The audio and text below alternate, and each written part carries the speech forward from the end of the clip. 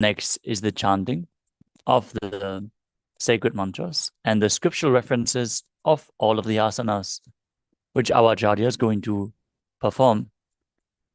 During yoga, our aura is opened wide and susceptible for external influences. So we are providing the ambience, the atmosphere of the highest possible energy by chanting Mahadeva's words. Next is weightlifting. Bodybuilding is a spiritual exercise, as per the Supreme Pontiff of Hinduism.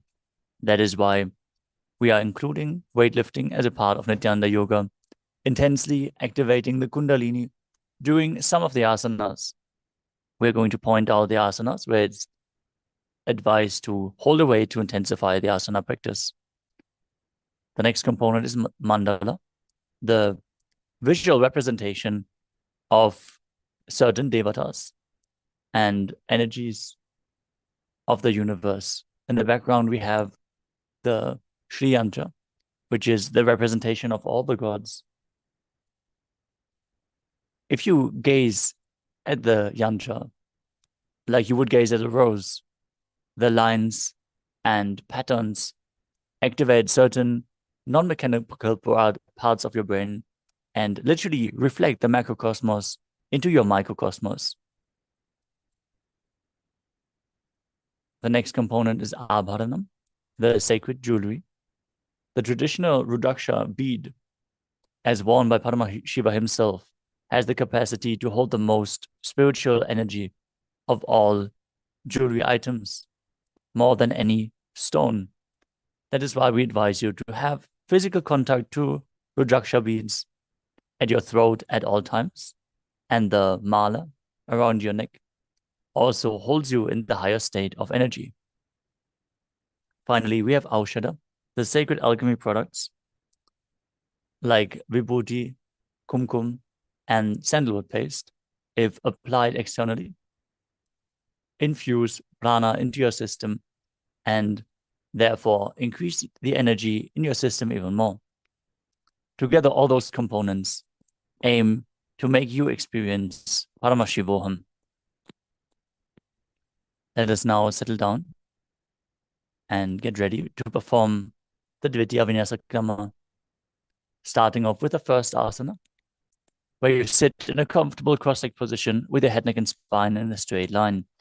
Bring your index fingers and thumbs together in Bindu Mudra and place them on top of the knees. Engage all three bandhas, Mula Bandha, Uddiyana Bandha, and Jalandhara Bandha, Mahamudra Bandha. As you visualize Lord Shiva in your inner space, perform the Samana Kumbhaka. Inhale deeply into your stomach and hold your breath in the stomach region as you visualize a flame being kindled in your stomach and rising up your spine.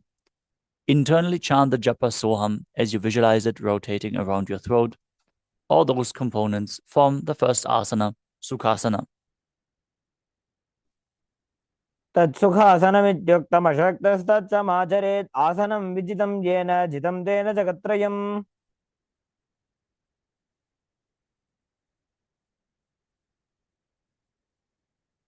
Next up is Parvatasana. Now bring your legs into Padmasana, placing the feet on top of the opposite thighs. Now join your hands together in Anjali Mudra and raise them up above your head. Keep your elbows straight and engage all three bandhas, Mahamudra Bandha, as you visualize yourself as Mount Kailash. अथ वक्षे Mahadev पर्वतासनमङ्गलम्. Next up is Halipavasana. Now bring the soles of the feet together in front of your body. Hold the left hand by the right behind your back and lean forward as you place your forehead on the ground behind the heels. Engage all three bandhas as you gaze to your nose and visualize Swamiji in your inner space. स्वविधियाहो मैं जानो उभय पगतली संपुट ठानो.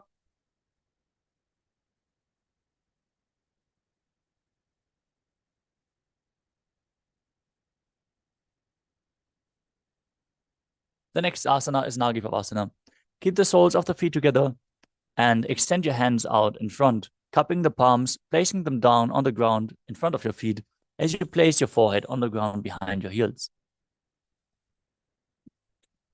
Gaze to the tip of your nose Engage all three bandhas and visualize yourself as a snake.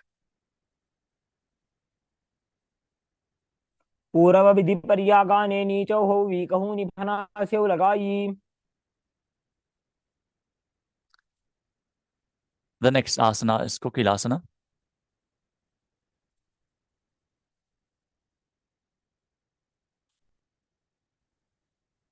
Now hold the big toes in Prana Mudra with index and middle fingers.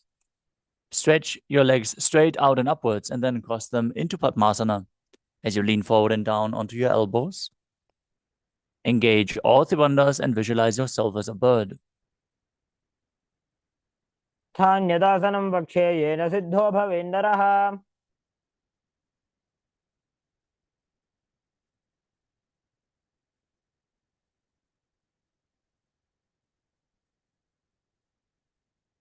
The next asana is Nithyananda.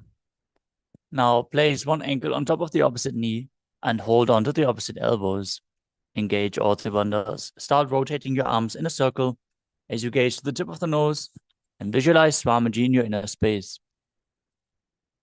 After some time, change the direction of the movement. घोड़ा बावां पाद की आशमा हिले सोजे दस चरण को बार लौता परिकल्प समोजे. Next up is Gajasana. Now press your hands onto the ground and lift your hips up high. Lower your head, then your chest, scooping the body forward and down again and again. As you visualize yourself as an elephant, perform Uddiyana Bandha, the stomach lock, and Mula Bandha, the root lock. निब्जं पादाग्रे भूमौ कृत्वा लम्बी भुजा मस्तकाग्रे निधाय. Next up is Vrikshasana. From the same posture, alternate pressing the heel of one foot into the ground while lifting the other heel up. Repeat this movement again and again as you visualize yourself as a bear. Keep engaging Uddiyana Bandha and Mula Bandha. एकैकं पादमागुञ्च्य गजासनं कुर्यात् वृक्षासनं भवति.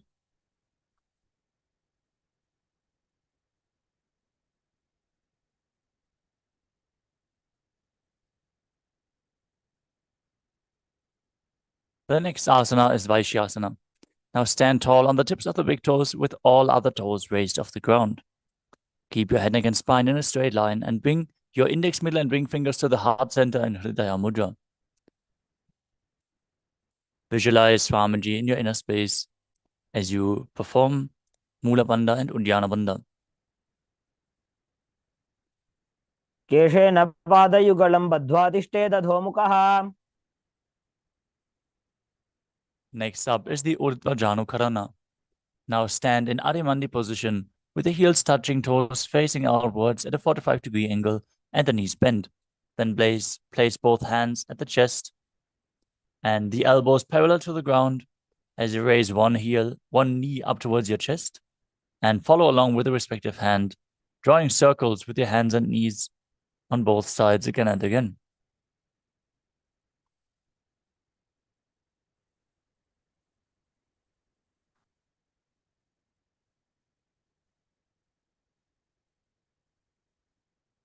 The next asana is Balalingasana. Now interlace your fingers from the outside in Sarva Shankari Mudra. Hold on to one knee and pull it up towards your chest. Keep your spine straight. Engage all three bandhas as you visualize yourself holding a baby.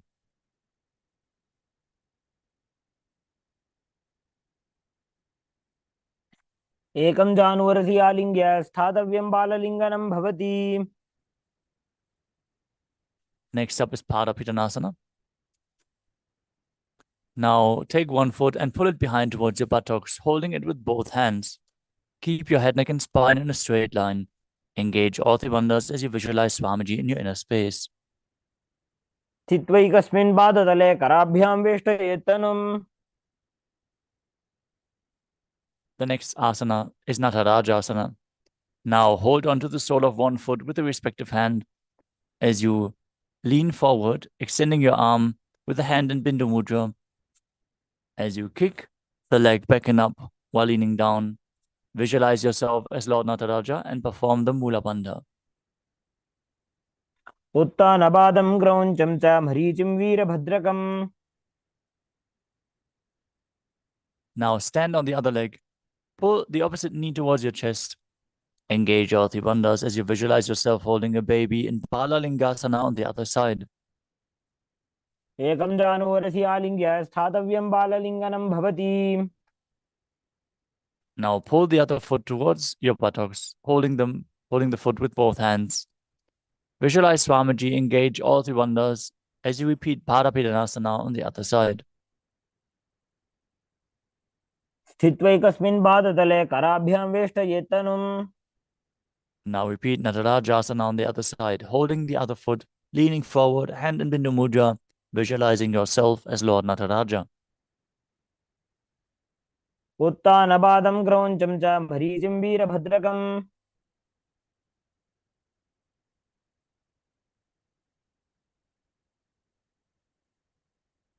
Next up is the Ardhari Chakarana.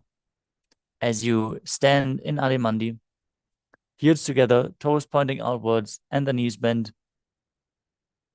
Step one foot behind the other with the toes down, heel raised off the ground.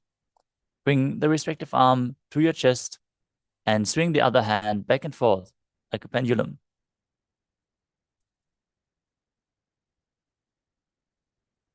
Now uncross your feet and repeat the movement on the other side.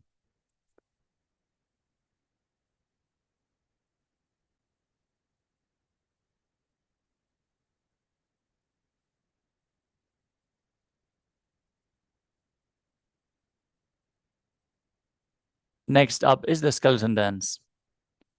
Now visualize yourself as a skeleton as you shake your body intensely. Hold the visualization of being mere bones as you dance wildly.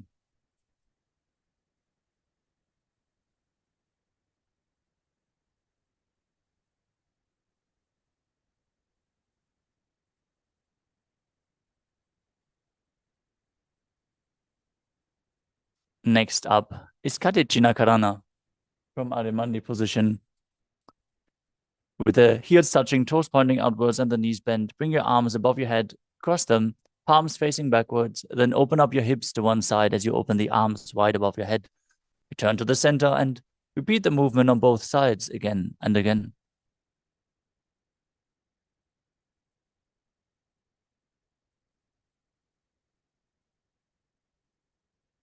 The next asana is Tadasana.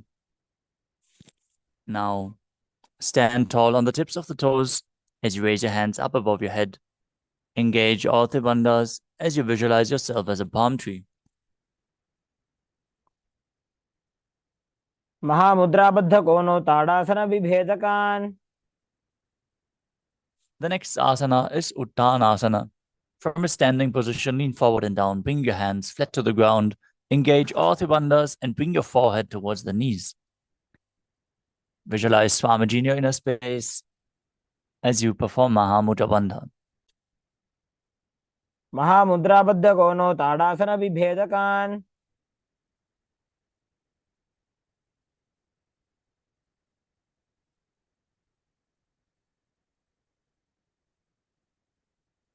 The next asana is Tadakshvasana. Now, place your hands flat on the ground, shoulder width apart, and step your legs back into a plank position. Now, contract the perineal region, tuck your chin to the chest, and start rotating your head from side to side, visualizing Swamiji in your inner space as you internally chant the new japa Shivoham. गजासनवस्थित्वा मस्तकं वारं वारं दक्षिणकुक्षिं सव्यकुक्षिं नजेत् रक्ष्वासनं भवति.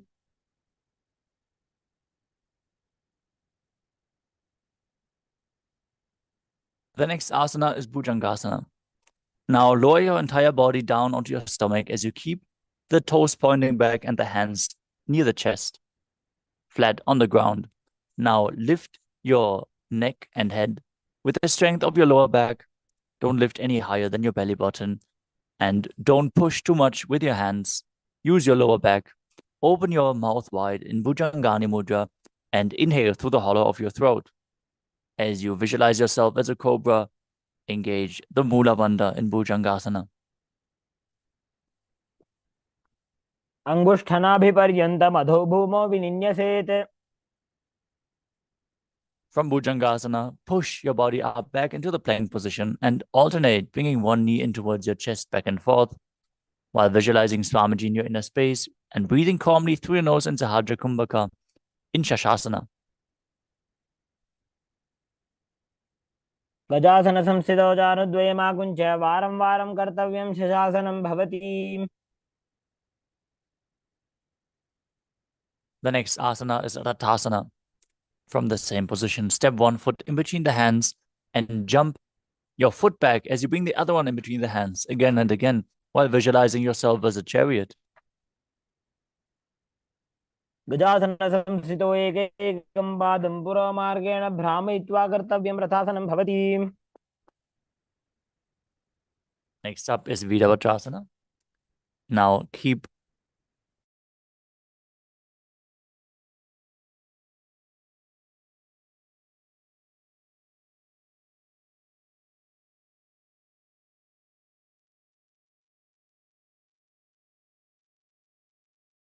Sorry for the technical glitch. We're going to continue with Virabhadrasana. Now keep one foot flat on the ground, toes pointing forwards, knee bent at a 90-degree angle as you extend the other leg back with the knee straight, toes pointing outwards. Now raise your arms up parallel. Pull your stomach in and up and gaze to your third eye as you visualize yourself as Lord Virabhadra. Perform Uddiyana Bandha and Mula Bandha. उत्तानपादं क्रौञ्चं च मरीचिं वीरभद्रकम्.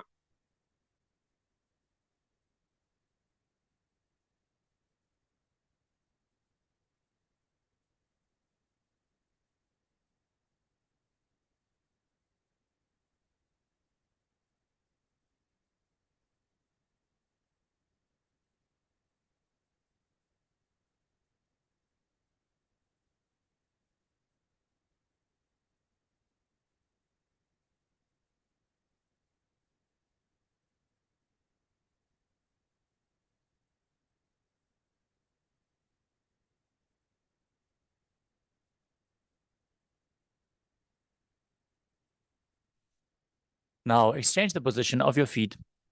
Step the other foot forward, knee bend, 90-degree angle, back leg straight, toes pointing outwards, arms raised up above your head, parallel, as you contract Uddiyana Bandha and Mula Bandha, repeating Virabhadrasana on the other side.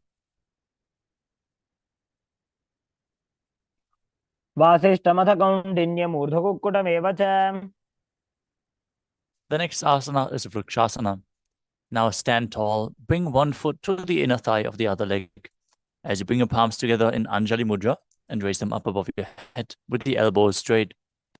Visualize yourself as a tree as you engage Uddiyana Bandha and Mula Bandha. वामोरुमूलदेशे च याम्यं पादं निधायतु. The next asana is Garudasana. Now bring the raised foot to the opposite hip. Place your hands together in Namaskara Mudra in front of your heart center and visualize yourself as Lord Garuda as you engage the Mula Bandha. गरुडासनमावक्षे येन ध्यानं स्थिरं भवेत्. Now stand on the other leg. Repeat Vrikshasana, the tree posture, on the other side. Raise your arms up above your head. वामोरुमूलदेशे च याम्यं पादं निधायतु. Bring the raised foot to the opposite hip. Visualize yourself as Lord Garuda with heavy wings on your back. In Garudasana on the other side. गरुडासनमावक्षे येन ध्यानं स्थिरं भवेत्. Next up is Trikonasana.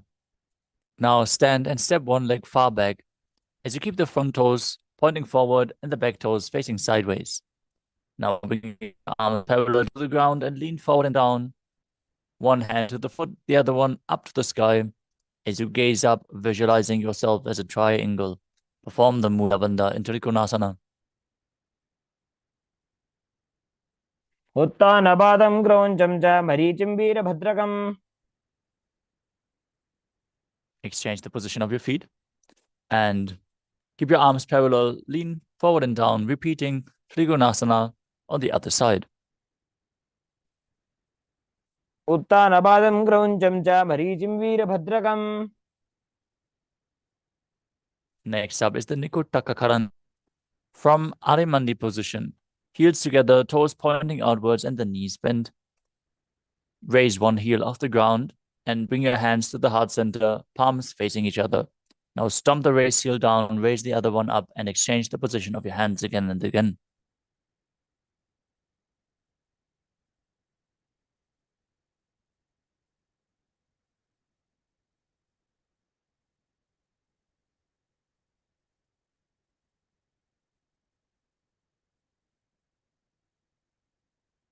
The next asana is Angushtasana. Now, lower your body down onto the tips of the toes with the heels raised off the ground, placing your perineum down on the raised heels. Keep your knees off the ground, join together in front of your body as you place your hands in Namaskara Mudra in front of your heart center. Visualize Swamiji in your inner space. Breathe in Brahmari Kumbhaka, buzzing like a bee on the inhalation and exhalation. Perform the Mula Bandha and internally chant the new japa Sadashivoham. कबन्धासनमित्याहुः गोरक्षासनमेव च. The next asana is Saurasana. From Angushtasana, extend one leg forward with the heel down, toes pointing up. Keep your hands at the side, palms facing forward in Vara Mudra with the fingertips just touching the ground. As you visualize Swamiji in your inner space, keep breathing in Brahmari Kumbhaka. प्रसार्यैकं पादतलं संस्थाप्य त्वेकपादकम्. Next up is Vidunanasana. From Saurasana, lean forward and down. Hold on to the big toe of the front foot in Prana Mudra. Hold the back heel with the other hand if you can. Balance in this position. Visualize Swamiji in your inner space. गुल्भस्थितौ पादमेकं प्रसार्य तत्पादाग्रं संस्थित्य तत्करेण. Now exchange the position of your feet. Stretch the other leg forward as you repeat Saurasana on the other side. प्रसार्यैकं पादतलं संस्थाप्य त्वेकपादकम्.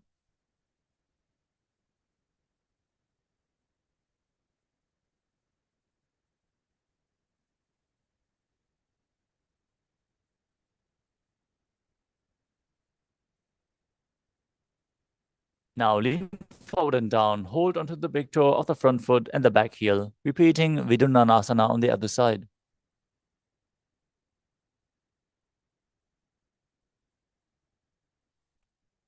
गुल्भस्थितौ पादमेकं प्रसार्य तत्पादाग्रं संस्पृश्य तत्करेण.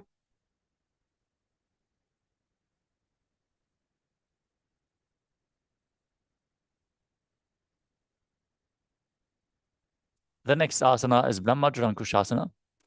With your heels and knees raised off the ground, sitting with the perineum on the heels. Create a gap between the knees and place the backs of your hands on top of the knees. Now contract the perineal region, tuck your chin down, and gaze in between the hands in Shambhavi Mudra with the eyes open wide, gazing within. This mudra will lead to the ultimate knowledge if performed correctly. Visualize Swamiji in your inner space. Keep buzzing like a bee. Whenever there is no specific mudra defined in an asana, perform the Shambhavi mudra. Keep your eyes open wide and gaze within. दो फणा पानी होए वैसे एड़ी दो गुदानी वैसे. The next asana is Kapilasana. Now place your knees onto the ground and sit on top of the raised heels with the toes tucked. Rest your hands on top of the thighs. Pull your stomach in and up in Uddiyana Bandha. Contract the perineal region in Mula Bandha as you gaze to the nose and visualize yourself as sage Kapila Muni. उभई पगदली समटारावे तिनकी माहिली कोर मिलावे.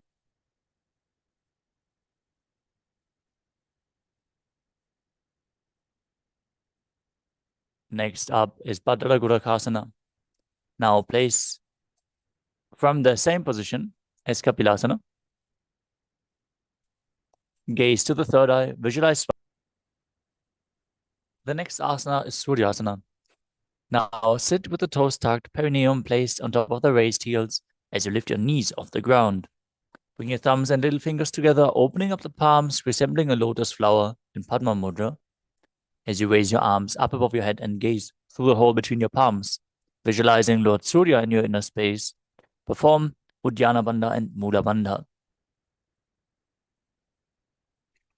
AD दो गुदा तरियाने फना पानी बैठक पुनिठाने. The next asana is Mandukasana. Now sit with the toes flat, perineum on the heels. Keep your hands on top of the knees and visualize yourself as a frog as you perform Manduki Mudra, lifting your tongue up against the roof of your mouth, catching the nectar of immortality dripping from the Sasarada chakra with your frog tongue. Gaze to your third eye. Breathe calmly through your nose in Sahaja Kumbhaka and perform the Mula Bandha. पादतलौ पृष्ठदेशे अङ्गुष्ठे द्वे च संस्पृशेत्.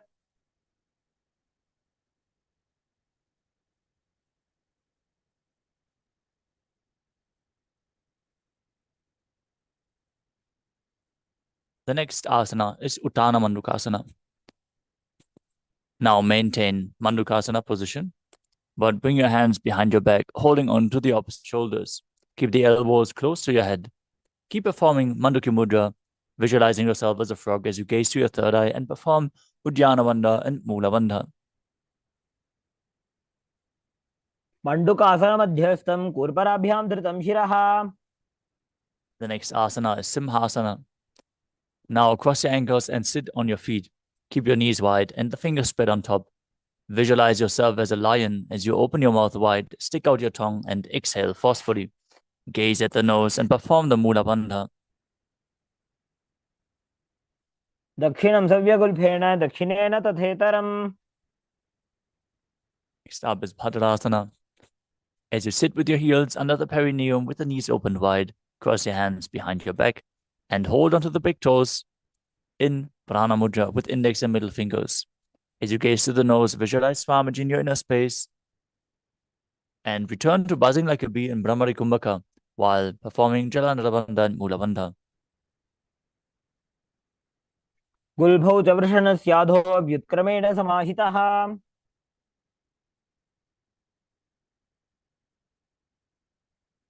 The next asana is Kakabhushandi Asana. Now squat and keep the feet flat on the ground as you open your knees wide.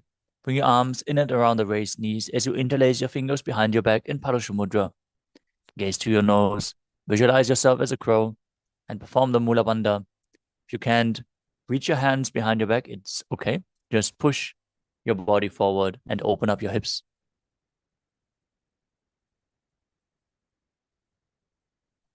प्रथमे वैसक उगडठाने दोवो हाथ पगम वीच आने. The next asana is Kanipavasana. Now place your palms on the floor, shoulder width apart.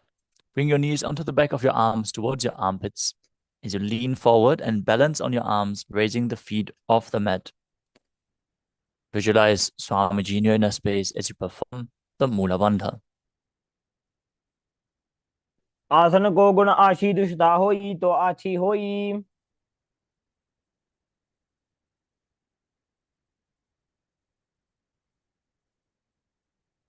The next asana is Kapali Asana. This is going to be our first inverted posture.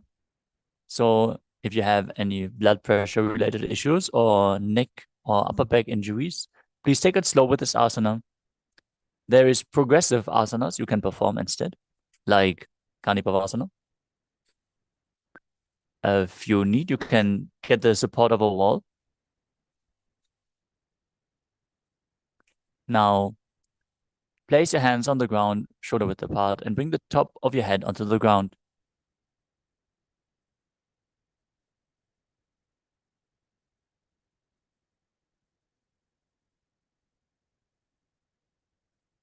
Form a triangle between your hands and your head. Then bring your knees onto your elbows, the hips over the shoulders, and then straighten your legs up. As you gaze to the tip of the nose, visualize Swamiji in your inner space and perform the Mula Bandha. शीशी शीशा धरती टेकी पगदो वो मिली बाऊ चाकू करे.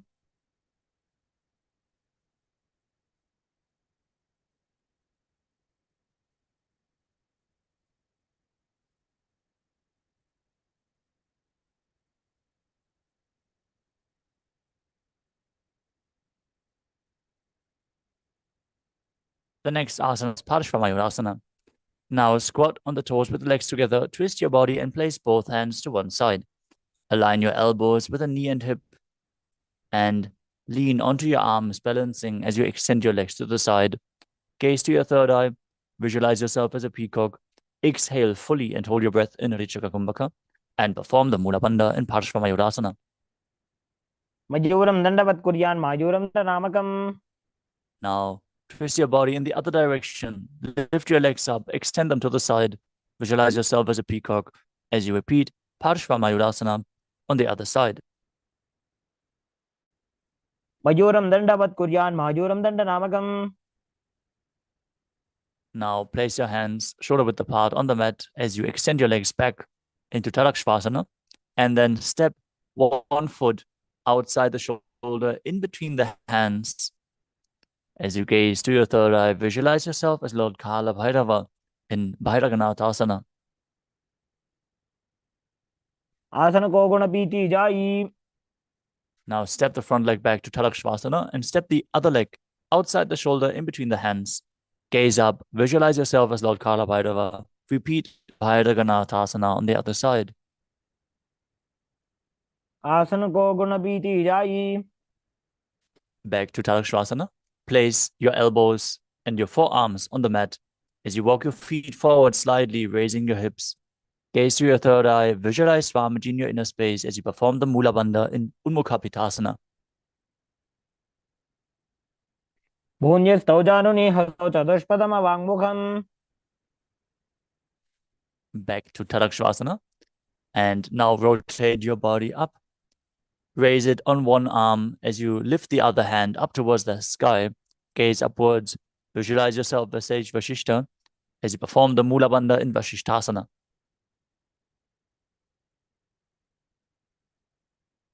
Urdhakukkuta marichahalamikam. Now rotate your body to the other side. Repeat Vashishtasana on the other side. Urdhakukkuta marichahalamatyakam. The next asana is Anjani Asana. Now come to a seated posture with your legs extended in front. Place your hands underneath the buttocks with the palms facing up. Gaze at the nose. Visualize yourself as Lord Hanuman. As you keep breathing in Urichaka Kumbhaka, perform Jalandhara Bandha and Mula Bandha, and internally chant the new japa Sadashivoham.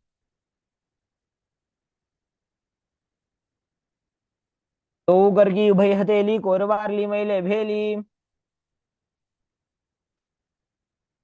The next asana is Paschimottanasana. With your legs stretched out, bend from the waist and hold onto the big toes in Prana Mudra with index and middle fingers. Bring your chest to the thighs, head to the knees, engage all three bandhas while visualizing Swamiji in your inner space. Jaro parillala danto paschimam tanam uchyate. Next up is Ugrasana. Now, from the same position, interlace your fingers behind your head. Lean forward and down. Bring your head to the knees by the strength of your core. As you engage all three bandhas, squeeze your body and visualize Kali in your inner space. Swabanibhyam dradam dhritva jano parishiranyasete. Next up is Marichi Asana. From the same position, bring one heel to the groin with the knee raised. Bring your arm outside and behind your back. Hold onto the opposite hands behind your back as you visualize yourself as Sage Marichi. Perform the Mula Bandha. Uttanabadam grauncham cha marichim veerabhadrakam. From Marichi Asana, drop the knee to the ground. Keep the heel at the groin. Lean forward. Hold onto the foot with both hands. As you exhale, gaze to the nose. Visualize Swamiji in your inner space and perform Mahamudra Bandha in Mahamudrasana.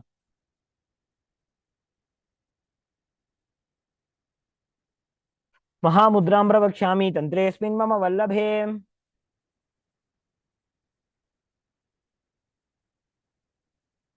Now exchange the position of your feet. Bring the other heel to the groin with the knee raised. As you lean forward and interlace your fingers behind your back. Repeat Marichi Asana on the other side. उत्तानपादं क्रौञ्चं च भरीचिं वीरभद्रकम्. Drop the knee down, lean forward and down, hold onto the foot, engage all three bandhas as you exhale fully in Mahamudrasana on the other side. महामुद्रां प्रवक्ष्यामि तन्त्रेऽस्मिन् मम वल्लभे. Next up is Bhadrasana 2. As you sit and bring the soles of the feet together in front of your body with the heels close to the perineum, hold onto the feet with both hands and keep your spine straight. Gaze to your third eye, visualize Swamiji in your inner space and perform the Mula Bandha.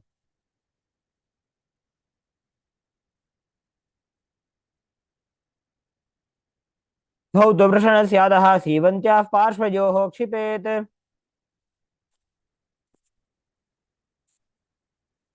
Next up is Kvalipavasana. From Bhadrasana, extend your feet away from the body. Keep the toes together, heels apart, knees open. Place your hands on the respective knees. Tuck your chin to the chest as you gaze to the nose. Visualize Swamiji in your inner space. Perform Jalandhara Bandha and Mula Bandha. पूर्वचर्बटचोककर्ह्यो sooji वाही विधिजोगी जय sooji. Next up is Joni Asana. Now sit and keep the soles of the feet together with the heels close to your perineum. Visualize the Yoni Mandala, which is projected in the top right corner of the screen. As you gaze to the nose, hold the soles of the feet and lean forward and down, bringing your forehead to the feet. Perform the Mula Bandha and exhale and hold your breath in Hrichaka Kumbhaka. दो पगदली सुपुट करे एड़ी made के ढिंग दरे. Next up is Midaki Pavasana. Now extend your feet away from the body. Keep the heels together, toes apart, and lean forward as you place your arms down to the side onto the mat and your forehead on the ground behind your heels. Gaze in the nose, visualize Swamiji in your inner space in Midaki Pavasana. पूर्व विधि परिपगदली संपूर्ण शोल एड़ी मिली राशे.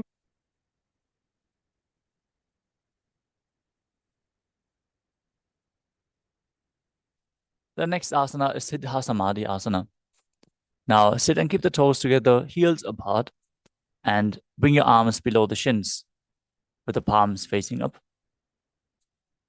Now bring your forehead to the ground above the feet, bringing your toes to the throat if you can.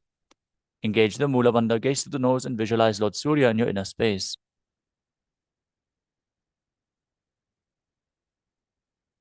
दो पगदली संपुट करे सोले मेढ आगा में धरे.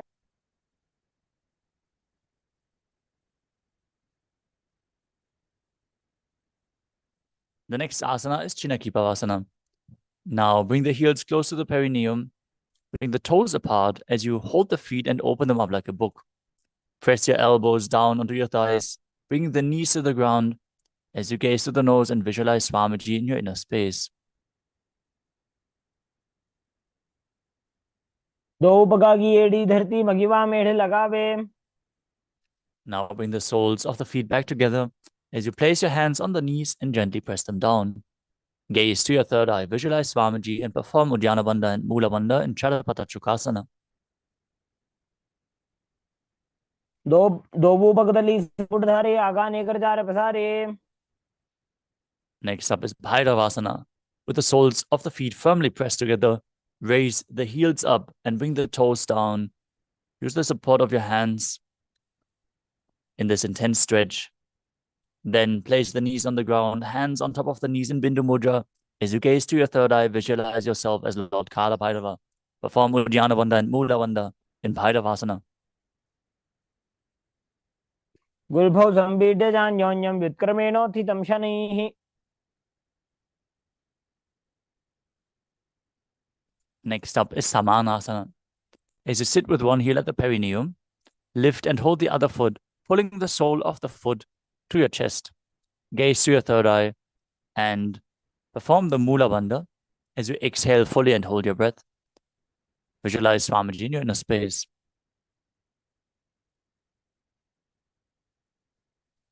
समानासनमावक्षे सिद्धमन्त्रादि साधनात्. Next up is Apanasana. Now bring one leg over top of the respective shoulder as you extend the other leg up and keep the hands on the ground to the sides for balance. Gaze to your third eye and visualize Swamiji in your inner space as you perform the Mula Bandha.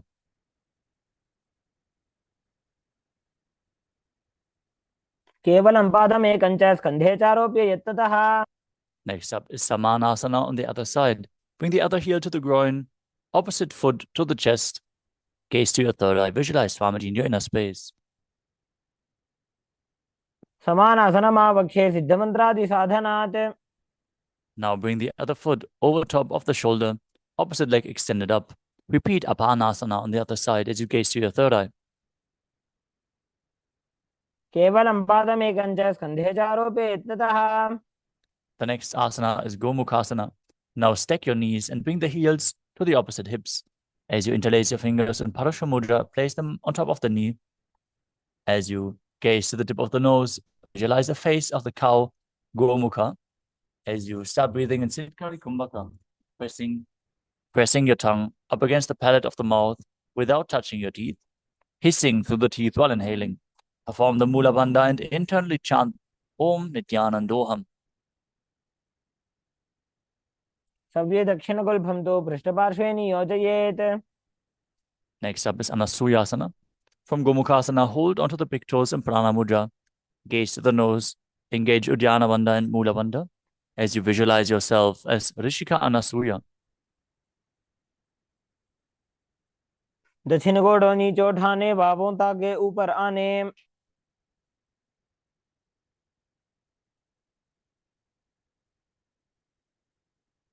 From Anasuyasana, interlace your fingers behind your back in Parashu Mudra. Lean forward and down. Bring your chin over the knee, nose to the ground if you can. Gaze to the nose and visualize yourself as Rishika Anasuya in Anasuyasana too. जीमणा गोदा की संधि, उपरटा वागोड़ा की संधि. The next asana is Garudasana too. Now sit on the ground and press one heel against the perineum with the toes flat, the top of the foot on the ground, as you place the other foot flat in front with the knee raised to your chest. Keep your hands on top of the knees, gaze to the nose, visualize yourself as Lord Garuda. Feel the wings on your back as you perform the Mula Bandha and breathe in Siddhkari Kumbhaka in Garudasana too. दावो बगमोडी येडी माहिलो गुल्फमूल द्वारनी चेदे. From Garudasana too, raise your perineum on top of the heel and place the heel of the other foot on the toes as you interlace your fingers behind your neck and twist your elbows outside of the raised knee. Gaze to your third eye and visualize yourself as Sage Narada in Naradasana. पिष्टिजवाम बगदली केरी, भूपरिता ही लगावे फेरी. Next up is Matsya Pitakasana. Now bring one foot on top of the opposite thigh as you hold on to the shin of that leg and the big toe with a respective hand in Prana Mudra. Gaze to the nose. Visualize Matsya, the fish avatar of Vishnu, as you perform the Mula Bandha. केवलं पादमेकं च स्कन्धे चारोप्य यत्नतः.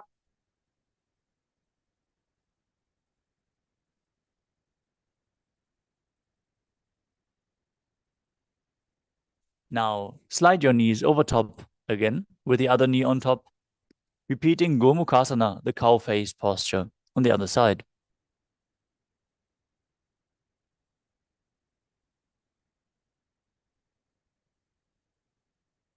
सव्ये दक्षिणगुल्फं तु पृष्ठपार्श्वे नियोजयेत्.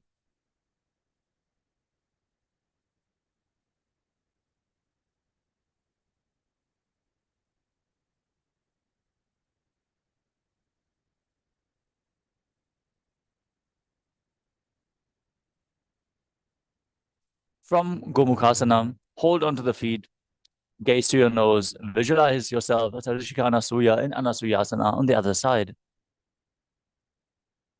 दक्षिण गोड़ नीचे उठाने, बाहों ताके ऊपर आने. Interlace your fingers behind your back in Parashu Mudra as you bring the chin over the knee, nose to the ground, and visualize yourself as Rishika Anasuya in Anasuyasana too.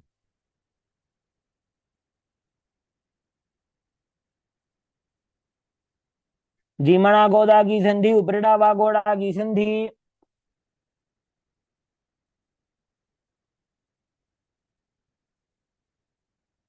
The next asana is Garudasana too on the other side. Sit with the other heel pressed against the perineum, opposite knee raised, hands on the knees, visualizing yourself as Lord Garuda. डाबो बगमोडी एडी माहिलो गुल्फमूल द्वारनी चैदे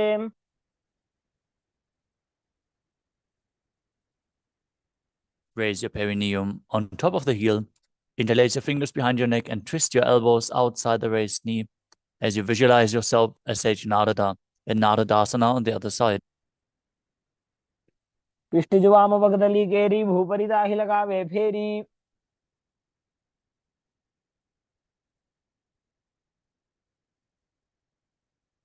Now place the other foot on top of the opposite thigh. Hold onto the shin and the big toe in Prana Mudra as you visualize Matsya, the fish avatar of Lord Vishnu, in Matsya Pitakasana on the other side. वामेन वामाङ्गुष्ठन्तु गृहीतं मत्स्य पीठकम्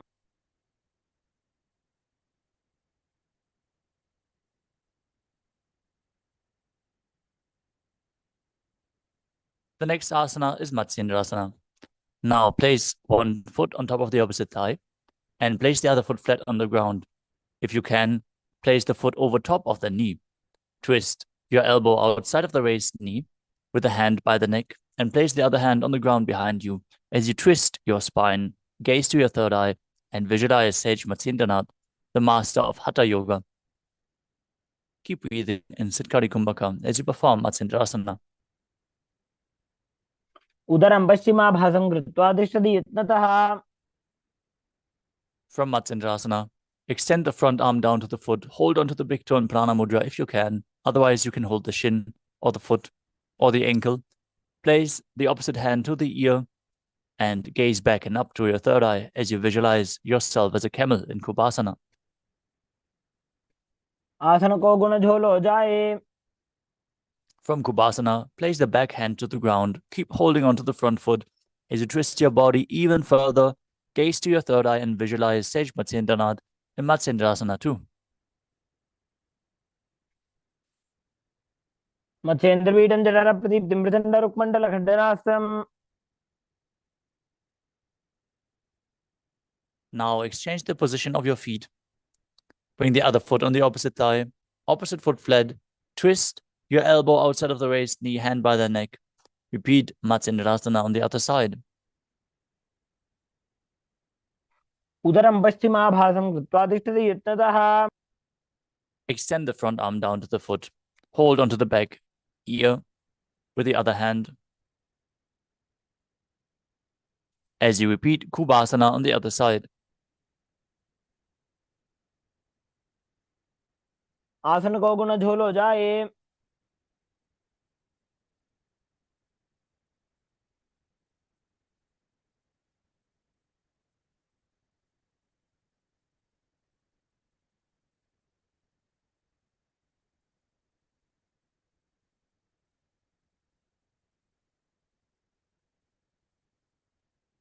Now repeat Matsyendrasana 2 on the other side. As you place the back hand down to the ground, still holding onto the front foot, twisting your body even further, visualizing Matsyendranath. मत्स्येन्द्रपीठं जठरप्रदीप्तिं मृदण्डरुक्मण्डलखण्डनास्त्रम्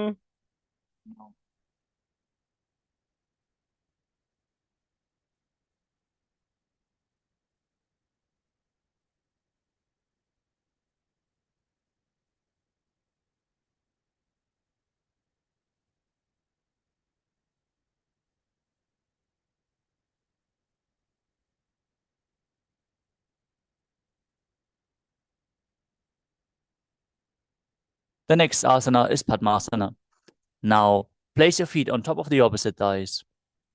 As you place your hands on top of the knees, engage all three bandhas, Mahamudra Bandha.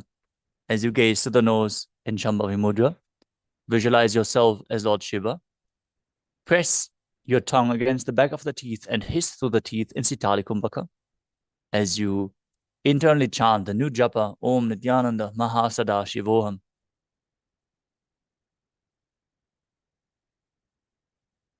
आसनं द्विविधं प्रोक्तं पद्मं वज्रासनं तथा Maintaining Padmasana, cross your arms in front of the body and hold onto the big toes in Prana Mudra. As you gaze to the nose, visualize yourself as Goddess Parvati, the consort of Shiva. Keep breathing in Sitali Kumbhaka and perform the Mula Bandha in Padmasana too.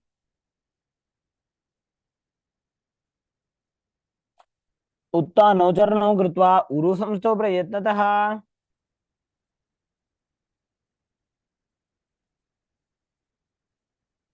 Next up is Kukutasana. As you sit and place the feet on top of the opposite thighs in Padmasana, place your hands on the ground in between the legs and push your body off the mat, balancing on your arms. As you visualize yourself as a rooster, breathe calmly through your nose in Sahadra Kumbhaka and perform the Mula Bandha. पद्मासनं सुसंस्थाप्य नान्भोरोरन्तरे करौ। Next up is Asana. From Padmasana, rise up onto the knees and place your palms on the ground, fingers pointing backwards. Now bring your elbows to the navel and lean forward until you can raise your legs off the ground and balance. Try to keep your spine as straight as possible as you visualize Swamiji in your inner space and perform the Mula Bandha. धरामोष्टभ्यग्रद्वयेन तत्कोर्परि स्थापितानाभिपार्श्वः। Next up is Mayurasana.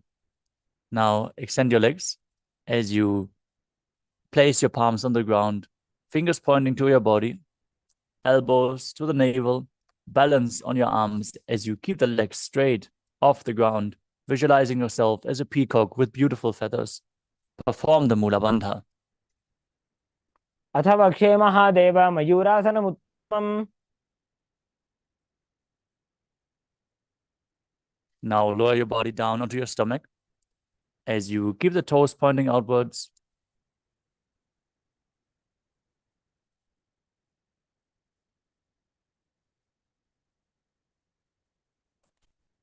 Interlock your fingers behind your neck in Parashamudra as you visualize yourself as a crocodile. Perform the Mula Bandha in Makarasana. अध्यासशेते हृदयं निधाय भूमौ च पादौ च प्रसार्यमाणौ। Next up is Shalabhasana. As you lay down on your stomach, place your hands on the ground beside your chest and raise your legs up. Bring your thighs off the mat. Visualize yourself as a locust as you perform the Mula Bandha, Shalabhasana. अध्यासशेते करयुग्मवक्षो भूमिमाष्टभ्यकरयोः। The next asana is Ustrasana. As you lay down on your stomach, bring your hands to the feet and pull the feet down outside of your hips, as close to the ground as possible. Visualize yourself as a camel as you perform the Mula Bandha. अध्यासशेते पदयुग्मव्यस्तं पृष्ठे निधायापि धृतं कराभ्याम्। Next up is Dhanurasana. From Ustrasana, keep holding onto the feet and kick your legs back and up while lifting your chest up. Visualize yourself as Pinaka, Lord Shiva's bow, as you gaze to your third eye and perform the Mula Bandha. प्रसार्य पादौ भुजदण्डरूपौ करौ च पृष्ठे धृतपादयुग्मम्।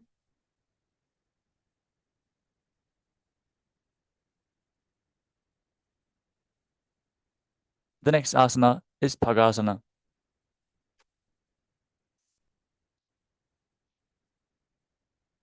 Now sit on your knees with the perineum in between the heels on the ground, heels outside the hips with the toes touching behind.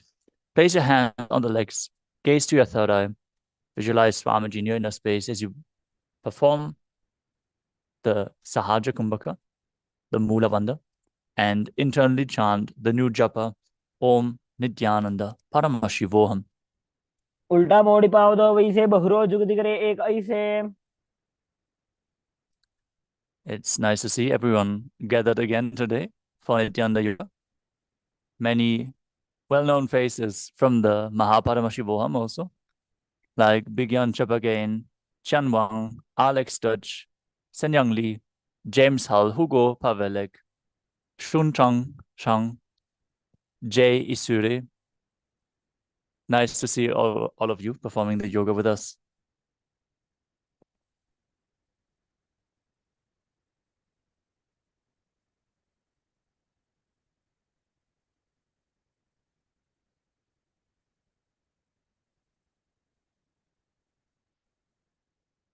The next asana is Gohya Asana. We are preparing for another inverted posture. So set yourself up in front of a wall. if you need any aid, if you have any upper back and or neck injuries, take it slow with this asana. From your knees, place your forearms on the ground, shoulder width apart. Interlock your fingers and place your head on the ground, supported with your hands. As you walk your legs forward, raising your hips up until they align with your shoulders. And then lift the legs off the mat and pull the knees in towards your chin. Squeeze your body. Gaze to the nose. Visualize Swamiji in your inner space in Gohi Asana. दो हाथ की कहुनी जो जी पुण्य कलाई जाने दो ई. From Gohi Asana, extend your legs up straight into Shirshasana. Balance with your spine straight. Gaze to the nose and visualize Swamiji in your inner space. विपरीतं मण्डलं च द्विधैव विदितं हिनः. The next asana is Podhyasana. Come to a seated posture with the legs out in front and get ready for an intense sequence of rapid exhalations and Bhastrika Kumbhaka, working on the abs as you forcefully exhale again and again, like the bellows of a blacksmith, inhaling only passively as the air enters your lungs naturally. We're going to perform the Bhastrika Kumbhaka throughout the next few asanas. So keep breathing rapidly. And if you want to intensify the practice, keep your legs up off the ground. Now, sit with your hands behind your calves, stretch your legs up, bring your forehead to the knees, and come to a vertical position with your legs. Visualize Swamiji in your inner space as you perform the Mula Bandha. Breathe rapidly in Bhastrika Kumbhaka and Podhyasana.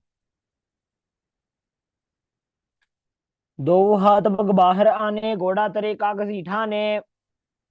Next up is Parikasana. With your legs extended out and up at 45-degree angle, bring your hands behind, hold onto the opposite shoulders. Gaze to your third eye. Visualize yourself as a maze. उत्तानं शयनं कृत्वा पादौ मिलित्वा प्रसार्य. Next up is Naukasana. With the legs extended out and up, bring your arms parallel to the ground. If you need the support, bring your elbows down. Gaze to your third eye. Visualize yourself as a boat in Naukasana.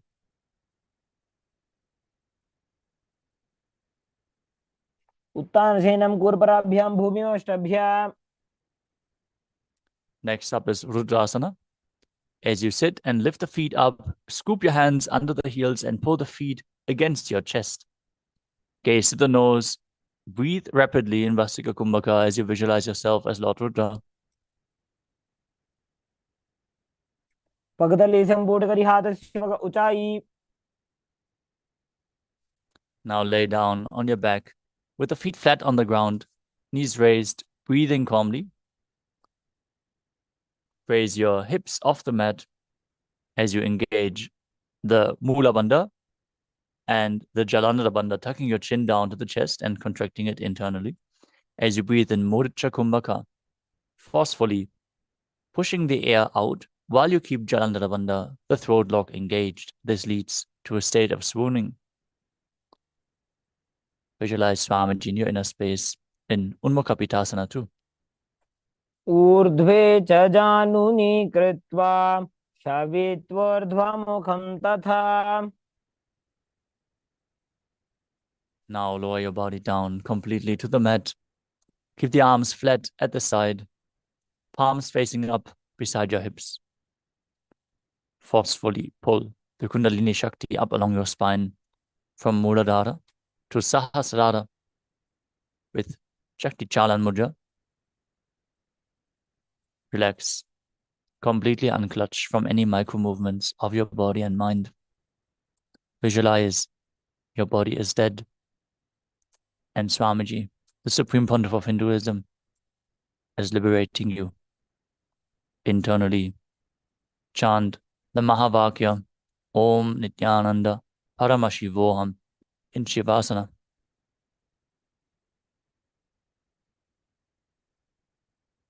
उत्तानं शववद्भूमौ शयनं तु शवासनं. शवासनं श्रान्तिहरं चित्तविश्रान्तिकारकम्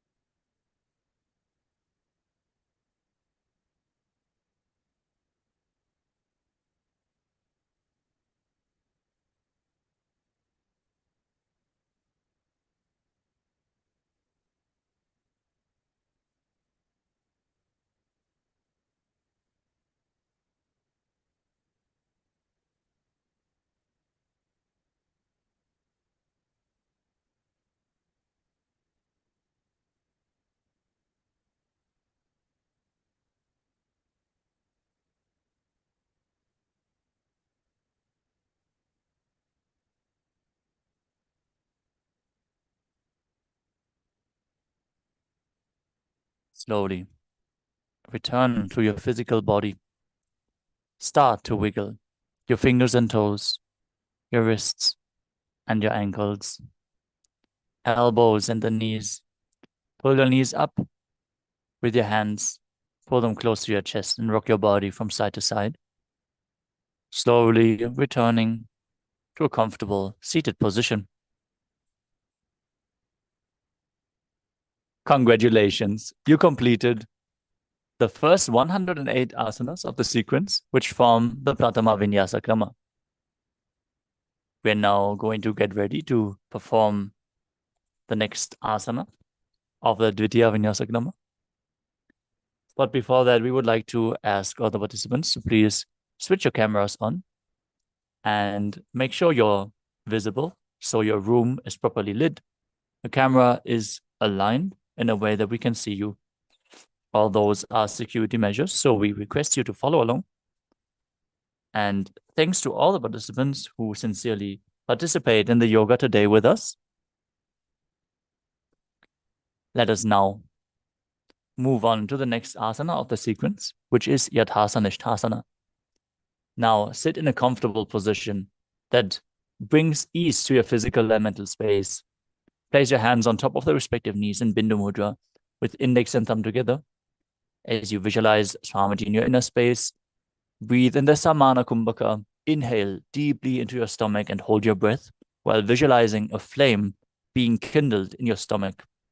Perform the Mula Bandha and internally chant the Mahavakya, Om Nithyananda Paramashivoham, which is going to be the japa for the remainder of this session. Let us now perform Yathasana. Paryankam tatsamakhyatam yatasamstam yathastitihi. Next up is Samasana. Now sit in a cross-legged position. Have your hands on top of the knees in Bindu Mudra. Take a deep breath and hold it. Then exhale just as deep and keep breathing deeply in this asana. As you visualize Swamiji in your inner space, perform the Mula Bandha.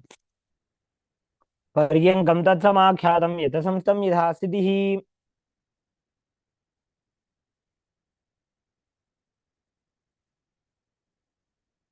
Next up is Muktasana.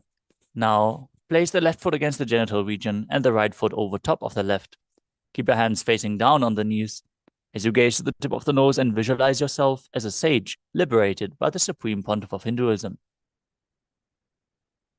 Nibidya sevinim sukshmam dakshinetara gulphatah. Next up is Siddhasana. Now maintain the same position. Switch your gaze to your third eye and visualize Swamiji in your inner space. स्थानसंयमितेन्द्रियो तलदृशा पश्यन् भ्रुवोरन्तरं चैतन्मोक्षकपातभेदकं सिद्धासनं प्रोच्यते. Next up is Siddhyasana. Maintain the same position and gaze down towards the ground in front of you as you engage all three bandhas and visualize Swamiji in your inner space. वामपादके इडीजानो सीवनिमधितासकोठानो.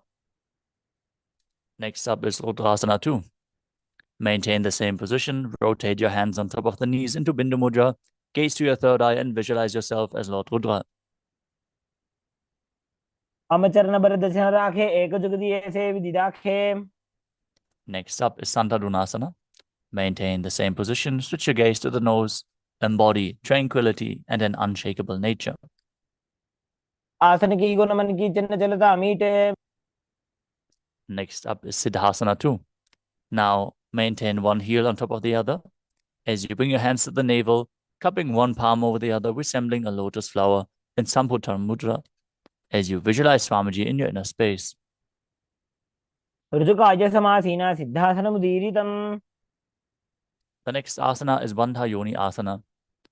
Now set your sankalpa to manifest through the womb of creation as you keep the same sitting posture, engage the Mula Bandha, and now let us enter the Shanmukhi Mudra, closing off all the five senses with your hands as you exhale deeply. Close the mouth with ring and little finger, the nose with the middle finger, the eyes with the index fingers, and the ears with the thumbs. यत्र मध्ये महादेव बन्धयोन्यासने शृणु.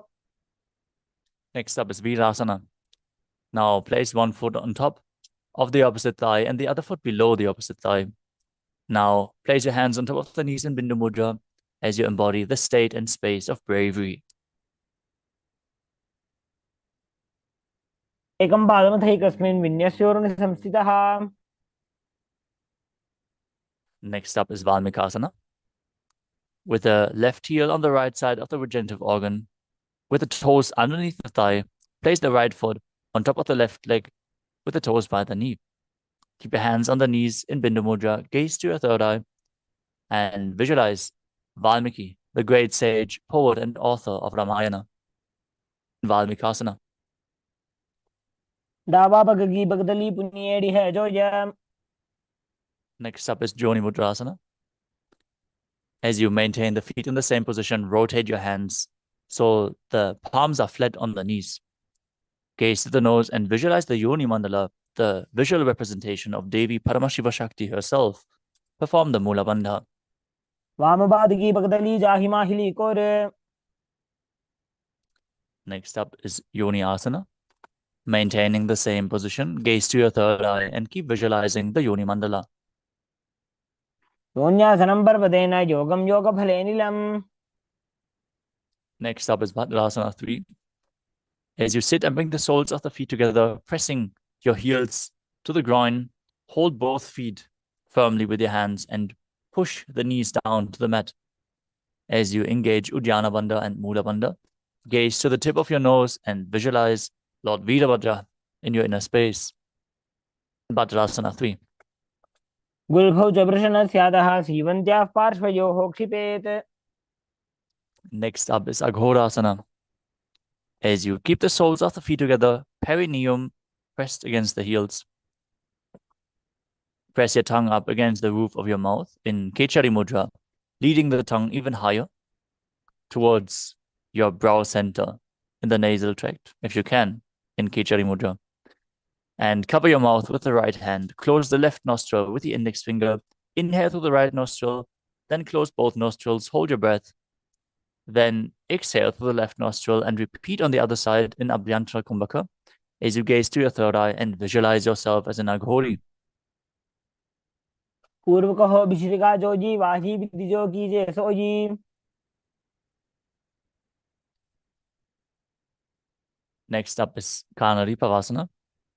As you bring the feet together in front, toes together, heels apart, place your elbows on the heels, rest your chin on your palms. Visualize yourself as a female elephant drinking water as you exhale all the air from your lungs and hold the breath in Harichaka Kumbhaka. Gaze to the nose and perform Uddiyana Bandha and Mula Bandha. ग्वाली बाबा आसन कक्षो है जैसे Yahoo में जाने विधि तैसे. The next asana is Parasana.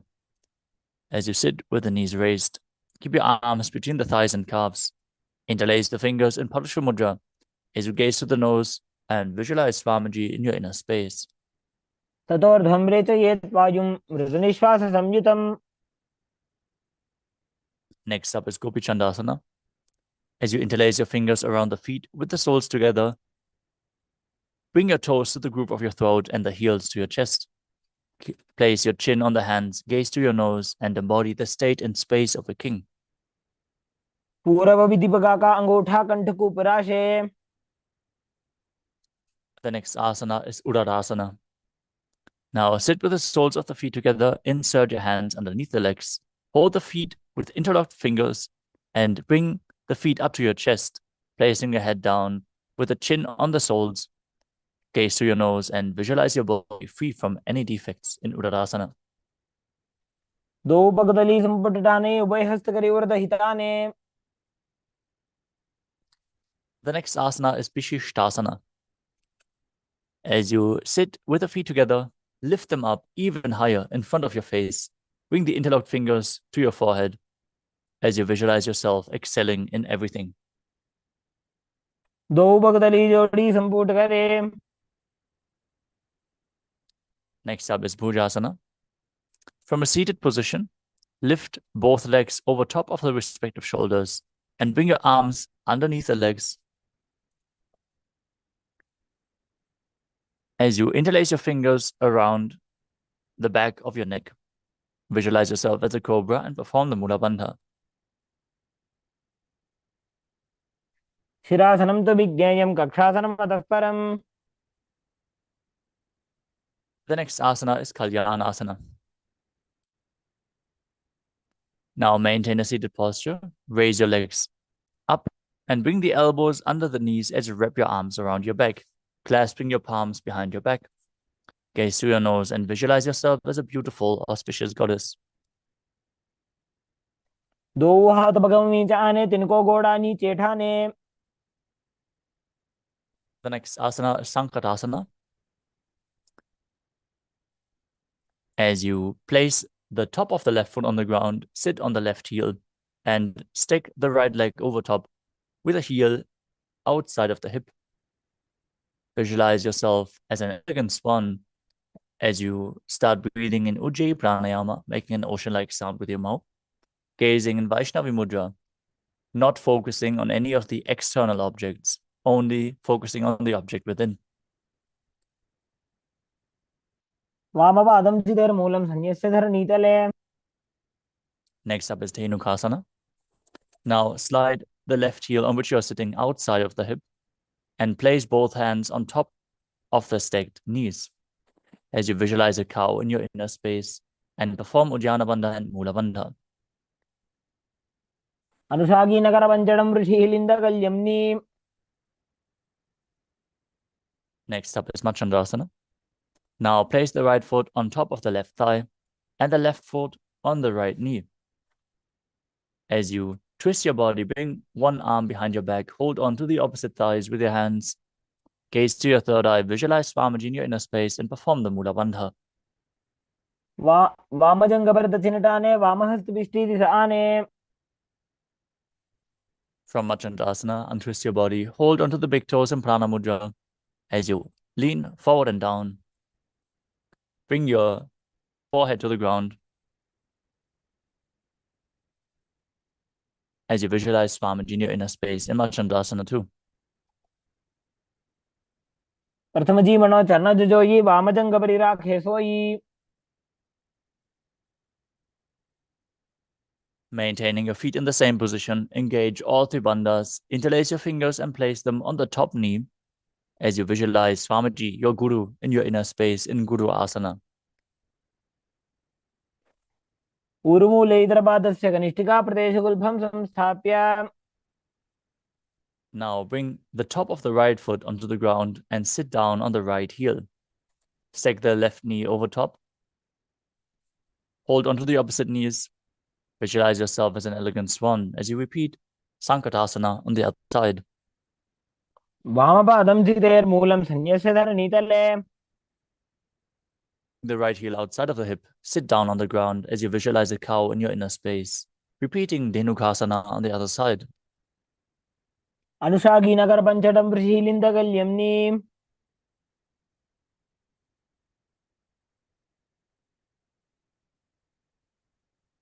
Now, place the left foot on the right thigh and the right foot on the left knee. Bring the right hand behind. Hold onto the opposite thighs as you twist your body backwards. Gaze to your third eye and repeat Machandrasana on the other side. वामजंगपरदक्षिणटाने वामहस्तविष्टिदिशाने. Untwist your body, hold onto the feet and lean forward and down. Repeating Machandrasana too on the other side. प्रथम जी मनो चरण जोई वामजंगपरि राखे सोई. Rise back up. Maintain the same posture with your legs. Interlace your fingers, place them on the top knee. And visualize your Guru in Guru Asana as you engage all three bandhas. ऊरुमूले इतरपादस्य कनिष्ठिका प्रदेशगुल्फं संस्थाप्य. The next asana is Pashasana. As you sit with the feet flat on the ground, pull your knees against your chest as you hold on to the opposite knees with your hands. Bring your tongue up against the top of your mouth in Kechari Mudra. Gaze to your third eye and visualize Swamiji in your inner space. पादतले भूमौ निधाय जानुनियुरसि निधाय. From Pashasana, hold onto the opposite wrists. Place your chin onto the knees as you gaze to the nose and visualize being in an abode of bliss. दोबू पगदली भूपरि धरे कोरमा हिलिये से करे. From Bodha Shakasana, bring your arms underneath the knees and hold onto opposite elbows. Gaze to the nose. Keep your tongue up in Kechari Mudra as you visualize Swamiji in your inner space in Kudakatasana. दो हाथ पग बाहर लियावे गोड़ा नीचे ले टहरावे. Now maintain the same position and cross your ankles over top with the toes pointing upwards. Now gaze to the nose and visualize the great sage and Maharishi Sumati in Sumati Asana.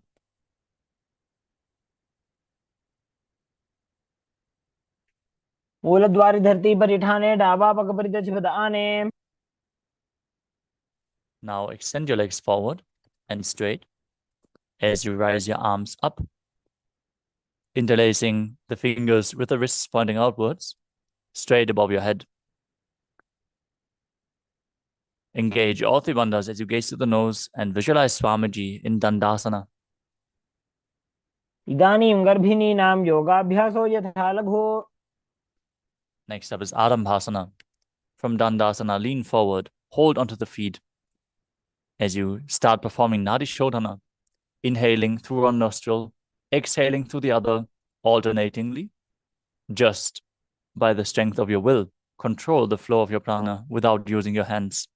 As you visualize Swamiji in your inner space, perform the Mula Bandha.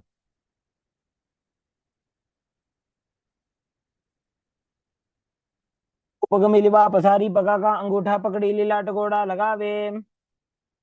Next up is Bhidokasana. Now, sit with your legs straight, extend the knees slightly up as you bring one hand distance between the heels and your shoulders down, wrapping your hands in and around the legs, holding onto the soles of the feet from the outside. Gaze through your third eye, visualize Swamiji, and perform the Mula Bandha. प्रथम बैसी दो पा पसारी कछुका ऊर्ध को उड़ारे. Next up is Jalandhari Pavasana. Now, extend both legs out away from your body with the heels together and bring your arms underneath the legs with the palms facing up as you bring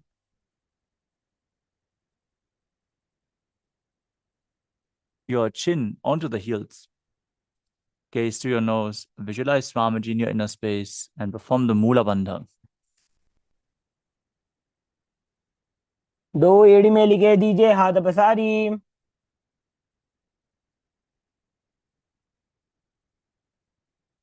The next asana is Urdhva Paschimottanasana.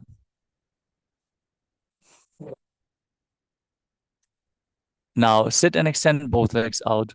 Lift one foot behind your neck. If you can't bring the leg behind your neck, bring it over top of your shoulder or pull it towards your chest as you lean forward and down. Hold onto the front foot as in Paschimottanasana as you visualize Swamiji and perform the Pratyahara Kumbhaka, where you visualize the prana flowing up along your body through 9 various points of your body as revealed by Mahadeva himself. The 9 points are the soles of the feet, the regenerative organs, the navel, the heart, the throat, the uvula, the middle of the eyebrows, the forehead, and the Brahmarandra, the crown of your head.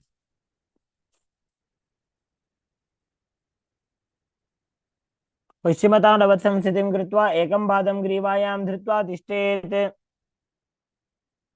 With your leg still behind your neck, lean back and straighten your spine. As you hold onto the foot behind your head with the opposite hand, extend the opposite leg straight down. Lay on your back, gaze to the nose, visualize yourself as infinite, endless, eternal, Ananta in Anantasana. उत्तानशयनी एकैकम्पायि ग्रीवायां विन्यस्य. From Anantasana, roll onto the side of the hand holding onto the foot. Rest on your elbow as you feel in complete control, gazing to the nose in Ankushasana.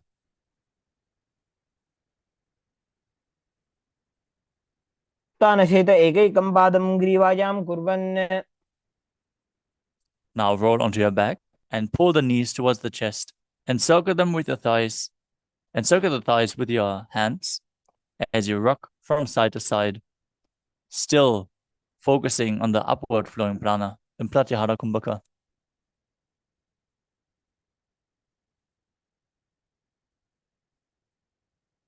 उत्तानशयनं जानुनि हृदयेवष्टम्भ.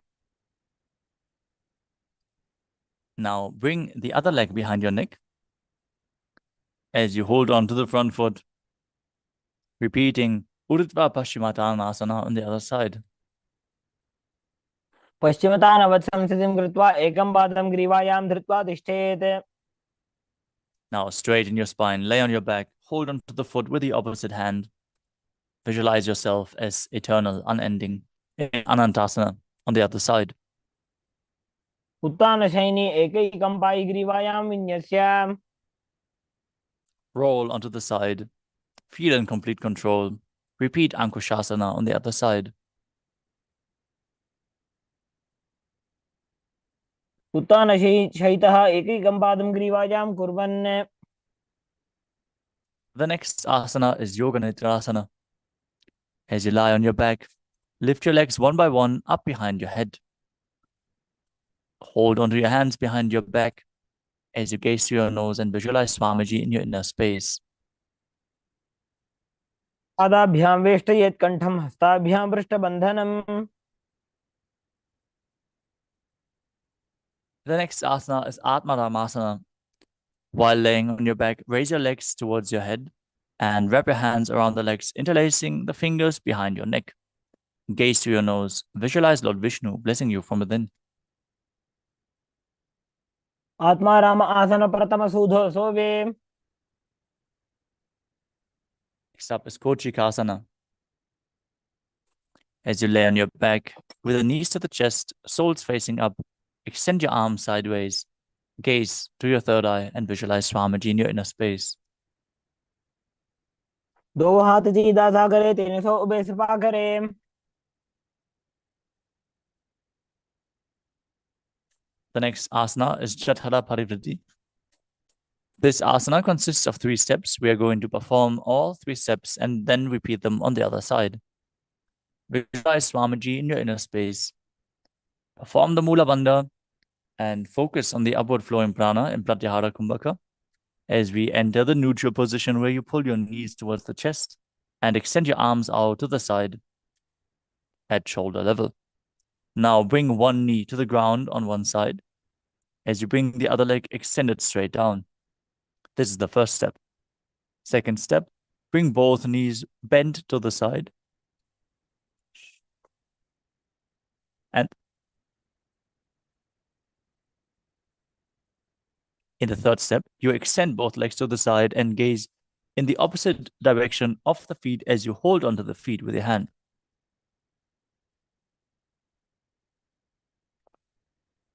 परिवृत्ति कुक्ष भागे त्रिदाहि परिगीतः. Now return to the neutral position.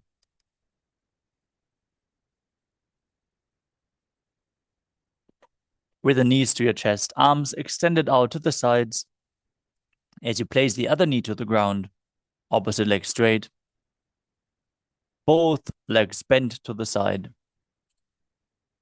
and then both legs extended to the side, holding onto the feet as you gaze away from the feet. परिवृत्ति कुक्ष भागे त्रिदाहि परिकीर्तितः.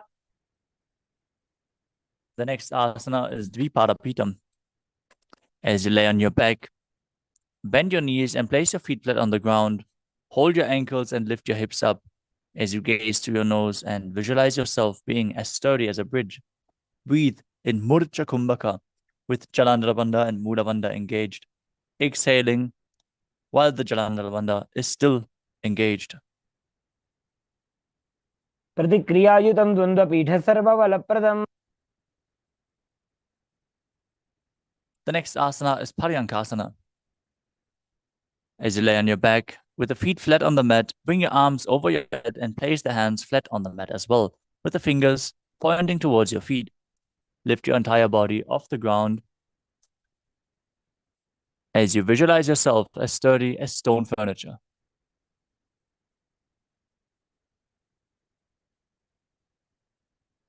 उत्तानशयनं हस्ततलाभ्यां भूमिं वष्टभ्य.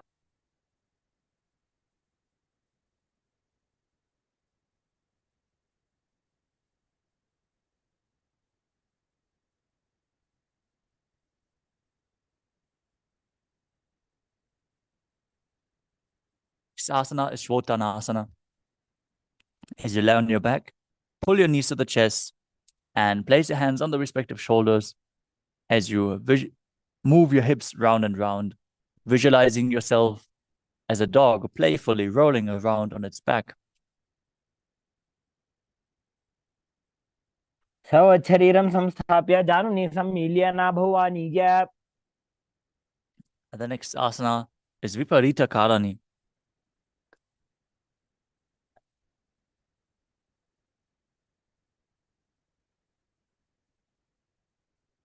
Now lie supine, raise your hips and legs up. Bring your elbows and hands extended on the mat below for balance. As you move your feet round and round in a circular motion, visualizing Swamiji in your inner space as you perform the Murcha Kumbhaka with Jalandhara Bandha and Mula Bandha engaged.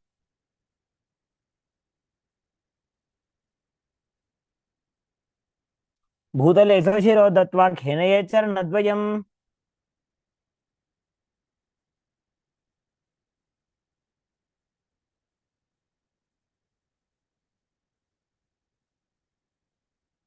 From Viparita Karani, stop the movement of your legs. Be straight and sturdy as you visualize Swamiji in Viparita Karani too. करणी विपरीताख्या सर्वाधिव्याधिनाशिनी नित्यम अभ्यासयुक्तस्य जाठराग्नि विवर्धनी. The next asana is Langalasana. As you lay on your back, lift your hips and take your feet over the head with the toes on the floor. Stretch your hands out behind your back. Interlace the fingers in Parashu Mudra as you rest on neck and shoulders, visualizing yourself as a plow. ग्रीवाकण्ठेन भूमिं विष्टम्भ पादाग्रद्वयमूर्धमुन्नयेत्.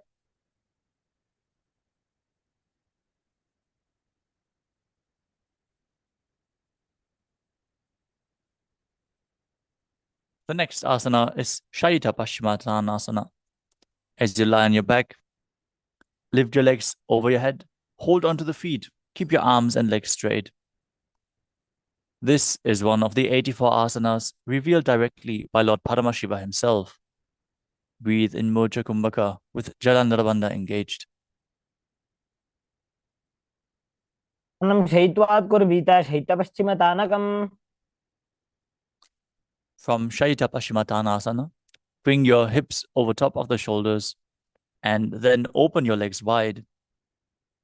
Visualize Swamiji in your inner space as you perform Jalandharabandha and Moolavandha in Supta Konasana. परिवृत्ति कुक्षिभागे त्रिदाहि परिकीर्तितः. The next asana is Chakrasana. From the same position, holding onto the ankles of the feet, roll onto your back while visualizing yourself as a chakra, a wheel.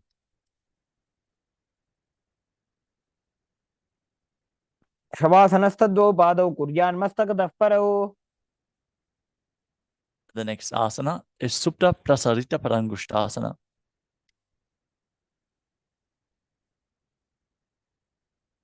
As you lay on your back, keep your legs vertical and hold onto the big toes in Prana Mudra.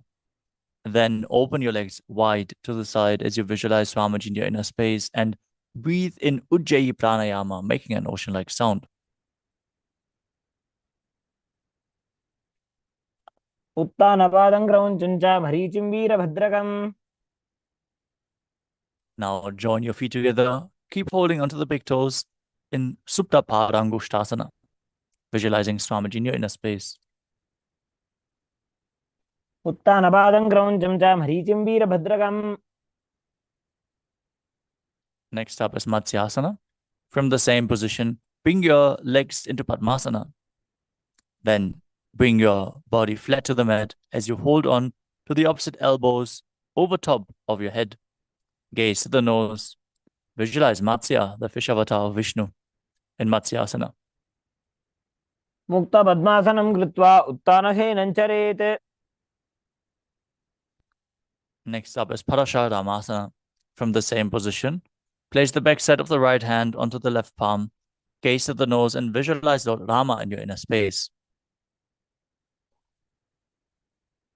प्रथमकरे पद्मासन आचे सो सोवे भूपरिपाचे. The next asana is Sarvangasana. As you lay on your back, legs in Padmasana, lift your hips and legs up. Place your hands on your hips with the elbows on the ground, supporting your back. As you gaze to the nose and visualize Swamiji in your inner space, return to breathing in Mudra Kumbhaka. अथवा क्षेत्रसंक्षेपात् सर्वाङ्गासनमुत्तमम्. Next up is Vrishchikasana. Now lay on your back and place one foot on top of the opposite thigh. Lift the opposite knee to the chest as you keep your arms extended up above your head with the hands hooked forward, visualizing yourself as a scorpion as you gaze to your third eye. प्रथमशयन सूदो शीशिकेशकी संधि सुदाके. Exchange the position of your feet, hands up above your head, hooked forward, repeating Vrishchikasana on the other side. प्रथमशयन सूदो शीशिकेशकी संधि सुदाके.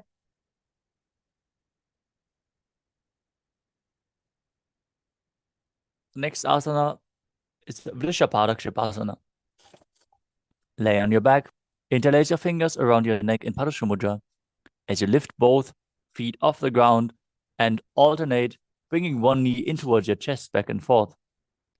As you visualize Swamiji in your inner space, breathe calmly through your nose in Sahajra Kumbhaka. उत्तानं शयनं कृत्वा अङ्गुलिभ्यः कन्दरां बद्ध्वा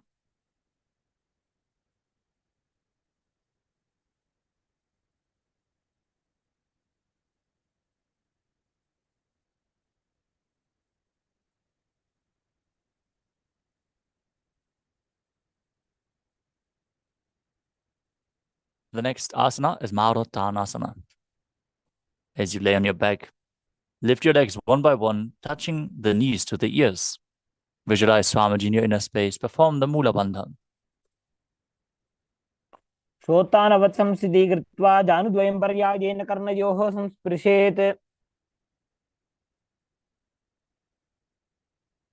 The next asana is Vrikasana. While laying on your back, place the soles of the feet flat to the ground and then stand up and sit back down while visualizing yourself as a wolf.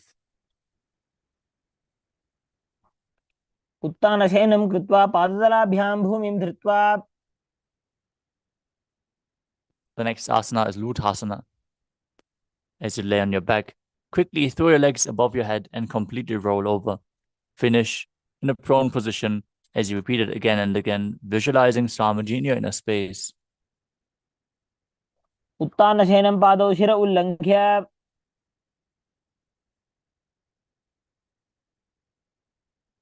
As you lay flat on your belly, keep your hands by the shoulders flat on the ground and contract your lips. Make the sound of a flute, whistling while inhaling. Toes pointing back, visualizing yourself as a chariot carrying warriors into a battle for Dharma on your chariot back. In Sadatthasana. निब्जशयनं कृत्वा नाभिं भूमौ निधाय.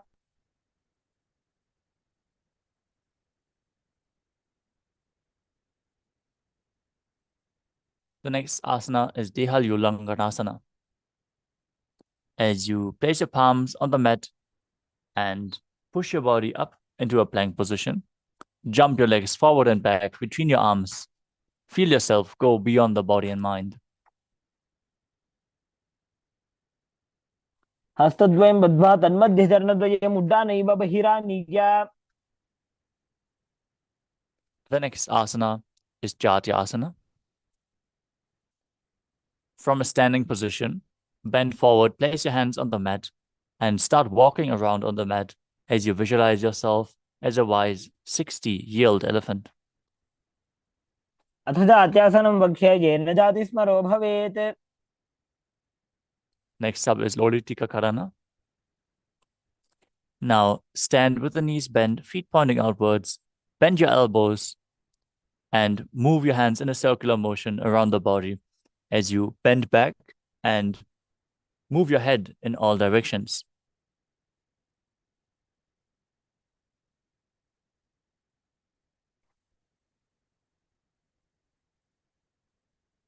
Next up is Sarapasana. Now tie your feet with a rope if you have a rope available, and then stand erect like a rod with your arms by the sides, close to your body. Perform the Mula Bandha. Push the Kundalini up as you visualize your Kundalini is rising and curling upwards around your body. Breathe calmly in Sahajra Kumbhaka and internally chant the Mahavakya, Om Nithyananda Paramashivoham. अथ सर्पासनं वक्ष्ये वायुपाणाय केवलं शरीरं दण्डवत् तिष्ठेत् रज्जुबन्धस्तु पादयोः वायवी कुण्डली देवी कुण्डलाकारमङ्गुले. This asana is practiced by yogis the whole night to awaken their Kundalini. Just by the glimpse of the Supreme Pontiff of Hinduism, our Kundalini Shakti is awakened and the Shaktipada is established. Now untie your feet if you tie them. And let us move on to the next asana, which is Ushtra Sadhanasana. Now, while standing, Place all fingers on the mat and stand on your hands. Hold the toes from the front and walk around on the mat while visualizing yourself as a camel. टिकनिष्ठिका प्रदेशेन भूमौ निधाय. Next up is Ashvasana. From the same position, hold the feet from the outside. Walk around while visualizing yourself as a horse. टिकनिष्ठिका प्रदेशेन भूमौ निधाय. The next asana is Kapota. Stand straight with the feet together, interlace your hands behind your back in Parashu Mudra, and pull your hands down. Open your chest wide as you visualize yourself as a soaring bird diving headfirst in rapid speed. Breathe calmly through your nose into Sahadra Kumbhaka. पादतले भूमौ निधाय पृष्ठभागेन हस्तौ जङ्घापर्यन्तं नीत्वा. Next up is the Tala Pushpotam Karana. Stand tall with the palms together in Namaskara Mudra and gently bend your knees. Keep the toes pointing outwards. Now bow down to one side as you raise the heel of that side and lower the shoulder. Visualize you're holding a bouquet of flowers and offering it to Paramashiva.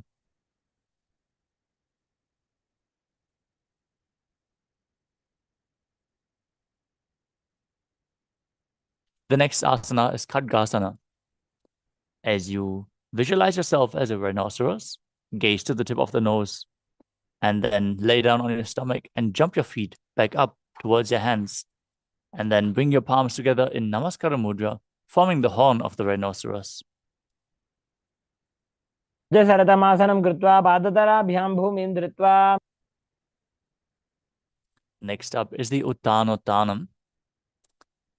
You can hold weights to intensify the practice of this asana. As you sit down all the way or as low as you can to the ground, stand back up. Do this again and again. Gaze at the nose and visualize Swamiji in your inner space. पुनः पुनः उत्थातव्यमसितव्यमिति उत्थानोत्थानं भवति. The next asana is Musalasana. As you stand up straight with your arms above your head, jump repeatedly, visualizing yourself as a mace. सरलं स्थित्वा ऊर्ध्वं बाहु नयेत्.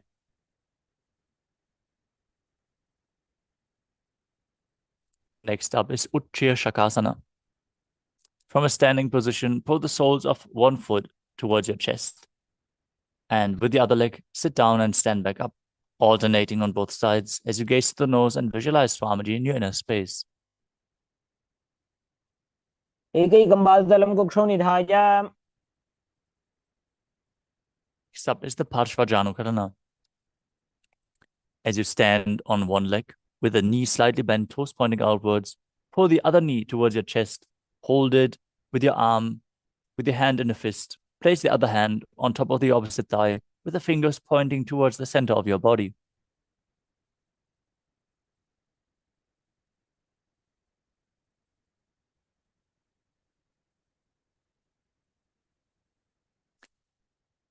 The next asana is Tandavasana. You can hold weights to intensify the practice of this asana. As you visualize yourself fiercely dancing as Lord Shiva, raise one leg off the ground and extend the opposite leg forward. As you lower your body down to the mat, sit down and stand back up. एकेन पादेन स्थातव्यं ताण्डवासनं भवति.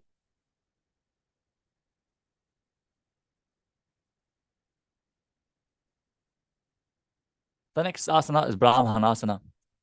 As you place the left foot on the opposite thigh and stand erect on the mat like a rod, keep your hands hanging down by the sides as you visualize Lord Brahma blessing you from within. ब्राह्मणासनम् आवक्ष्ये यत्कृत्वा ब्राह्मणो. Next up is Garudasana 3. Now stand tall and wrap the left leg over and around the right knee with the toes tucked behind the calves. Intertwine your arms. Place the left arm underneath the right and place your hands in Namaskara Mudra, visualizing yourself as Lord Garuda. उत्तानकूर्मपीठं च सिंहस्गारुडमेव च.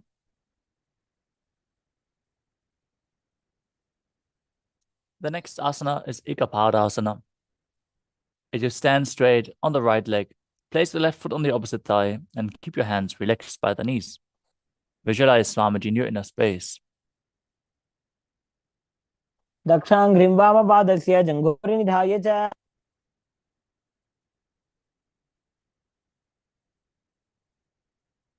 The next asana is Dhruvasana. As you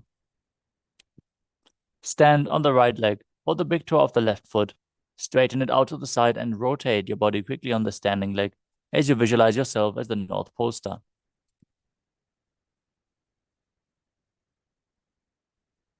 एकेन हस्तेन दण्डरूपस्य एकस्य पादस्य अग्रं धृत्वा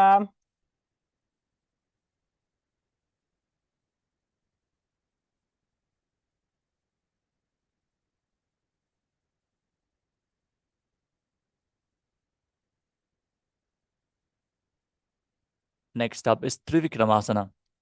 As you stand on the right leg, lift the left foot behind your neck and stand tall. If you can't, bring the leg behind your neck, pull it up towards your chest, or bring it over top of the shoulder.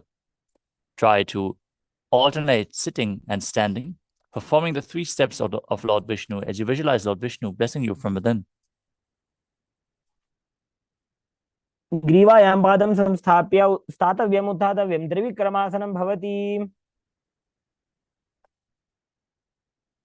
Now repeat the Parshvajanukarana on the other side. Hold the opposite leg, pull it towards your chest. Hand in a fist, other hand with the fingers pointing inwards.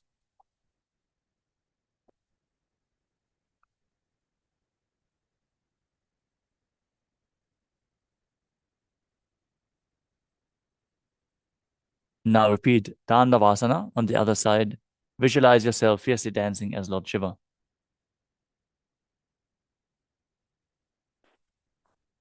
एकेन पादेन स्थातव्यं ताण्डवासनं भवति. Now repeat Brahmanasana on the other side as you visualize yourself being blessed by Lord Brahma. ब्राह्मणासनमावक्षे यत्कृत्वा ब्राह्मणो भवेत्. Now intertwine your arms and legs, standing on the other leg. As you repeat Garudasana 3 on the other side, visualizing yourself as Lord Garuda. उत्तानकूर्मपीठं च सिंहस्गारुडमेव च. Now repeat Ekapadasana on the other side with the other foot over top of the opposite hip. Hands relaxed by the side, visualizing Swamiji. दक्षाङ्घ्रिं वामपादस्य जङ्घोपरिनिधाय च. Now repeat Dhruvasana on the other side, the pole star posture, rotating on the other leg, holding on to the big. एकेन हस्तेन दण्डरूपस्य एकस्य पादस्य अग्रं धृत्वा. Now repeat Trivikramasana on the other side. Bring the other leg behind your neck, pull it up, and sit down and stand back up, visualizing Lord Vishnu blessing you from within. ग्रीवायां पादं संस्थाप्य स्थातव्यम् उत्थातव्यं त्रिविक्रमासनं भवति. Next up is the Samanakakarana. Now stand straight on the mat with the hands relaxed by the side, slightly extended away from the body.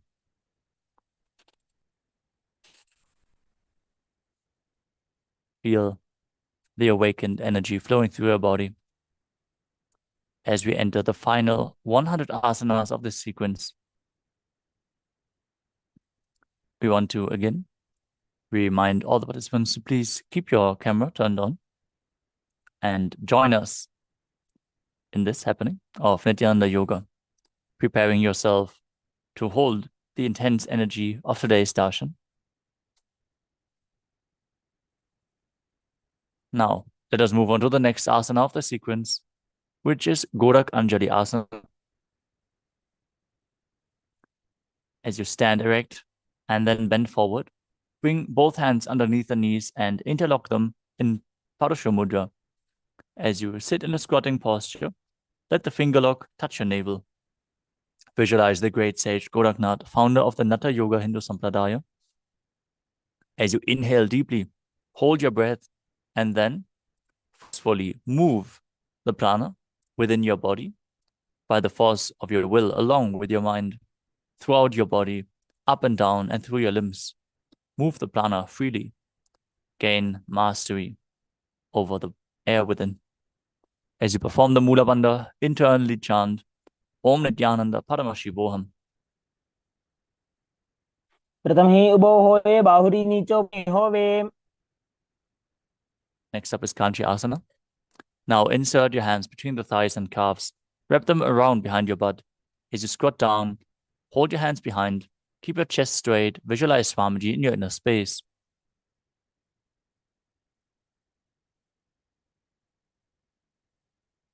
पूर्वमध्यात् हस्तो निवेशयानितमं धृत्वा. Next up is Bhairu Asana. As you bring your feet together, sit in a squatting posture with the heels touching your perineum. Hold the hands at the back. Sit upright. Gaze to the navel. As you visualize Bhagavan Kala Bhairava, the Lord of Time. दो पग थलिया की माहिली को मिलाई. The next asana is Varahasana. As you squat all the way down to the ground, keep your feet together with the toes apart. Bring your elbows up close to your head and join your hands together behind your back with the fingers pointing downwards in Anjali Mudra.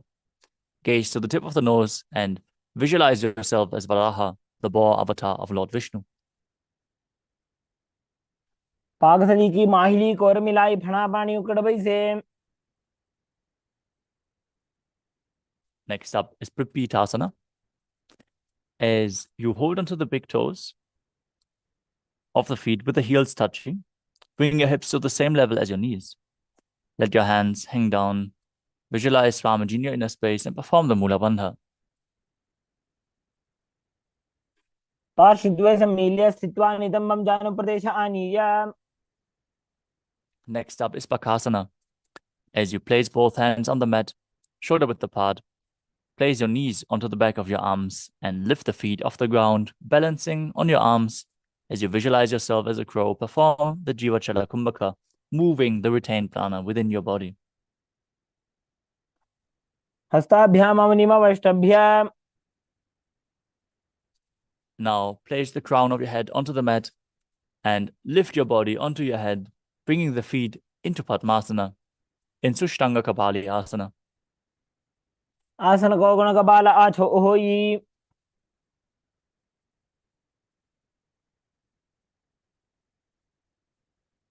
Now come to a kneeling position. Sit with the perineum in between the heels outside of the hips, with the tips of the toes touching behind your body. Place your hands on top of the thighs, gaze to your nose, as you are now sitting in the secret seat with Paramashiva and Guru in Guptasana.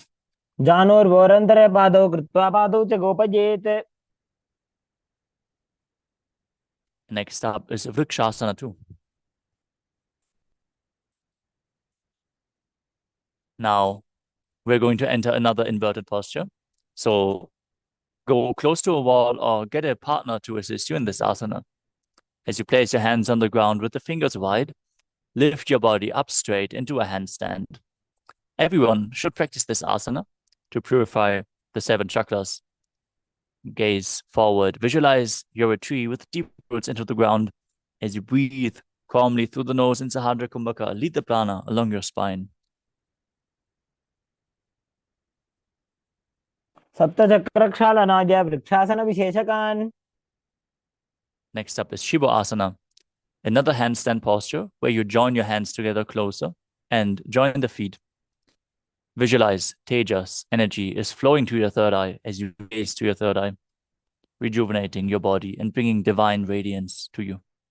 दो पग जोड़ी माही Gulf मिलाए. The next asana is Matsyasana too. Now place your hands flat on the ground, shoulder width apart, and step your legs back into a plank position. Then lower your body down to the mat and push it back up again and again while visualizing yourself as a fish in Matsyasana too. युग्जं शयनं कुरपरो पार्श्वभागाया मूर्धकृत्य. Now, keep your body down, flat on the mat. As you keep your hands on the hips, slightly lift up your upper body and move it from left to right. Visualize and move your body like a snake in Sadapasana too. निब्जं शयनं कृत्वा हस्तौ नितम्बं संस्थाप्य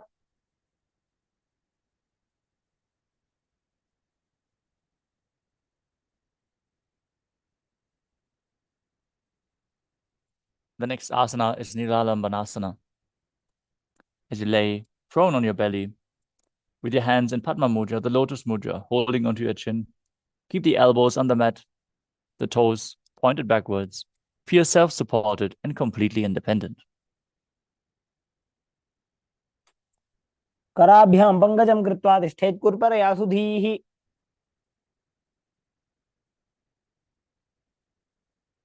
Next up is Chakrasana. Now lie on your stomach, place your hands flat on the mat in front, straighten your arms, push up your upper body, and your knees to bring the feet towards your upper back. Lift up your head. Visualize yourself as an umbrella protecting your guru from the sun rays. अर्ध्यासनवस्थित्वा हस्ततलाभ्यां भूमिं वष्टभ्य The next asana is Vajrasana. As you sit on the knees with the tops of the feet flat on the mat, sit down on the heels with your perineum as you bring the palms and your forehead onto the ground in front of you. Stretch your arms out, gaze to the nose, and visualize yourself as Vajra, the weapon of Indra, symbolizing your indestructibility. इदानीं गर्भिणीनां योगाभ्यासो यथा लघु With your hands flat on the mat, push your hips up into Gajasana and then alternatingly strike the ground with your hands as you experience yourself as powerful as a ram. गजासनसंस्थितौ एकैकं बाहुं भूमौ ताडयेत् Next up is Ajasana. From Gajasana, lift your legs into the air and slowly bring your forehead towards the ground as you visualize yourself as unborn, existing for all eternity. गजासनसंस्थितौ पादद्वयमन्तराळे कृत्य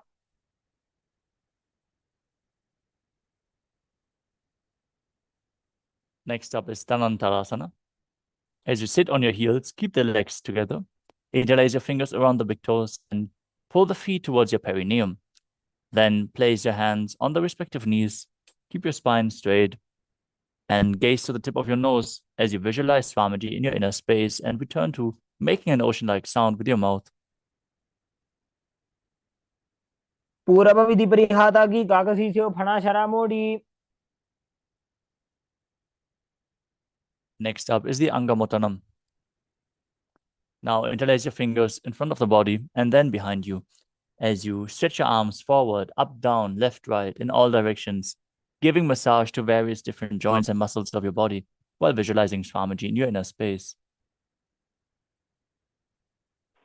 हस्तयोः अङ्गुलीर्बद्ध्वा हस्तयोर्मध्यात् सर्वाङ्गं निष्कासयित्वा The next asana is Garudasana 4. Now sit on your heels in Vajrasana and then turn your feet outwards, the toes pointing to the sides as you keep your thighs and your knees on the ground, your spine straight, hands on the knees, visualizing yourself as Lord Garuda flying Lord Vishnu and Lakshmi on his back. जङ्गोर्भ्यान्तरां पीड्य स्थिरकायो द्विजानुना The next asana is Ananda Mandirasana.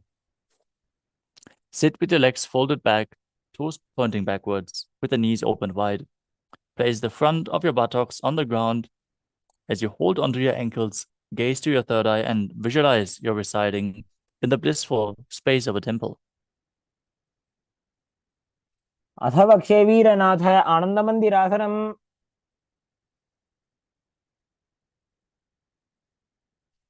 Next up is Mandukasana 2. As you sit with the knees wide, feet overlapping, sitting on top of the ankles. Keep your hands underneath the knees, gaze to the nose, and visualize yourself as a frog. Perform the Manduki Mudra with your tongue as you engage Uddiyana Bandha and Mula Bandha.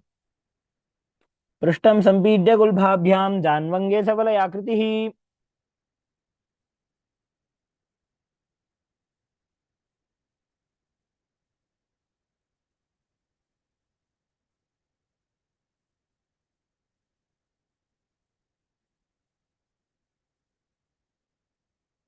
The next asana is not a simhasana. As you keep your toes on the mat, heels up and together, with the perineum on top of the heels, place your palms on the ground, fingers spread, thumbs touching, and the palm touching the toes. Gaze to the tip of your nose and stick out your tongue as you exhale forcefully and visualize Narasimha, the lion man avatar of Lord Vishnu.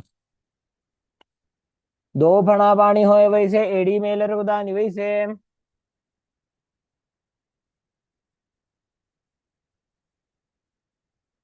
Next up is Vishrakasana. As you sit with the toes on the ground, heels raised, with the perineum down on the heels. Separate your knees sideways. Make a hollow of your palms and place it over your mouth. As you keep your thumbs underneath the teeth, close your lips, inhale through the right nostril and exhale through your mouth in Vishraka Pranayama. As you gaze to your nose and visualize yourself as Devi, victorious over any and all minuscule fears you might have.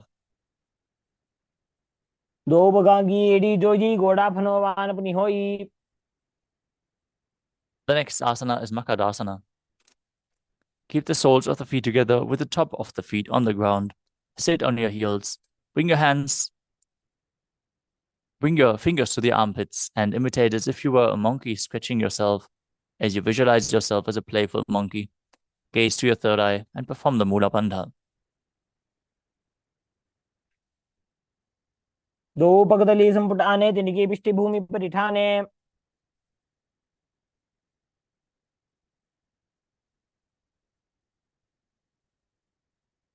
Next up is Vajrasanghadasana. As you stand on the toes with the soles of the feet together, sit on the heels, knees wide, off the floor. Hold your elbows behind your back and gaze to the nose. Embody a diamond-like strength for yourself and your Sangha, your spiritual community. प्रथम पणा पाणी होए वैसे दो एड़ी गुदानी वैसे.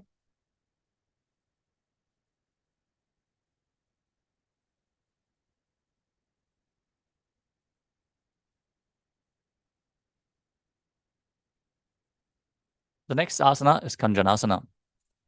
As you keep the toes down, ankles crossed behind, and sit down on your heels, place your palms on the mat to the sides, gaze to your nose, and visualize perfect health beyond any and all physical or mental ailments as you engage Uddiyana Bandha and Mula Bandha. खञ्जनासनमावक्षे यत्कृत्वा सुस्थिरो भवेत्. The next asana is Kurmasana. With the toes flat, the feet crossed, perineum on the heels. Keep your knees wide on the floor, hands on the knees, and make your upper body and neck stiff like the shell of a turtle. As you gaze to the nose and visualize yourself as a turtle with a stable body and mind to live for centuries. गुल्भौ च वर्षणस्याधो विक्रमेण समाहितौ. Next up is Yogasana. Maintain the same position, but relax your upper back. Gaze to the nose and visualize Swamiji in your inner space. गुदं नियम्य गुल्भाभ्यां विक्रमेण समाहितः. Next up is Vijyogasana. As you stand on your knees, cross your ankles behind. Keep the feet near the opposite knees as you hold your calves with the fingers inside and the thumbs outside. Gaze to your third eye. Visualize a space of eternal oneness, Advaita, with your Guru as you perform the Mula Bandha. गोड़ा वामो उभौ होई गोड़ा आड़ा राखे दोई.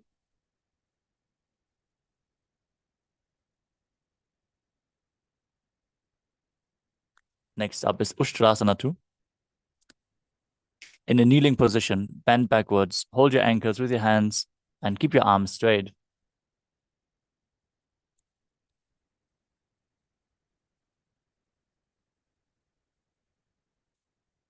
Push your hips forward, tilt your head back, and visualize yourself as a camel in Ustrasana too. मेरुदण्डग्रन्थि दाढ्य संविवादयिषु पुमान्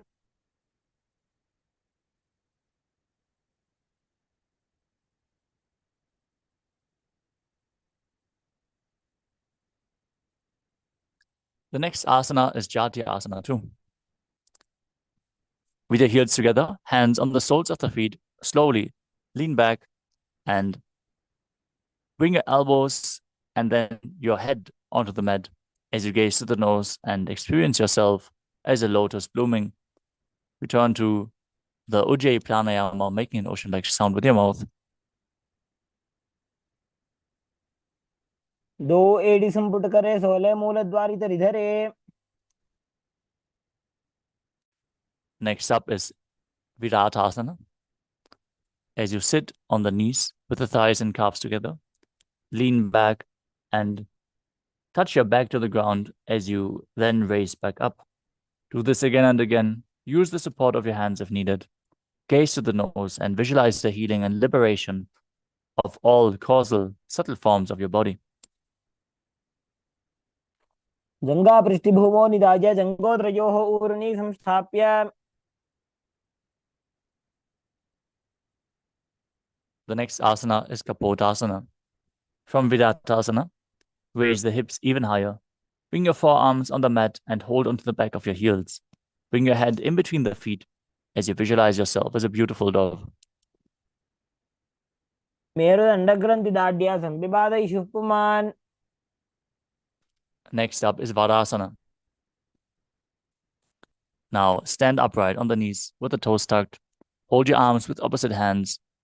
Gaze to the tip of the nose. This is the boon fulfilling posture. Receive your boon from Paramashiva as you internally chant the Mahavakya, Om Nithyananda Paramashivoham. जानुनी भूमौ संस्थाप्य हस्ताभ्यां बाहुपरस्परं धृत्वा. Next up is Varahasana too.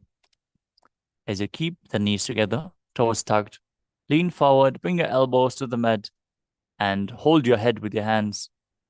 Rest your head down on the hands, and your perineum is placed on the raised heels as you visualize yourself as Varaha, the boar avatar of Lord Vishnu.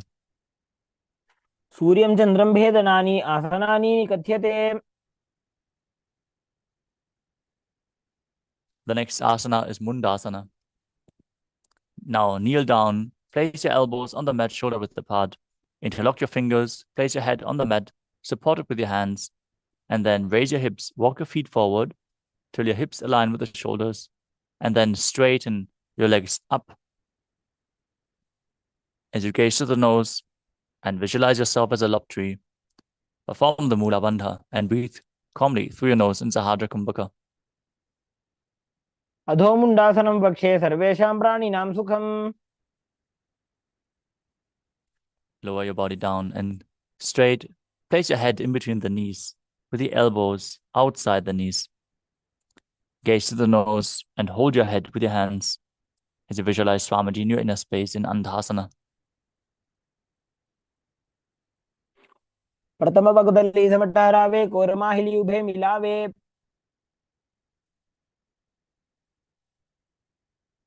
The next asana is Viparita Shalabhasana. Now lie on your belly and extend your arms and legs straight out. You can hold onto weights if you want to intensify this asana as you raise your arms and legs off the mat. Visualize yourself as a locust.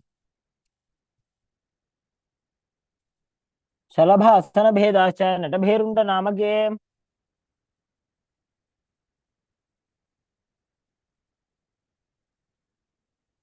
The next asana is Kapalasana.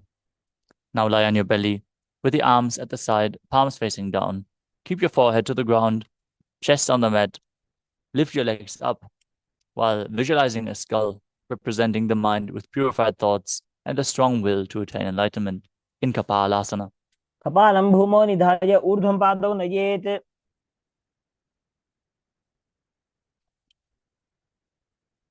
Next up is Akasha Kapotasana.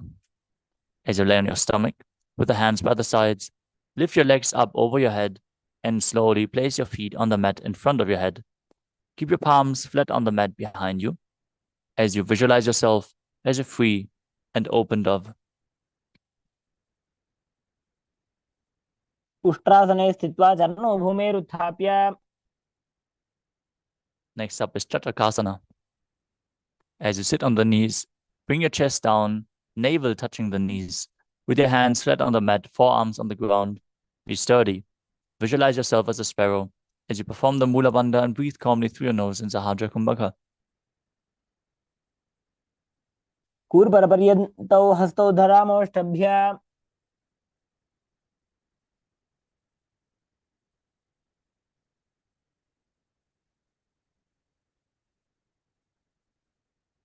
Next up is Vrishchikasana too. As you kneel down, with your hands and elbows on the mat, raise your legs, bend your back, touch your feet to the head, and lift your chin. Visualize yourself as a scorpion as you perform the Mula Bandha. पिच्छेव पुच्छप्रतिमां घृपार्श्वे धृत्वा स्वशीर्षे चिबुकं विधार्यकौ.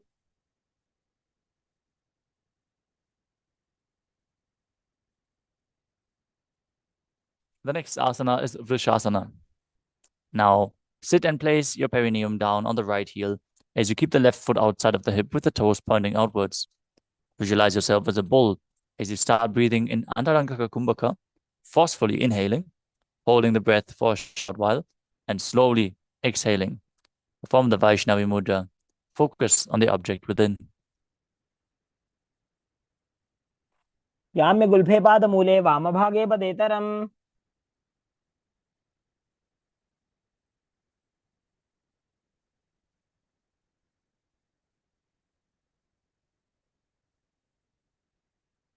With your hands flat on the mat in front, lift your body off the mat, cross your feet behind, and balance above the mat in Lolasana.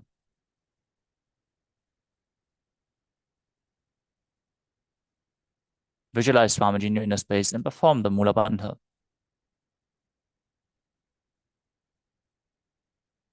लोलासनं सदा कुर्यात् वायुलोलापघातनात्.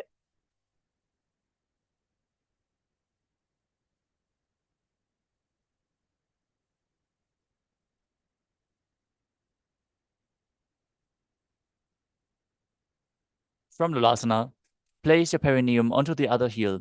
Keep the other foot outside of the hip, toes pointing outwards. Visualize yourself as a bull. Repeat Vrishasana on the other side. याम्य गुल्फे पादमूले वामभागे पदेतरम्.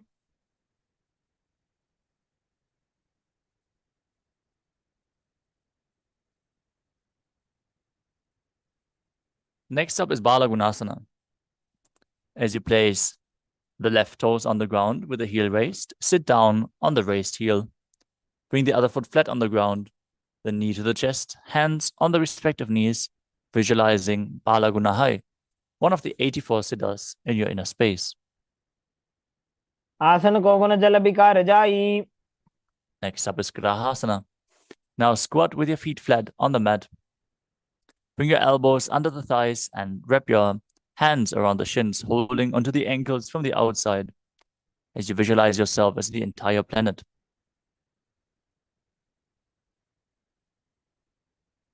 पादतले भूमौ संस्थाप्य जानुमध्ये कूर्परौ स्थाप्य. Next up is Balagunasana on the other side. Sit down on the other heel. One knee at the chest, hands on the knees, visualizing Balagunahai. आसन को गुण जल विकार जाई. Next up is Utkatasana. You can use weights to intensify this asana. As you squat on your toes with the heels up, knees off the mat, perineum on the heels, hands on the respective knees. Keep your spine straight. Visualize Swamiji in your inner space. Keep breathing in Antarangaka Kumbhaka. युजास्पिजोस्ति यत ऊर्वजानु यत्रासने पादतलद्वयोपरि. The next asana is Vajrasanghadasana too. As you sit on the toes with the perineum down on the heels, soles of the feet together, knees open wide. Hold on to the opposite elbows behind your back. Visualize Swamiji in your inner space as you perform the Mula Bandha. प्रथम प्राणापानी हो जैसे दो एड़ी गुदा निवे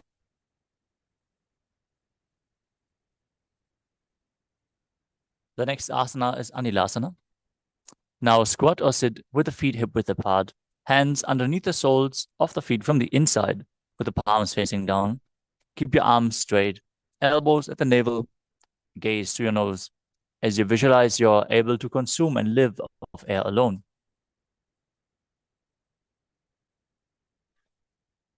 दो हाथ भूमि पर उठाने कहनी जाड़ी ना भी लगाने. Next up is Padukasana.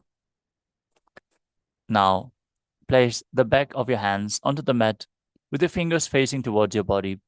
Step your feet on top of your hands, wrap your hands around the feet like a shoe, start walking around and visualize yourself wearing padukas and walking across India.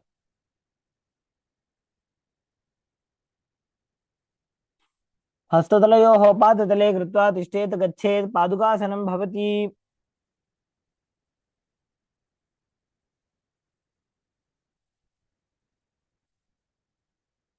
The next asana is Kukkuttodanasana. Now place your palms on the mat and raise both feet upwards into the air and let them fall back down. Repeat this again and again as you visualize yourself as a rooster. हस्ततले भूमौ कृत्वा पादतले च ऊर्ध्वमुड्डानं कृत्वा.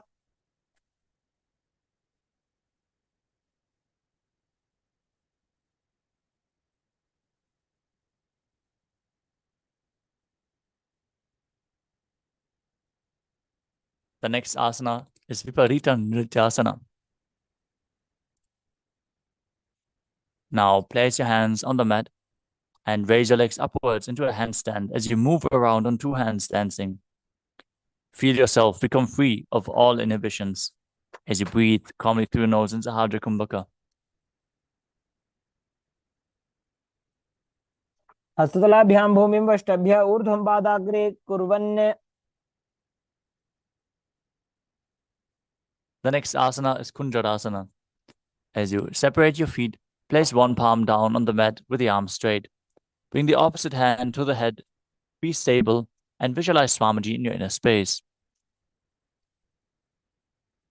अथ वक्षे Mahadev कुञ्जरासनमुत्तमम्. Place the other hand down. Repeat Kunjarasana on the other side. अथ वक्षे Mahadev कुञ्जरासनमुत्तमम्.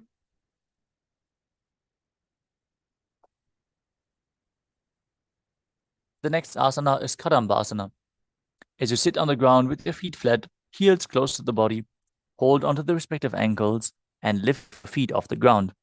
Visualize yourself as a Kadamba tree, a pious tree that promotes a long life. पार्श्वेभ्यां भूमिं वष्टभ्य.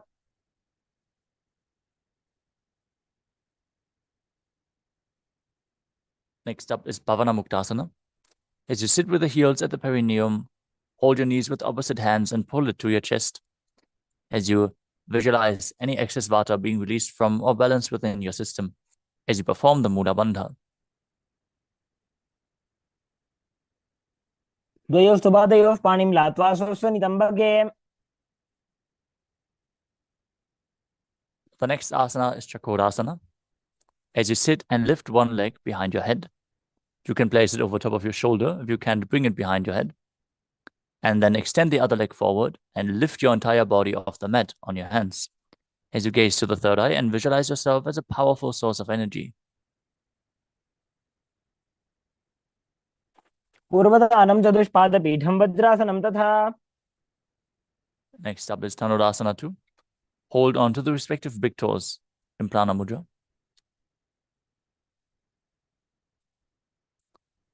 As you visualize yourself as a bow, pull one foot towards your ear as if you're pulling a bowstring back.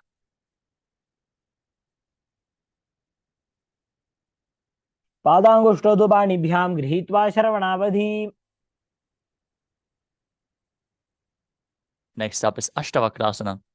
Now lift the left leg over top of the left shoulder and bring the right foot across of the left foot. extending both legs out to the side as you balance on your arms, visualizing yourself as a flying crane.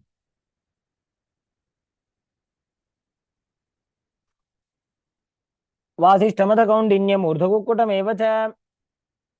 Next up is Pranasana. Now, place the right foot on the left thigh and bring the left foot flat on the ground with the knee raised. Push the right knee down as you bring your shoulder underneath the raised leg with the hand flat on the ground.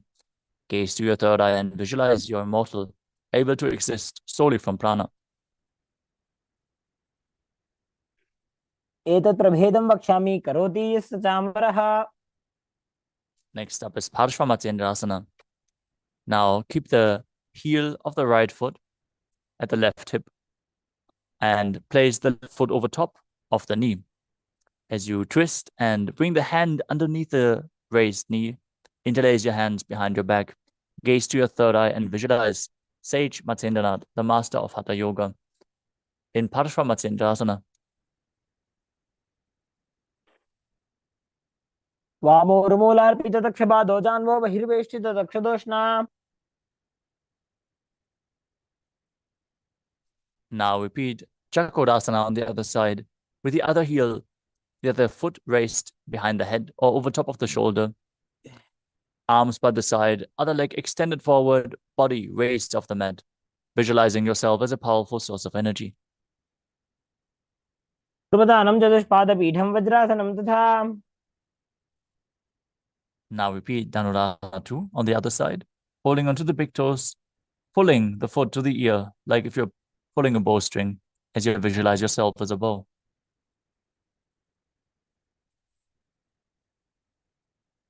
पादाङ्गुष्ठौ तु पाणिभ्यां गृहीत्वा श्रवणावधिम्. Now repeat Ashtavakrasana on the other side. As you bring the other foot over top of the shoulder, hook the opposite leg over top, extend the legs to the side, and fly as a crane.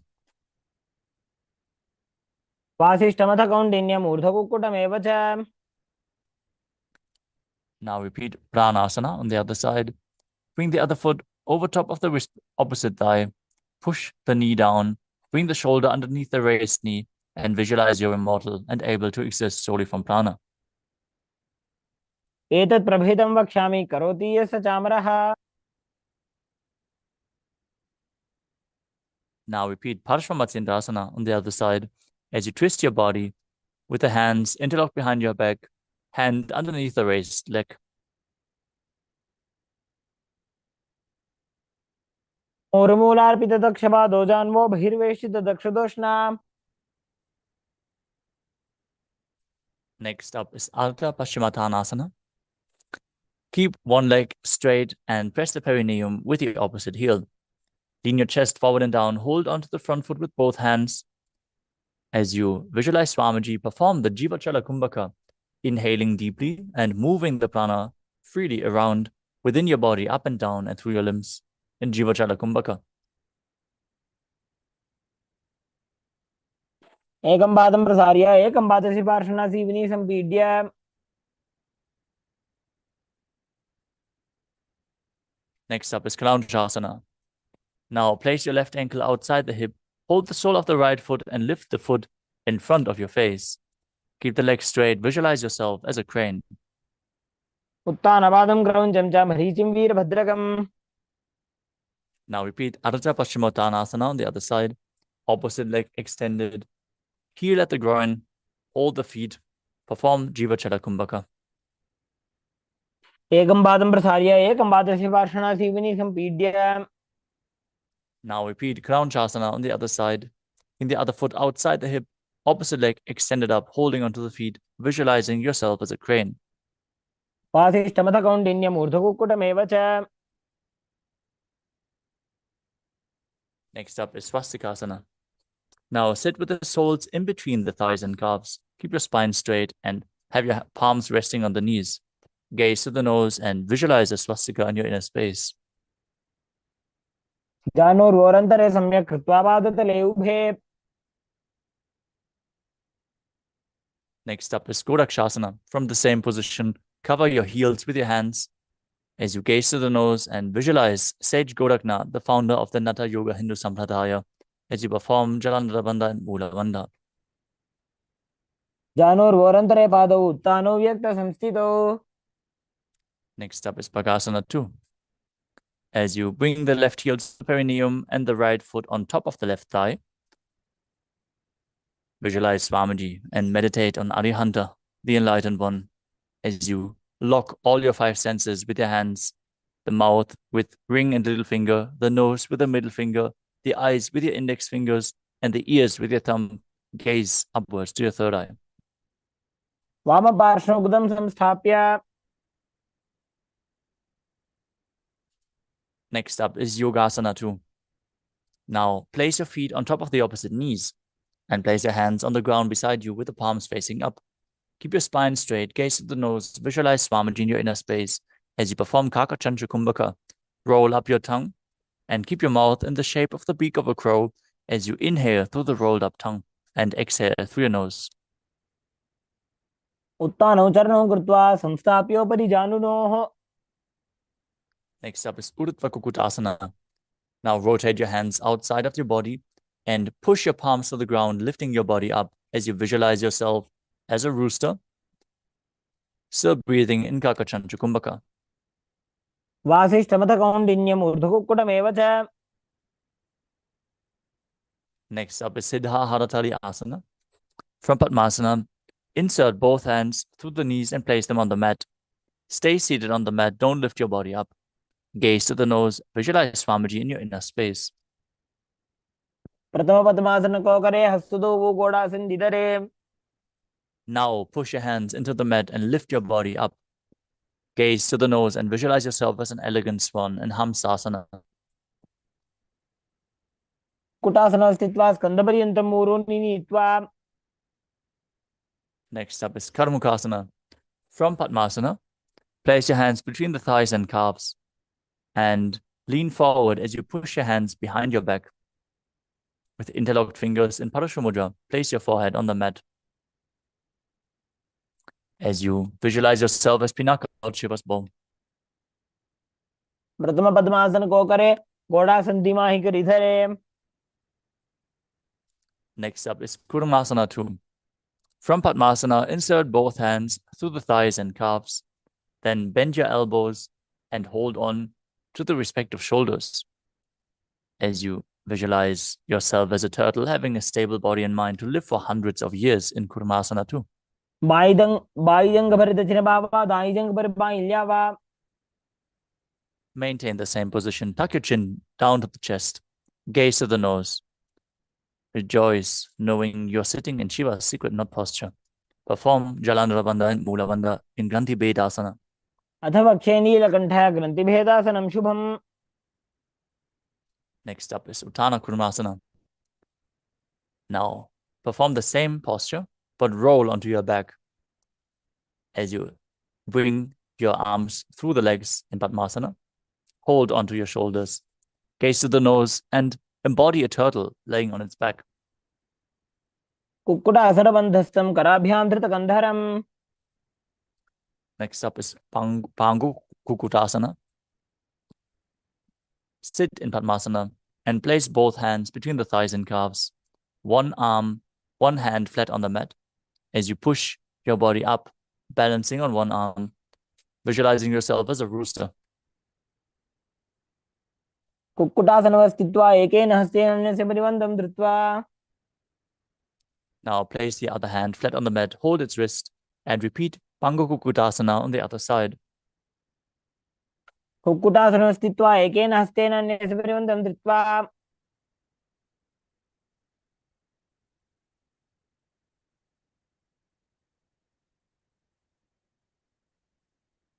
Next asana is Gridasana. From Padmasana, place your elbows on the toes and interlace your fingers in Parashamudra. Press your chin on the knuckles, press your thumbs to the throat, and visualize you have gone beyond all greed and covetous. जानुर्वोरन्तरे पादौ उत्थानौ व्यक्तसंस्थितौ. Next up is Padmasana 3. As you sit in Padmasana, hold one hand over the other with the palms facing upwards. Keep your spine straight, engage all three bandhas, gaze to the nose, and visualize Swamiji in your inner space. उत्तानोसरणो विधाय विधिवत् शक्तिस्थितो योगिरात्. Next up is Padmasana 4. Now place your hands flat on the knees. Gaze to the nose and visualize Paramashiva in your inner space as you perform the Mula Bandha. एतत् पद्मासनं कुर्यात् प्राणवायुप्रसिद्धये. From Padmasana, keep one hand flat on the knee and hook the other hand around the big toe in Prana Mudra, moving the big toe round and round as if you're pulling a bowstring while visualizing yourself as Pinaka, Lord Shiva's bow. Repeat the movement on the other side. अथान्यासनमावक्ष्ये योगपूरकरक्षणात्. Next up is Karmukasana 3. From Padmasana, cross your arms behind your back, hold onto the big toes in Prana Mudra. As you gaze to the nose, visualize yourself as Paramashiva's bow. Engage all the bandhas. कार्मुकासनमाक्षित्य उदरे पूरयेत् सुखम्. Next up is Dridhasana. Maintain the same position. Lift your chest. Gaze to your third eye. Visualize yourself as the action of Paramashiva's third eye, destroying anything you come across. ऊरुभ्यामुपरि स्थाप्य पादयुग्मं प्रयत्नतः. Next up is Nagadasana. From the same position, roll onto your back. Hold onto the big toes if you can, otherwise lay on the crossed arms behind your back. Legs in Padmasana. Gaze to the nose. Visualize yourself as a snake. Breathe calmly through your nose in Sahadra Kumbhaka in Nagadasana. प्रथम पद्मासन कोटाने दो हाथ पाछाने आने. Now free your legs from Padmasana and lift your knees to the chest. Interlock your fingers, pull the knees close, raise your chin to the knees, feet off the ground, squeeze your body into a ball in Kandukasana. वित्रासने स्थित्वा हस्तपादान् निष्कुष्य. Next up is Urdhva Bhavanasana. As you lay on your back, place the knees on the ground, place the feet flat on the ground, knees raised. Interlock your fingers behind your head. Gaze to the nose and visualize Swamiji in your inner space. प्रथमे सूधो San करावे घोड़ा उभा राशि मिलावे. Next up is Markata Pitasana. Now lie on your back, bend your knees, keep the feet flat on the mat, and place the upturned palm underneath the heels as you push your hips up. Contract the perineal region and lock your chin to the chest as you breathe in Murcha Kumbhaka, visualizing yourself as a powerful alpha ape. उत्तानशयनं पादतले उत्तानहस्तयोः स्थापयेत्.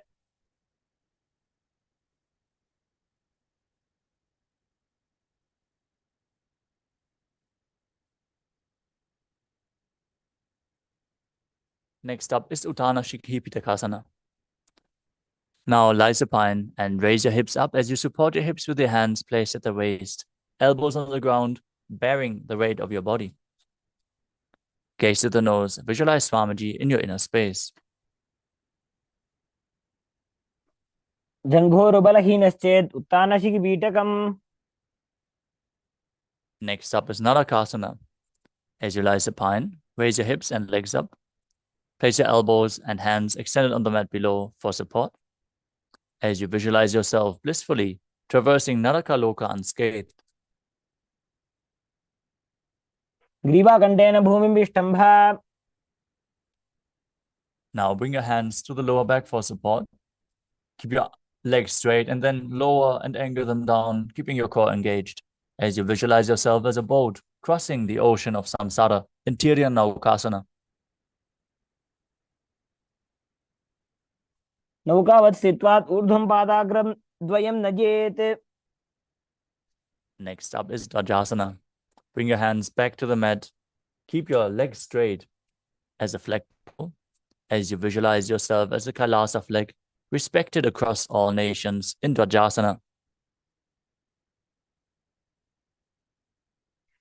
तिर्यन्नौकावते ग्रीवा पृष्ठकूर्परैः भूमिं अष्टभ्य. Now lay your body down flat to the mat in Mritasana. Hands by the sides, palms facing up.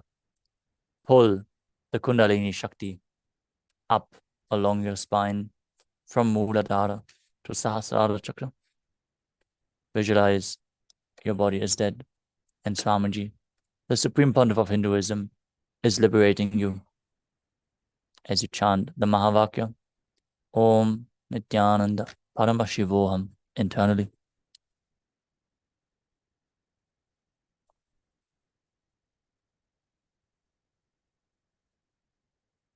उत्तानं शववद्भूमौ शयनं तु शवासनं शवासनं श्रमहरं चित्तविश्रान्तिकारकम्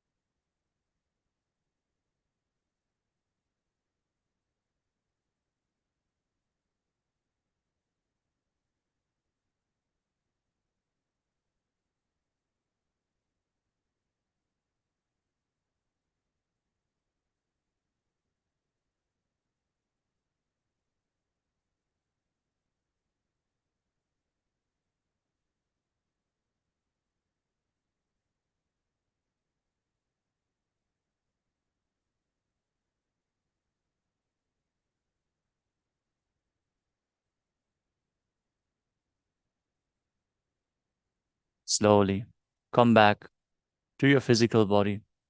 Start to wiggle your fingers and toes, your wrists and your ankles.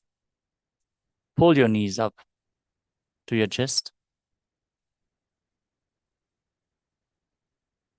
Rock your body from side to side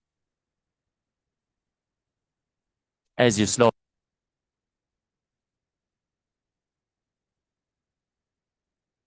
you slowly return to a comfortable seated position.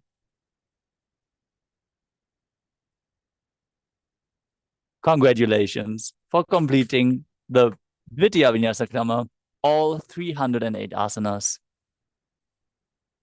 We're now going to have the palm manifestation immediately after the session. So stay tuned. Manifest the Shaktis of Paramashiva and bold the intense energy into your system. Let us now conclude the yoga session with a Purna Mantra.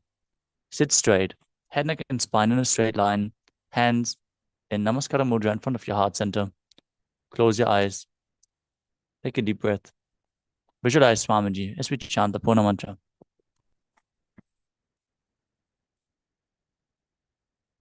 ॐ पूर्णमदः पूर्णमिदं पूर्णात् पूर्णमुदच्यते पूर्णस्य पूर्णमादाय पूर्णमेवावशिष्यते ॐ शान्तिः शान्तिः शान्तिः हरिः ॐ तत्सत् सर्वं भगवत् Shri Nityananda Paramshiva पादुकार्पणमस्तु Om Nithyanandam.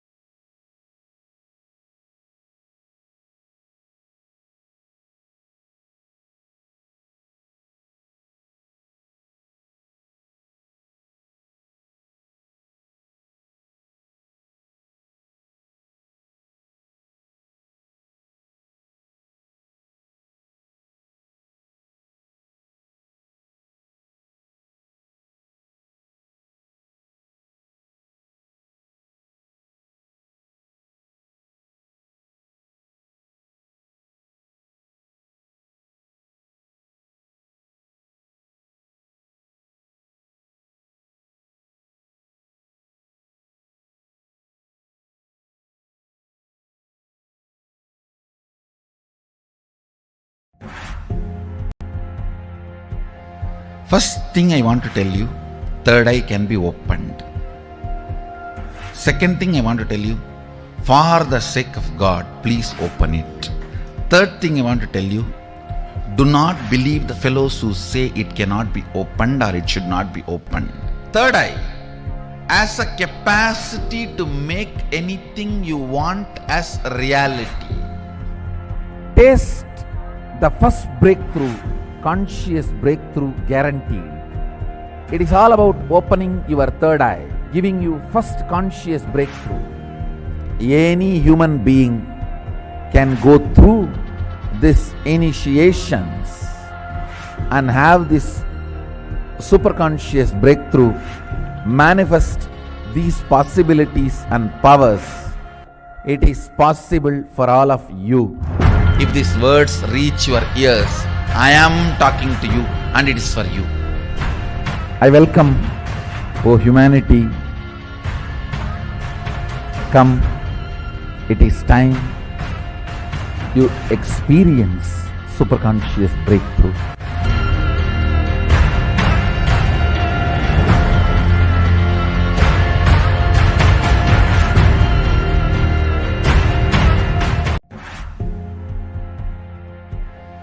First thing I want to tell you, third eye can be opened.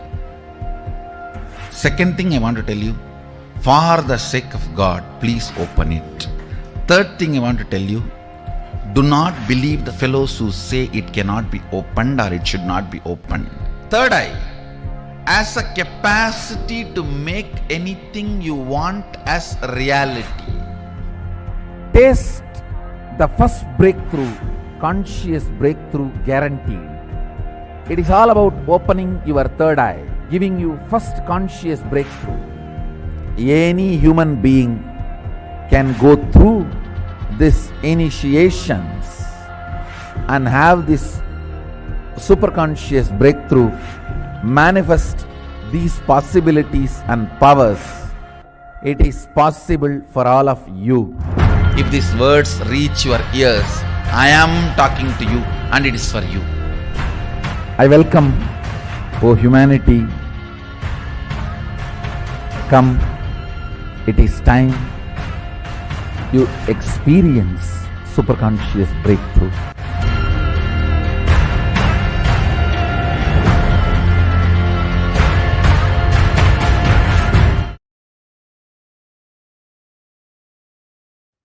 Nithyanandam Paramasukadam Kevalam Jnanamurtim Dvandvatitam Gahana Sadrusham Tattvamasya Ekam Nityam Vimalamachalam Sarvadi Sakshibhutam Bhavatitam Trigunarahitam Sadgurum Tam Namami.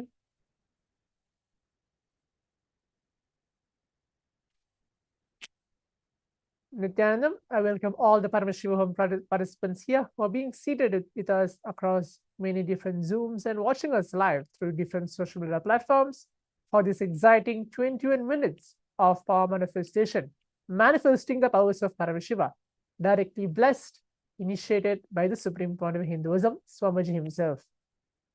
Today, we're going to be manifesting as part of the Paramashivam sessions, which is running the 5th day. We are going to be manifesting the power of third eye, reading and seeing with our eyes completely blindfolded. Requesting all the participants who are being seated and who are watching us live to please turn on your cameras and please be seated and please give your complete attention and availability for this power manifestation. We're going to be entering with the power manifestation very soon. Please get back and please be seated and please turn on your cameras so that we can enter to the power manifestation.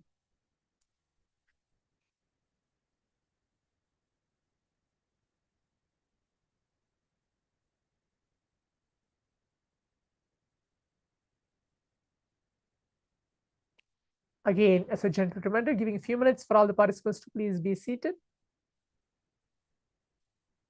Right after the Nithyananda Yoga, the performance of the Vinyasa Krama, the 308 asanas, for the complete 3 hours that we have been manifesting and rejuvenating ourselves. Please be seated.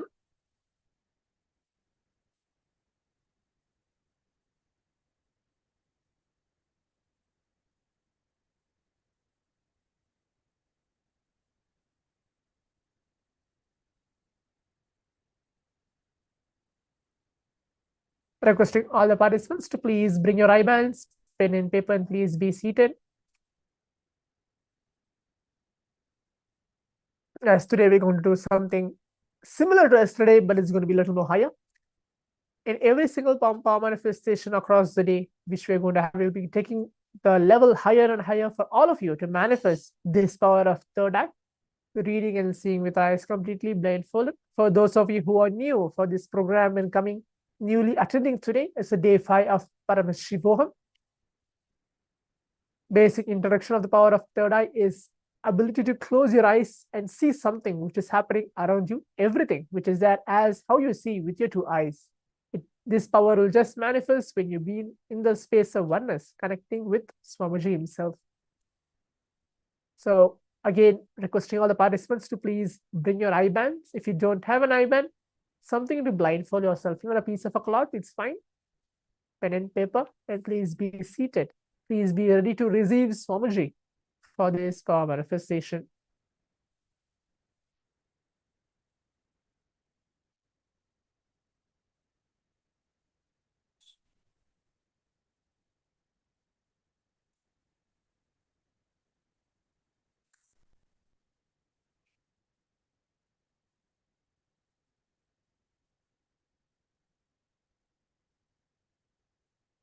As every day, every sessions, from the sessions of the satsangs which Swamiji gives, the power manifestations, the initiations, the rituals, every single sessions which is happening here in this Paramashivam is directly authenticated, validated, and has been proven with the Shastra Pramana, the scriptural reference that it is real and it has a benefit to all our participants who are being seated here. It is not just a science which is just comes and goes in 20 minutes, including this power manifestation, the power of third eye, which we are going to see, has a benefit in the span of 21 minutes for making all of us experience the super consciousness, means Paramashiva himself. This Shastra Pramana, which are the scriptural reference, mentioning that this power manifestation, the power of third eye, which we're going to manifest, is real and can make all of us experience the super consciousness, the higher ability. We can call it as unclutching, completion, Nirvikalpa Samadhi, Advaita, or more. This verse, which I'm going to be reciting now, is from the Vijnana Bhairava Tantra, where Bhagavan Paramashivam himself mentions that this science is real 60,000 years ago, and Paramashiva himself, who's an incarnation, Swamiji, who's an incarnation of Bhagavan Paramashiva, who has awakened the third eye himself, and now manifesting, initiating everybody across these programs like Paramashivoham, Paramashivoham, and across different Bhavasmaya darshans which we had across many different days, initiating and granting our boons. So, requesting all the participants to be listen to the Shastra Pramana and the translation of it, and then we can directly enter to the power manifestation. Kapalantarmano nyasya kramena manaso dhadyat lakshayed lakshamuttamam. This verse is directly revealed from the Vijnana Bhairava Tantra. The translation goes, by fixing the mind on inner space within the crown center and sitting stably without any movement, having the eyes closed in succession, by the stability of the mind and inner space, through the power of the third eye, one directly sees the ultimate goal, Lakshyam, by having vision beyond the sight that reveals any object or place, attaining the space of oneness with the source, Paramashiva, for all of us, Swamiji himself.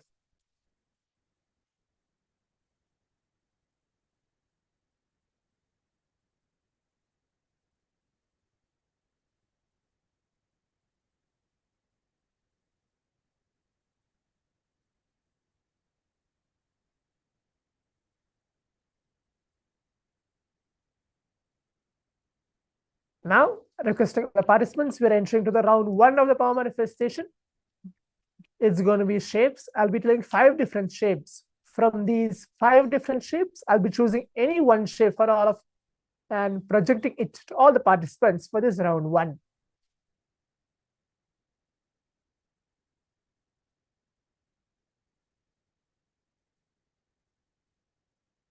These 5 shapes are heart, square, rectangle, oval, and an arrow. These 5 shapes are that. Again, I'm repeating. It's heart, square, a rectangle, oval, and an arrow. These 5 shapes I'll be choosing from any of one of these 5 shapes and presenting it to all of you once the round 1 of the power manifestation has begun. I hope all the participants and all the viewers watching us is clear for this round 1 of the power manifestation. I'll be choosing any one of these 5 shapes and presenting it to all of you for this round 1.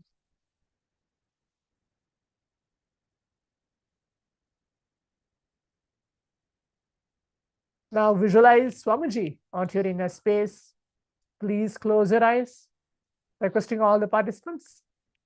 Again, a gentle reminder, please turn on your cameras and please close your eyes. Put on your eye bands. Visualize Paramashiva Swamiji sitting now in front of you.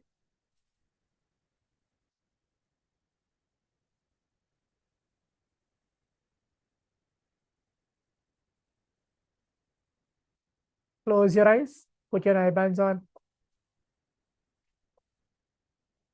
Start chanting the Mahavakya.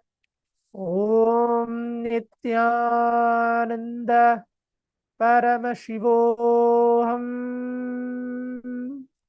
Om Nithyananda Paramashivoham. Om Nithyananda Paramashivoham. Om Nithyananda Paramashivoham.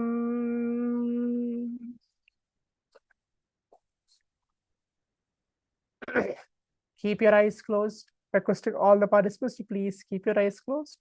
Again, as a telling for all the participants, so those of you who have not heard, the shape from which I'll be choosing is from the shape heart, square, rectangle, oval, and an arrow.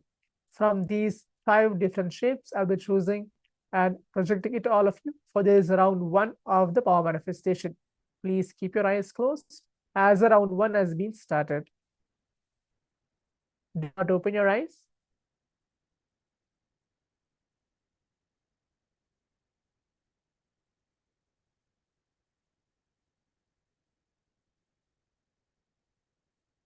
Keep chanting the Mahavakya.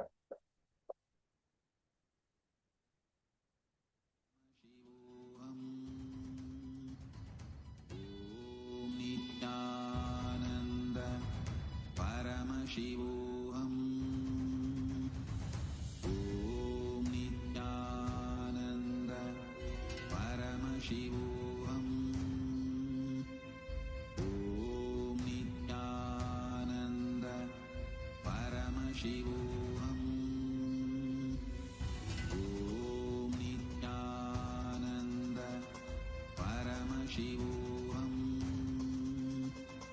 Om Nithyananda Paramashivoham. Om Nithyananda Paramashivoham. Om Nithyananda Paramashivoham. Om Nithyananda Paramashivoham. Om Nithyananda Paramashivoham.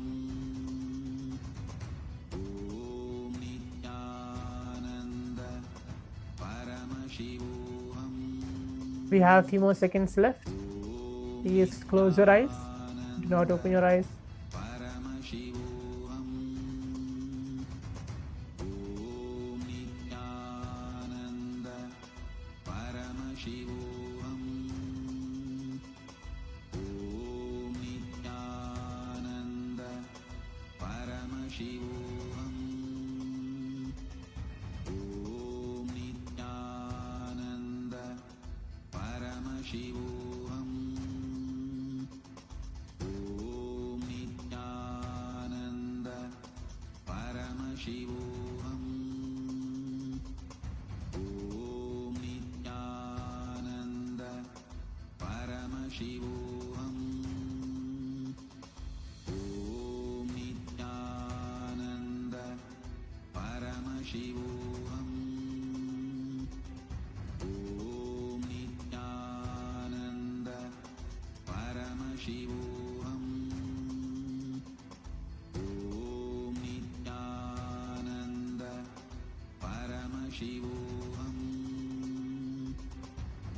Om Nithyananda Paramashivoham. Yes, now requesting all the participants.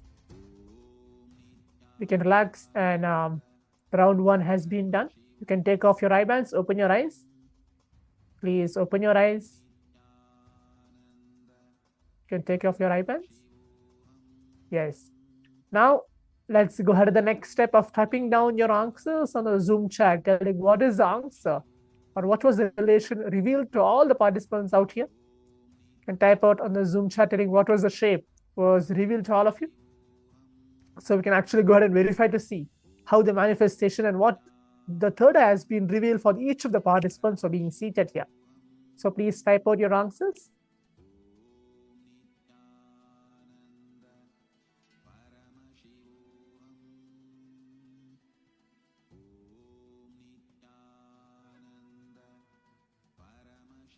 Please take a few minutes now to type out your answers on the Zoom chat, telling what was revealed. Even though you don't see shapes, but if you see anything, whatever you have been, whatever was revealed to you, please type that down.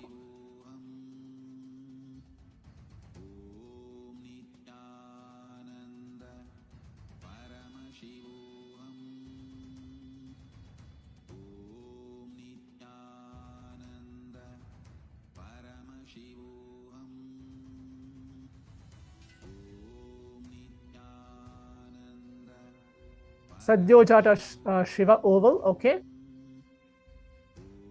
Chenli arrow, okay. Mehul Patel arrow, okay. Some god with arrow you have mentioned, okay. Daniel square, okay. Shivatalam triangle. Rollian triangle and Pawan K oval. Okay. So these are the participants who have put for the message, whatever has been relation, okay.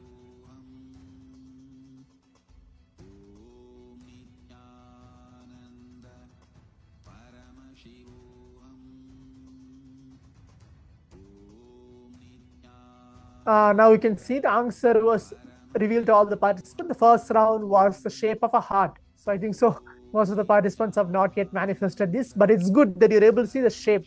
This shape was heart. Even though you are seeing mix of shapes, if some of the participants are able to see, I'm able to see heart and we'll see oval both together, but I'm confused to what to put both of the answers, okay.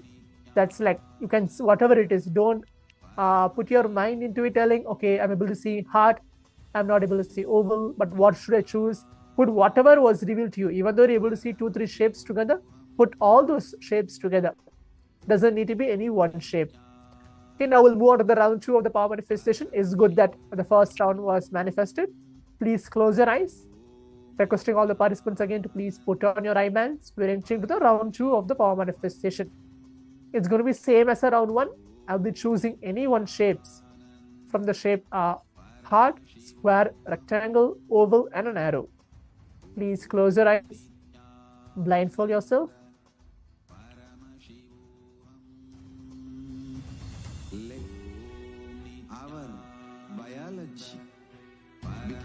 Please close your eyes. Start chanting the Mahavakya. Om Nithyananda Paramashivoham.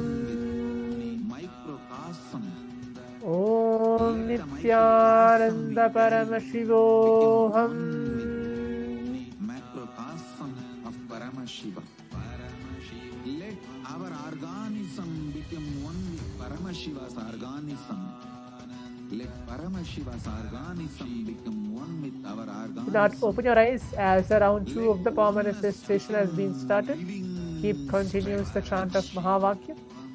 Living experience of all of us. Am the Mahavakya. Do it intensely. Om Nithyananda Paramashivoham. Om Nithyananda Paramashivoham. Om Nithyananda Paramashivoham. Om Nithyananda Paramashivoham.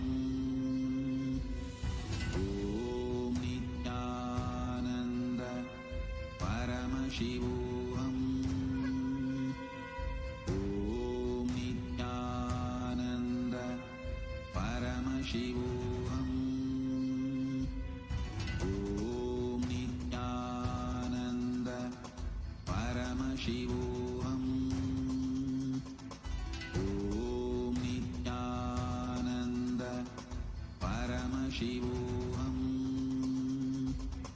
Om Nithyananda Paramashivoham. Om Nithyananda Paramashivoham.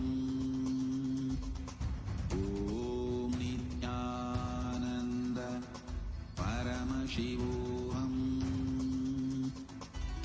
Om Nithyananda Paramashivoham. We have a few more seconds left. Please close your eyes. Do not open your eyes. Just see whatever is being revealed to you. Just keep seeing. Om Nithyananda Paramashivoham. Om Nithyananda Paramashivoham. Om Nithyananda Paramashivoham. Om Nithyananda Paramashivoham. Om Nithyananda Paramashivoham. Now, requesting all the participants You can relax and you can take off your eye bands, open your eyes. Requesting all the participants to please open your eyes as the round 2 of the power manifestation is done.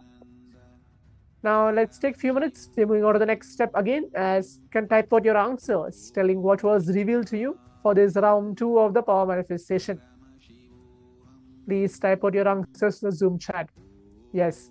Daniel Batir, square. Good. Sadyojata Shiva, rectangle. Mehu Patel, oval. Okay. Please leave your message on the Zoom chat telling what was revealed to you through your third eye. Even though you have doubts, please leave that as well. Raul Neda, square. Okay. Congratulations. Pavan K. Arrow, Shivatalam, oval. Okay.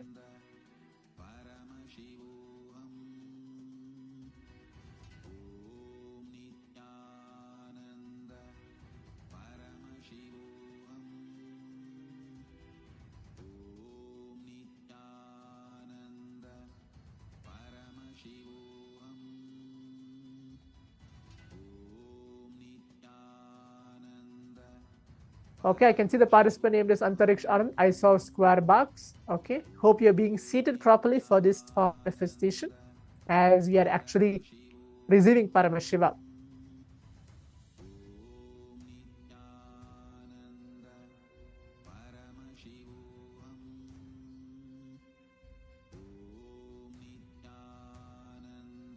Now, as all the participants can see, I think so most of the participants have got the answer correct. The answer was square for this round of manifestation. So the answer was square for this round of manifestation. I think Rahul Nieda has got square, and many other participants also have manifested square for this round. Daniel Bhatia also have got square for this round of manifestation. It's good that you are manifesting this round. Okay. We'll move on to the next step of the power manifestation, is going ahead onto our social media, posting our experience, either with the pictures, videos, or any breakthroughs which we had in any round of the power manifestation today. Hope all the participants have enjoyed and got an experience of this power manifestation, manifesting the power of third eye. We're going to move on to the next session very short. Before we move on to the next session, while we are posting our experience, remember to post with the hashtags given there, with the hashtag Kailasa, hashtag Nithyananda, hashtag Power Manifestation, and the final hashtag is Paramashivoham. We'll be having throughout the day many different power manifestations, experiences, not only the power of third eye, but many different powers, reaching us, experiencing, taking us to the super conscious breakthrough. So now, with this, we're coming to the conclusion of manifesting the powers, power manifestation of intense 21 minutes session. We'll be starting the next session very shortly. Thank you. Nithyananda.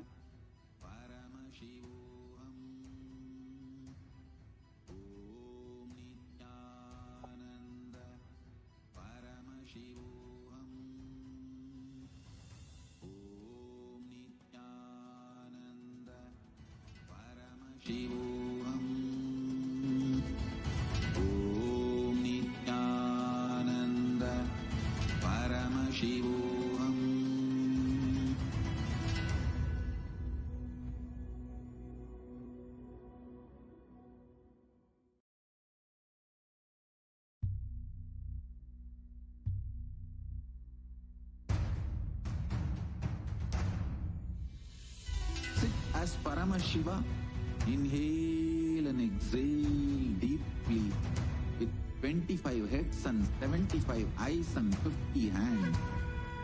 Visualize, meditate, connect with him. He is a living, alive being. Drop your form into his form and dissolve. Remember, you are a Sarupya Mukta, means your form is dissolved into his form. All my disciples, now I am initiating Salokya Mukti, Samipya Mukti, Sarubhya Mukti, Sayujya Mukti. Om Nithyananda Paramashivoham. Om Nithyananda Paramashivoham. Om Paramashivoham. Om Nithyananda Paramashivoham. Om Nithyananda Paramashivoham.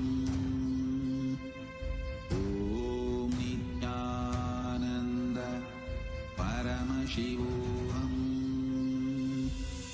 Om Nithyananda Paramashivoham. Om Nithyananda Paramashivoham. Om Nithyananda Paramashivoham. Om Nithyananda Paramashivoham. Om Nithyananda.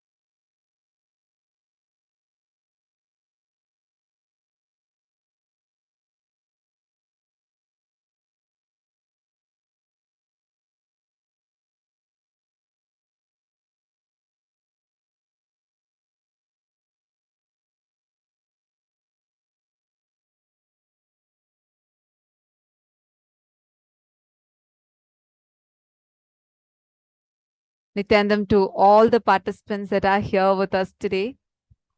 Welcome. Today is a very, very, very special day in Paramashivoham Level 3 program. All of us are going to be working on our relationships. We are going to be working with the relationships dimension and also receiving a very unique boon from Swamiji. First, may I request all the participants to quickly settle down. Please settle down. I see some movements. I request all of you, please sit in front of the camera. Today, we have a very special initiation.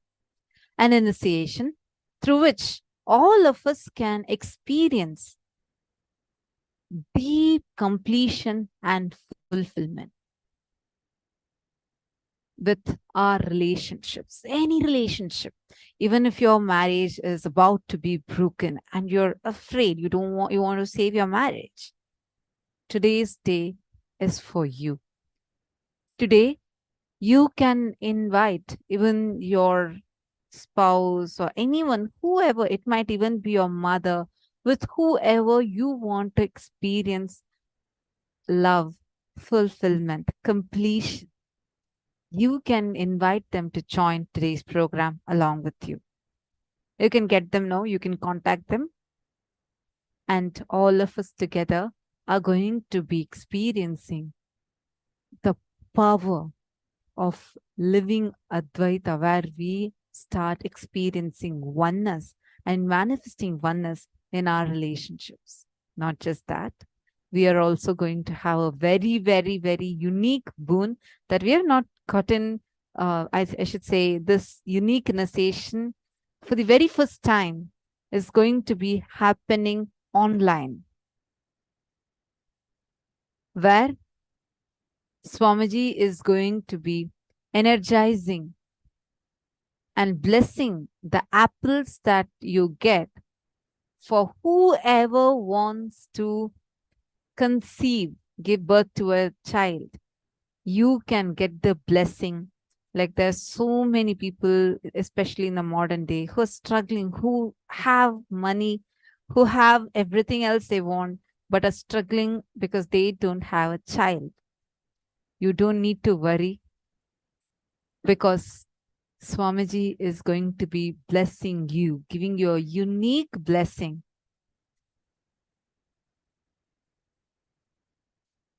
There's a very famous term they say in Ladinam, apple child or apple boy or an apple girl, where just Swamiji will bless one apple and give it to you. And when you eat it, the child that's born will be an enlightened child. And today, Swamiji is giving this blessing. This is open for anyone who wants it. It's not that everyone are going to get the same thing. Anyone, whoever wants to conceive, you can get an apple to get it energized. Swamiji is going to be blessing, and you will see how healthy you are going to give birth to an enlightened child. This is a very, very, very unique boon. It's open for today. So take a few minutes to invite your friends, family members, whoever would, for whom this will be a life-changing boon. Get them here today. Take a few minutes. You can invite them. I see so many of you across all the Zoom rooms. We have about 10 Zoom rooms.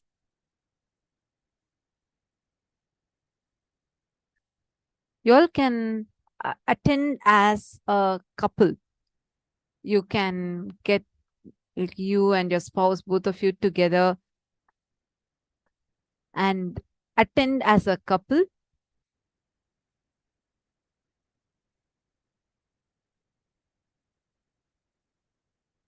Shall we all enter into today's day?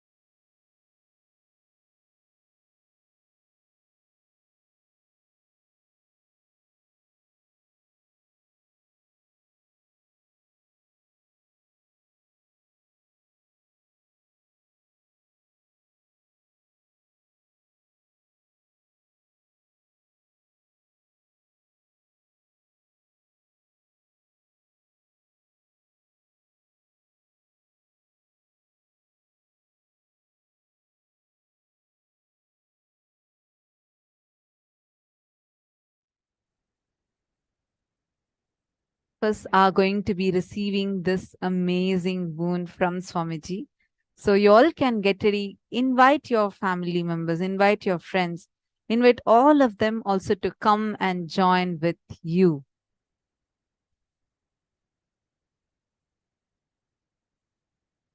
Now, we are all going to be entering into our very first session. But before we enter into that, I just wanted to ask all of you that is here today, if there is one relationship that you really, really want completion with, who would it be for you? Can all of you take a few minutes? It can be anyone. Just choose any one relationship with whom you want to have that fulfillment and completion, where you are complete with them, they're complete with you. You are having a beautiful, fulfilling relationship with each other.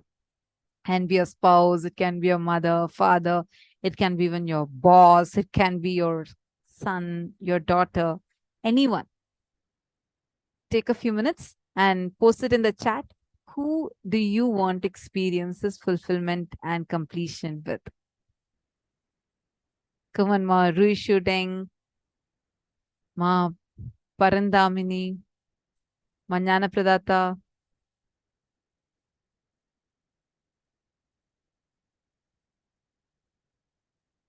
Okay. Husband, son.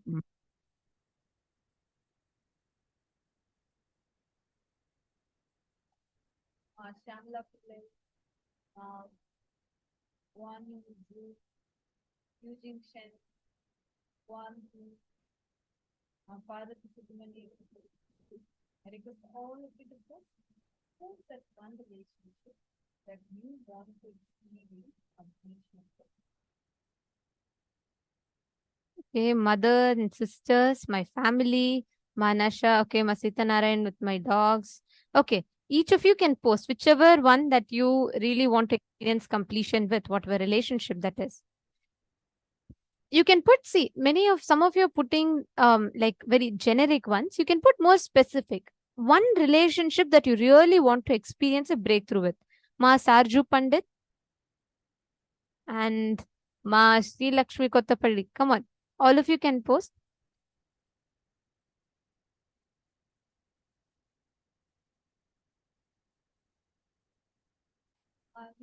My family is okay. Can you choose one person out of your family? One person that you want to experience completion with. Complete with all our relationships, so that's not a problem. But I just want to see if you all can post any one. If you want to post any one, who would it be?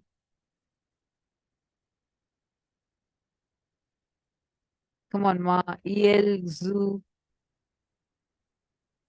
Ma Nisha Ben Patel. Let all of you to post.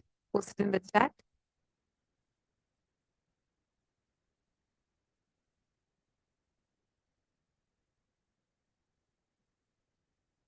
Okay, mother.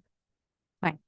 Now, so, what each of you have posted, just to share with you all, in today's program, you are going to be working on establishing that space of oneness and completion with those relationships in your life. Every relationship, mother, father, son, daughter, wife, husband, anything, any relationship, we are going to be discovering the science of how you can experience oneness with those relationships in your life. Especially all those that are attending, if you can bring them, please do bring your family. You can provide a free pass to them. You can invite them on your behalf as your family member, and they will be able to join. The link to join will be posted by the support desk in each of your rooms. And you can post the link to all of your friends, your family members, and you can invite them. It's completely free, so they can take a few minutes and join. But today's program, when they join the initiation, today, literally they'll be receiving that experience of completion. They'll be receiving that blessing to experience that space of oneness in fulfillment in all relationships in life. So it is going to be very, very special. And Let us all get ready to receive this experience today. Let's all enter into our very first session. So are you all ready? Shall we all enter into the very first session? If you all want to take a few minutes to invite your family and friends, you all can do it right away.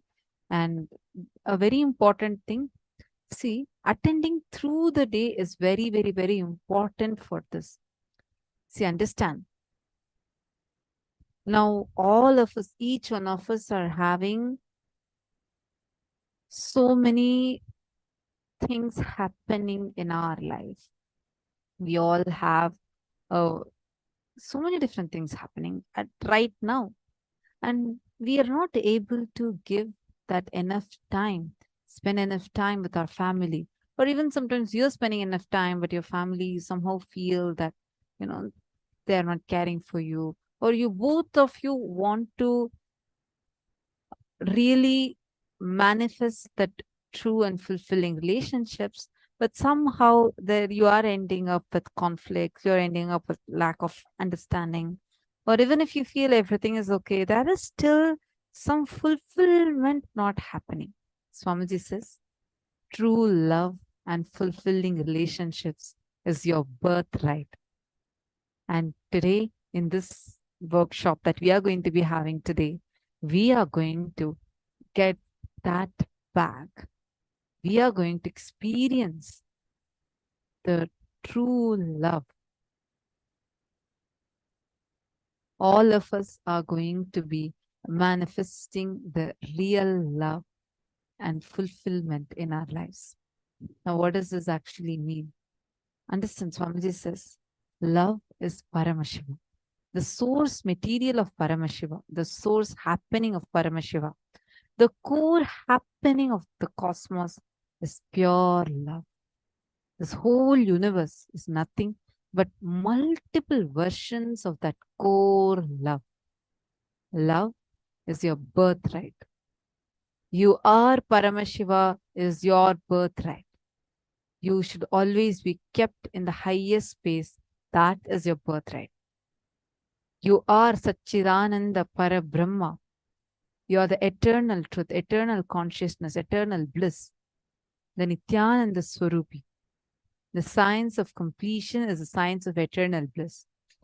In life, you may put up with something, you may be angry about something, but today, let's be complete with everything. Bring completion with everything so that you put up with something. Even if you don't put up with something, you're not incomplete at that. You're not incomplete at that thing. When you engage, entertain the incompletions, when your thinking is from incompletion, it naturally leads you to more and more incompletions. The thinking from incompletion leads to more and more suffocation. Basically, incompletions are trying to make you believe that your life is influenced by the factors which are not in your control. Completion is making you understand that not only your life, but anything you see is under your influence. Understand?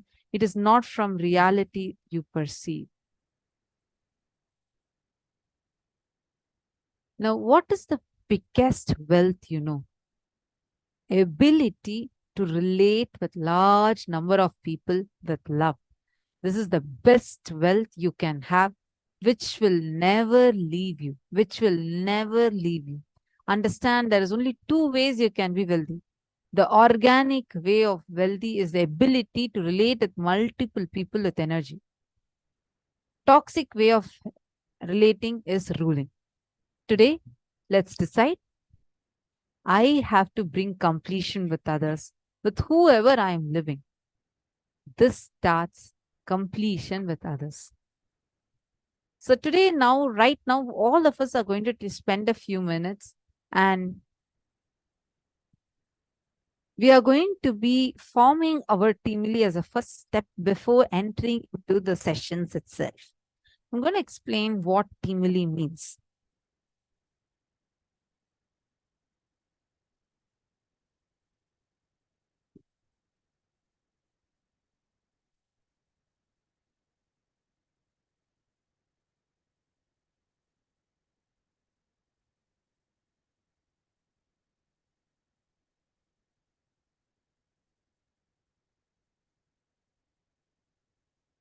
what Teamili means.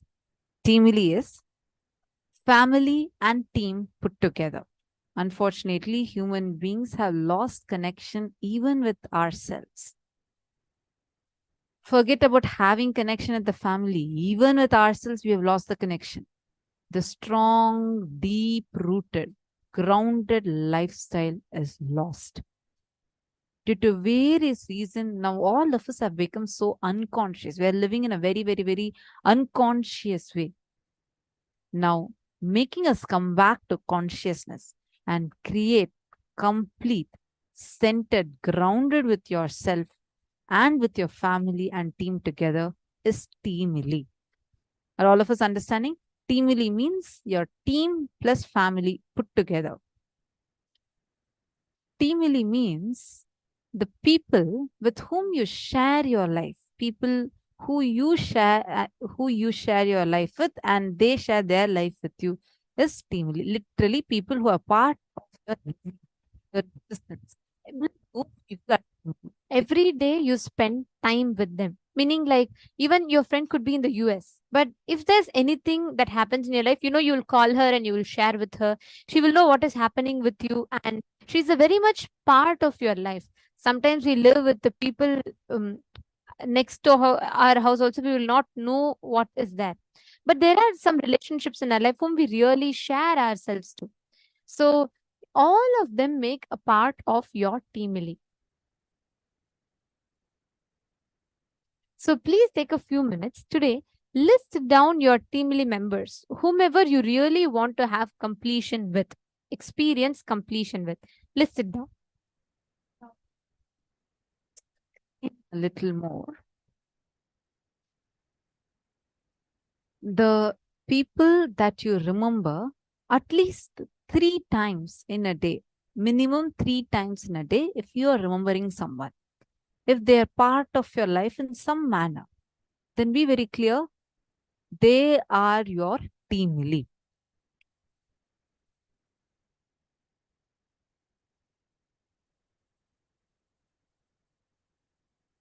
Ma Sita Narayan has posted, Mom, my daughter is out of the country. My friend doesn't answer the phone. He hangs up.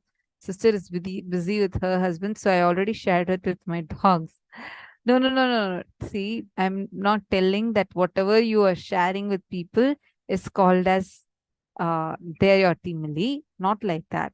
See, with some people, you may not actually be talking, but they're very much part of your life. They're part of you. In your day, you remember them at least 3 times. 3 times is a minimum number. If minimum 3 times, or maximum how many ever number of times. If you are remembering them, even in an irritating way, if you're remembering someone, they are still part of your Teamili.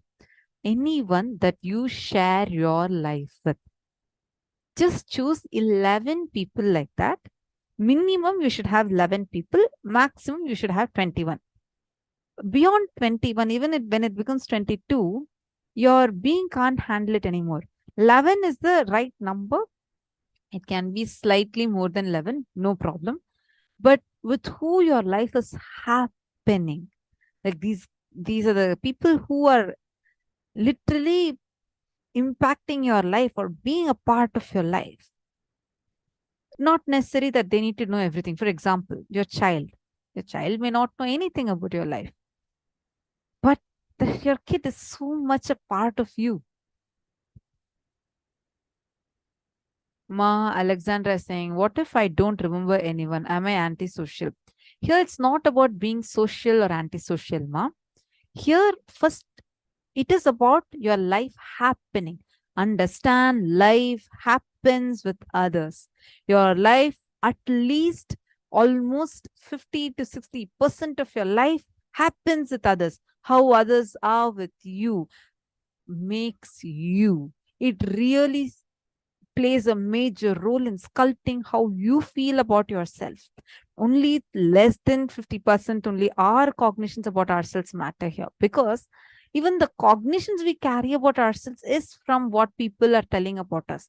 You can never exclude that the people, let anyone say I'm this, you can be like that, but even that you are still dependent on what they are telling about you, because you're saying, even if they say this is what I am going to be, how people are around you, how many people you are able to hold in your inner space matters. Even if you, let's say that you renounce everything, you want to go sit on the top of Himalayas in a small cave and you're sitting and doing meditation, even there, whether the animals or the trees that are there around you, if they are mattering to you, they are a part of your Teamili.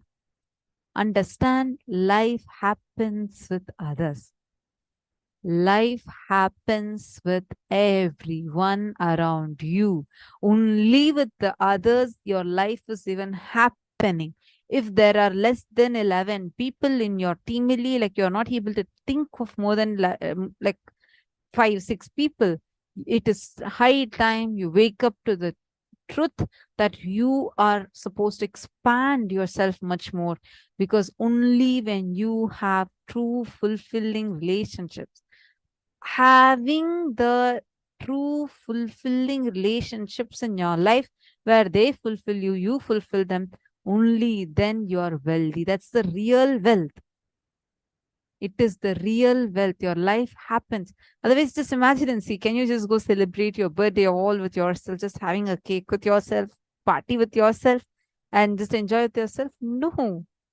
At least right now, none of us are in that, right? So it is time you're supposed to expand yourself even further. So think of at least 11 people. Let's take 5 minutes quickly and list down at least 11 people like that and write down.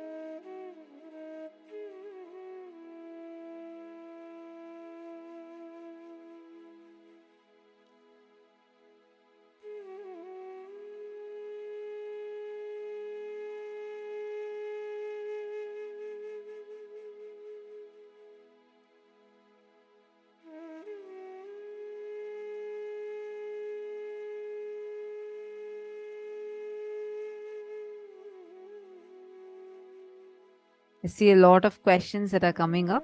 See, just wanted to tell all of you, don't worry. Just choose 11 people. We are going to do this process further. And today, we will help you to achieve this completion. Swamiji is going to step by step guide all of us, take all of us through this process where Swamiji helps us achieve this space of completion. So are all of us ready? Now, let's first enter into the very first session. The first session of the day, we are going to be learning about Samipya Samadhi, the space that we are going to be experiencing and manifesting during today's darshan. Let's now listen to the revelation from Swamiji.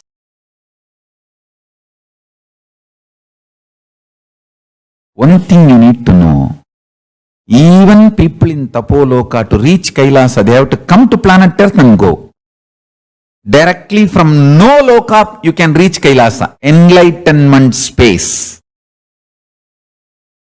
The Purana Jivan Mukti, Videha Mukti, Kailasa Padavi, Salogya Samibhya Sarubhya Sayujya Mukti is only possible from planet Earth, Buloka. Not from Swargaloka, not from Tapoloka, not even from Satyaloka. Even Brahma, to reach Kailasa, has to come here, planet Earth, Buloka, and only from here he has to go to Kailasa. Because the pure consciousness mirroring is possible only in Buloka. That is the beauty of Buloka.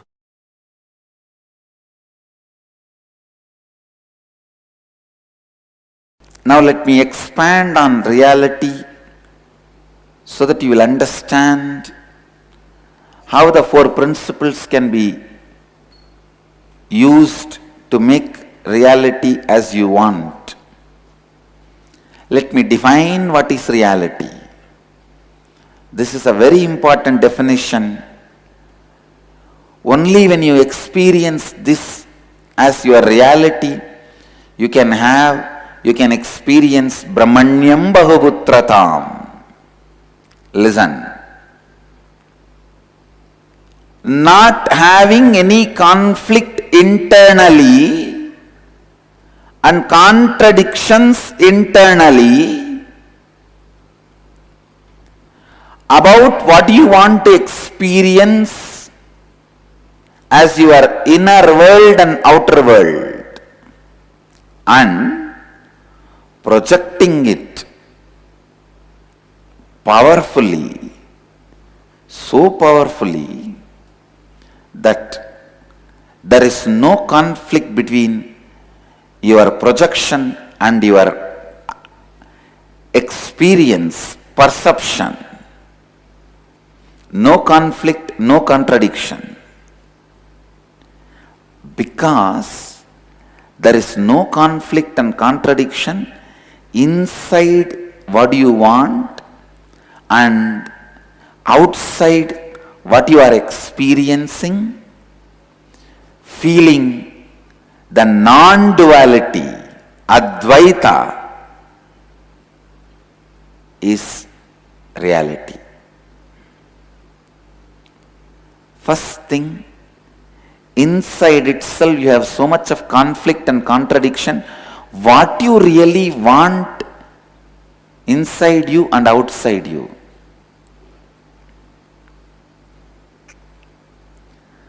What you really want inside you and outside you.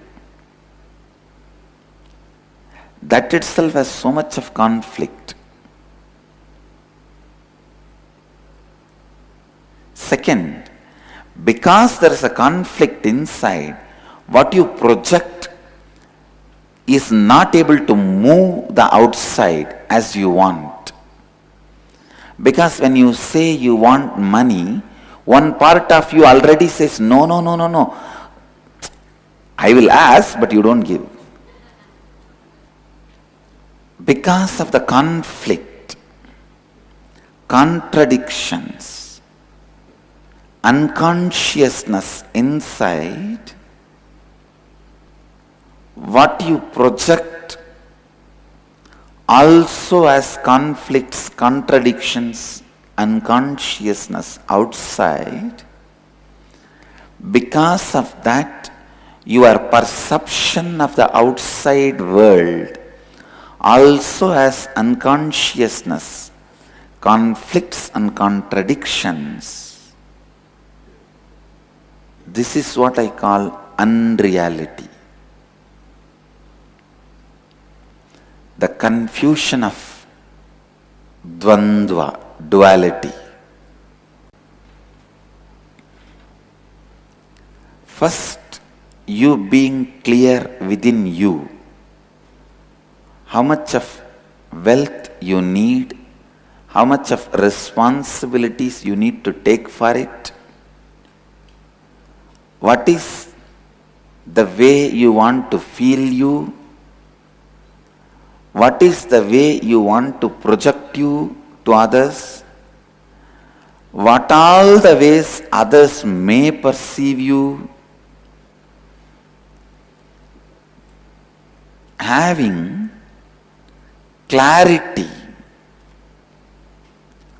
and taking responsibility for all this. So inside you feeling completion, and please listen, the power of your inner completion will be so powerful, I tell you. The moment you project something out of completion, the whole world runs to fulfill it and serve you. You need to know a beautiful story from Prahlada's life. When Prahlada's dad was asking Prahlada, is your Narayana God in this pillar, in that pillar? Is he in this stone? Prahlada was about to raise his small finger. A child naturally takes little time to lift his hand and show which pillar my Narayana is there. I don't even know which finger he showed, or he would have shown. He may not even know how to fold the fingers and show one finger or anything. He must have shown even through face. That is the way kids show. Kids sometimes don't even know how to raise the hand and show. They just show the face.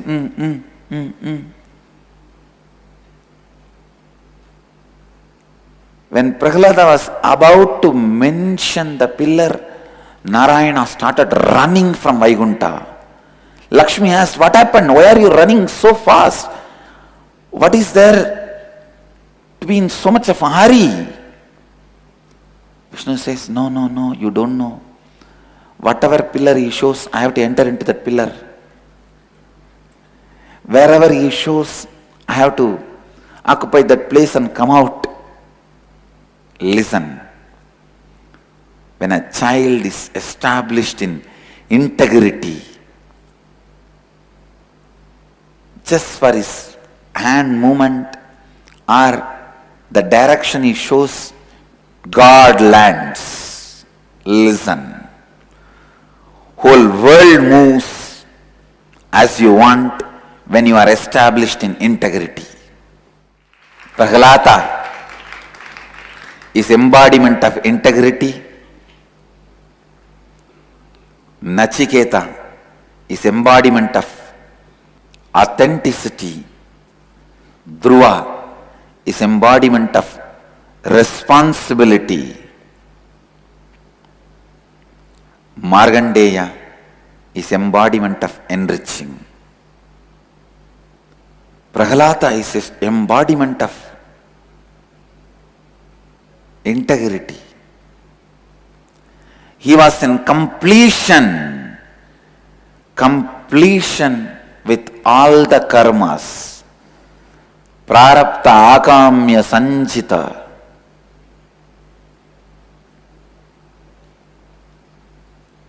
That is why the direction he was turning his face are trying to show God lands there.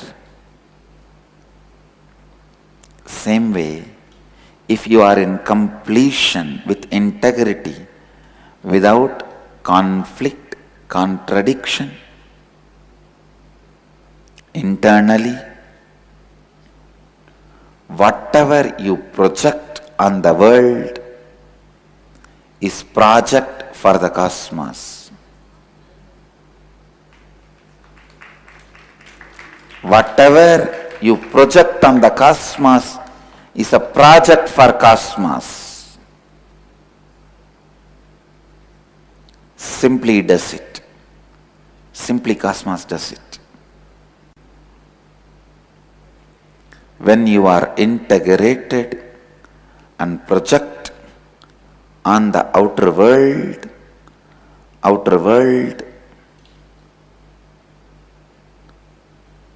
obeys you just like that. It obeys you just like that.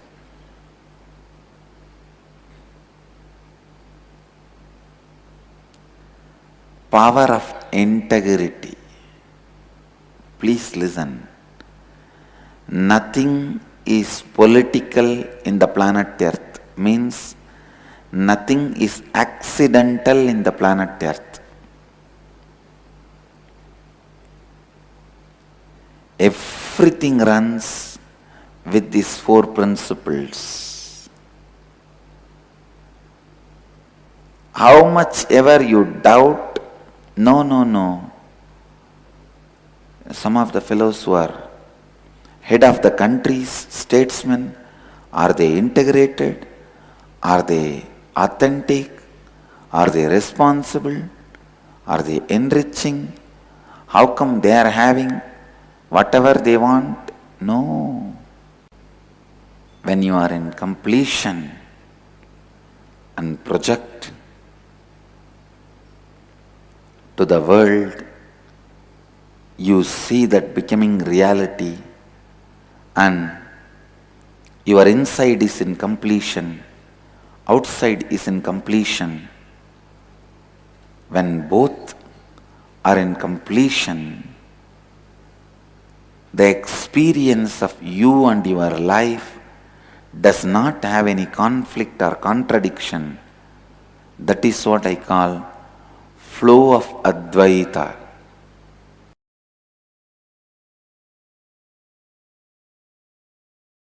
If you are established in the space of Advaita, even if the other guy tries to attack you, abuse you, his whole being will not cooperate with him to attack you. Simply, he will lose strength and fall into stupidity and foolishness, powerlessness. He will not be able to attack you. He will collapse before even he stares at you. The power of the space is such, I tell you,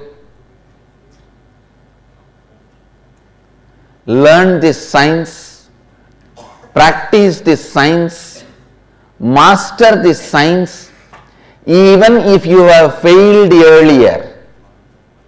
Can Swamiji define what is the space of Advaita? Means there are some ultimate truths. Everyone is extension of you. Whether you call us a Hitler or Bin Laden, Buddha or Mahadeva, please understand. Hitler or Bin Laden, Buddha or Mahadeva, Krishna or Kali, everyone is extension of you. You should be very clear why somebody is Buddha, somebody is Bin Laden. Let me make it very plain and simple, straight. So now you need to know which part of you is paining you, which part of you which is making you hate somebody. You should address that part and complete it. By completing with that part, you make the other person powerless. If he still holds on to the violence, please listen.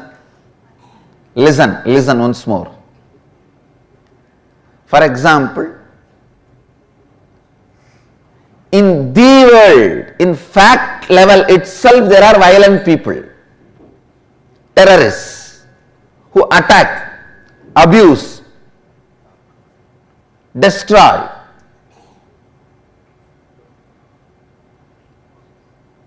I am not saying what they are doing is right, but before you start defending you, before you start attacking back, your incompletion towards them, the my world's incompletion, complete it. When you complete it, please understand what I am giving you is a successful war strategy, because I have won many wars, I am going to be winning many wars. What I am saying, what I am telling you is not some spiritual philosophy. It is a successful war strategy. Look into you, complete with the part of you which is responsible for your anger, your violence.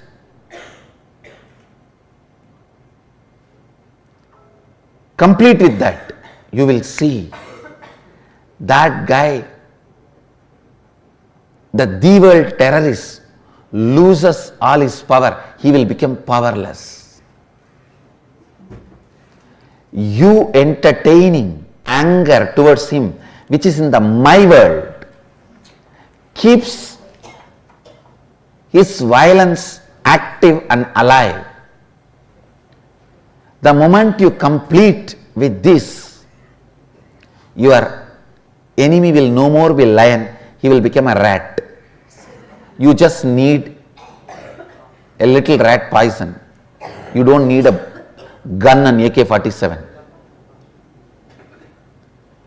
Make the enemy powerless by making your enmity powerless. Sincerely, when you create the space of Advaita in you, means non-violence, no enmity. Again and again get back to that space, no enmity, non-violence. I am not even saying become friendly, that is up to you whether you want or not. But decide to be non-violent, no enmity. I tell you,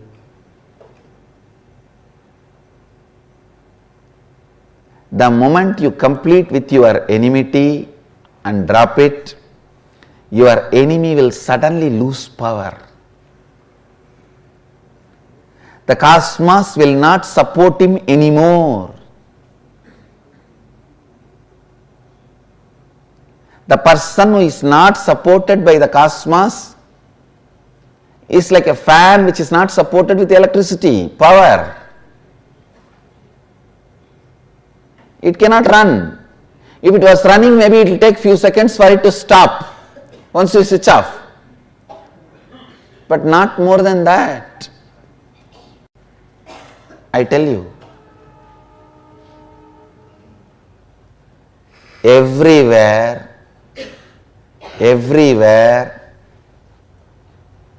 Advaita has a direct utility value, whether you are in a hospital for health, you are in a marketplace for wealth, You are in a court fighting a case. You are in a war field fighting some people. You are in a place of riot where you have to survive. You are facing the survival threat. Wherever you are, the space of Advaita has highest utility value.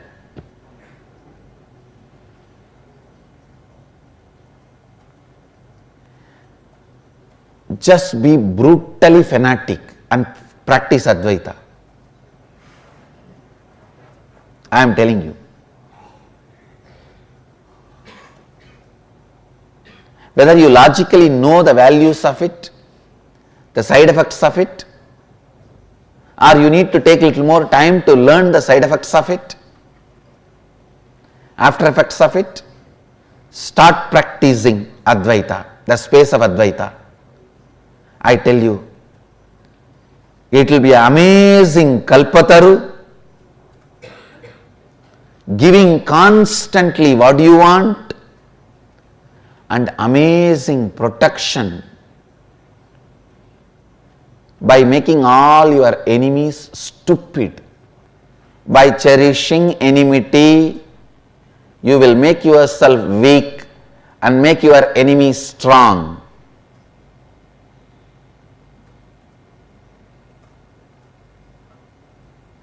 By completing with enmity, you will make your enemy weak. And after that, you don't need to destroy him. And even if you destroy, you won't have sin.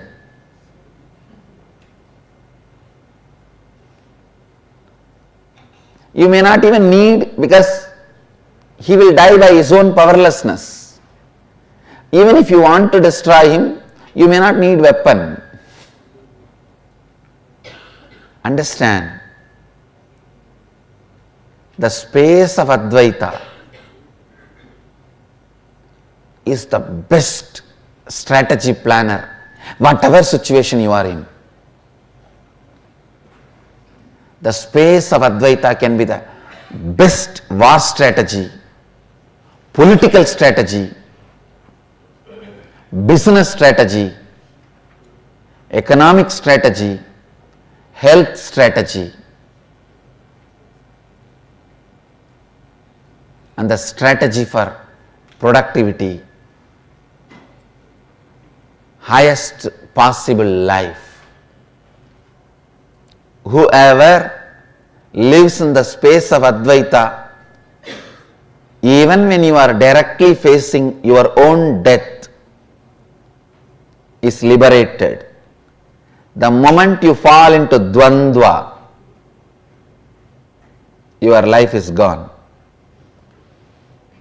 You are gone, your life is gone. Whole thing is waste. Whether you are fighting with the disease, fighting with a pattern, fighting with poverty, fighting with disturbed relationships, fighting with terrorists, fighting with society,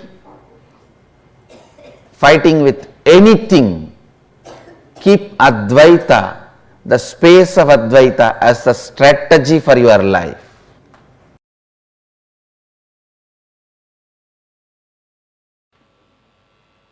Please listen.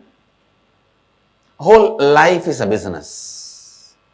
Whole life is trading. You give something, receive something. Either you got more or you gave more, or you got and gave equally. Whatever is said and done, whole life is a business.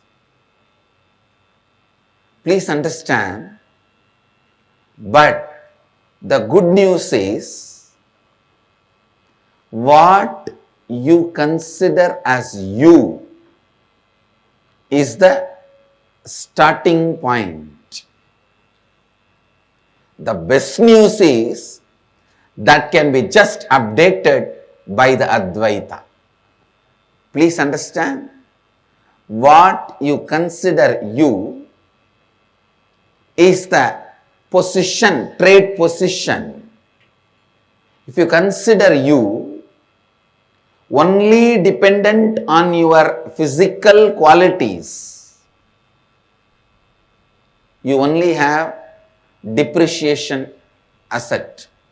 You only have depreciation value. But if you assess yourself based on the qualities you carry in your mind, it can be, you can be appreciation asset, means intelligence, your ability to handle any situation. How you perceive you, if it is just occupied, means your self-image, your identity about you, if it is occupied completely by your look, by your beauty, the physical dimension, please listen, you are making all your strategies and plans based on depreciation asset. More and more as time passes, life will be hell for you. Kala will bring suffering for you. Please understand. Strategy which brings best things as Kala passes is eternal strategies. If your perception about you is all based on your beauty, you are having exponentially depreciation asset. You can manage few more years with various creams and cosmetic items, but it will continue to depreciate.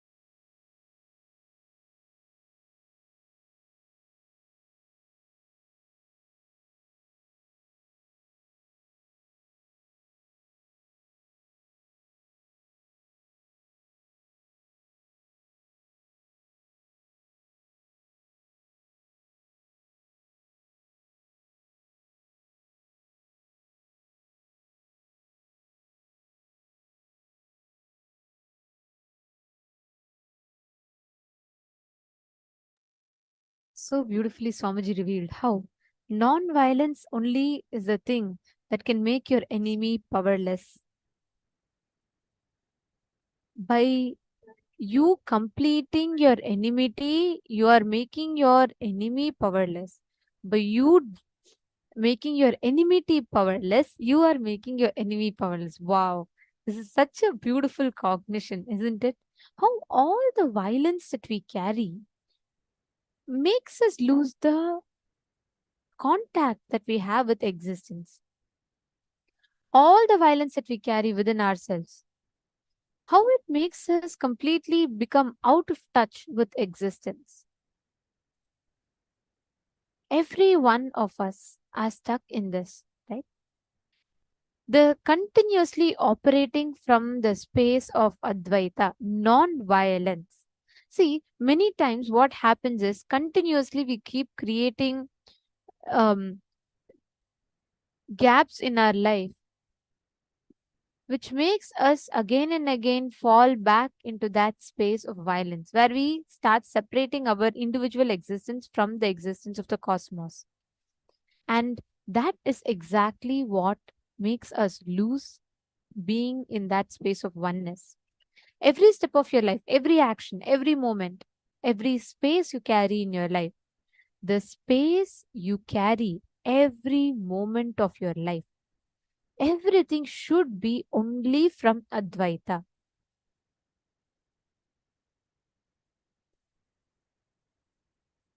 Actually, all of you will be learning about a parallel universe called Janaloka.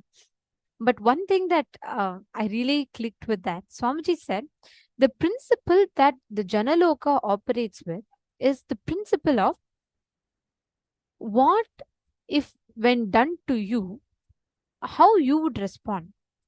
The same thing only the others are dealt with. So if you are expecting life to be compassionate to you, you should be compassionate to life.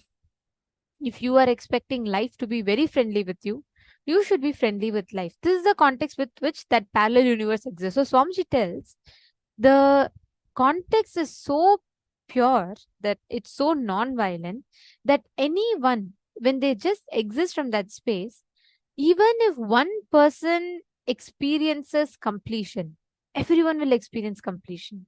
Even if one person experiences fulfillment, the whole group, every single being in Janaloka will experience fulfillment. That is why they feel, all of them will feel 10 times more empowered, because they'll feel like they're living in multiple bodies at the same time. That is what is this Janaloka, the space of Janaloka like. And why am I telling about that? Because in this, Swamiji explained, right, about how the very strategy you carry to exist in life comes from the space of non-violence, comes from the space of Advaita. Do not do unto others which when done to you will cause you pain or suffering. Do not do unto others which when done to you will cause you pain or suffering. This is the fundamental principle with which the entire cosmos functions. And the first key to experience Samipya Samadhi is to have this experience of oneness.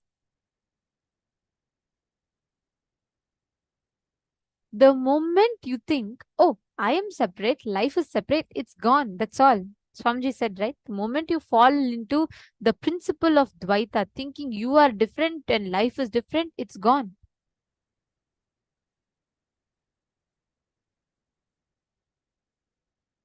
Every one of you that are sitting here, please understand, every moment when you operate life from the space of Advaita, you are making your enemy powerless. This is such a beautiful satsang. I really love the way Swamiji explained and took us all through it.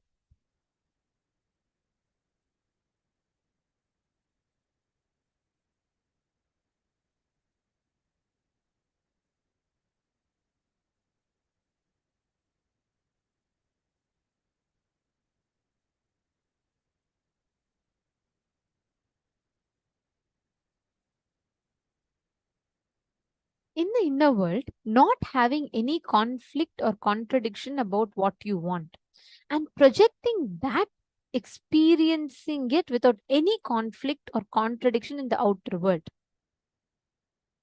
Because inside you there is no conflict, not having conflict on the outer world is Advaita. And then you will experience Advaita as the very flow of your existence. Swamiji explained, right? When you are from that space of Advaita, cosmos rushes to make what you want happen. Where Swamiji told about the story of Prahalada.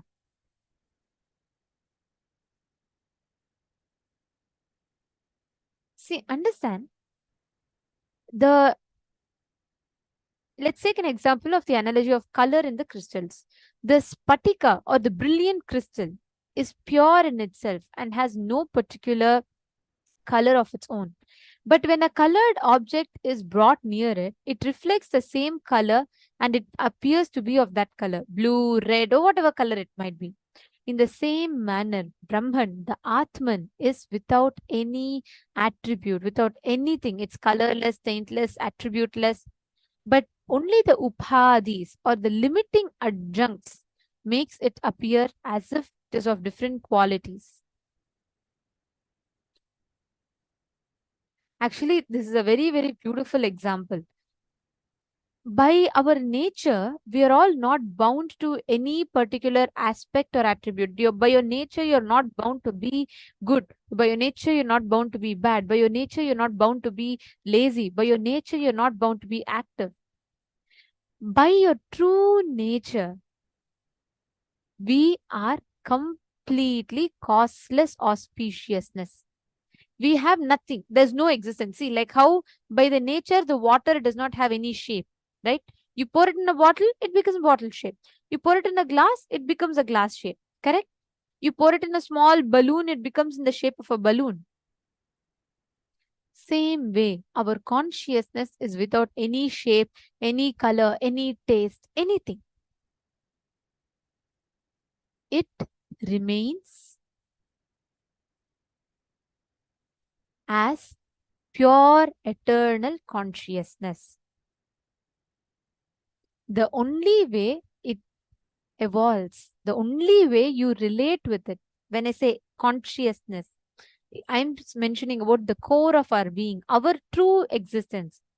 You are not bound to any form, you're not bound to any gender, you're not bound to any particular aspect, attribute. By your nature, you're pure, vast space as you exist. You reflect life however life establishes you. That is why you should never miss being in the space of Advaita.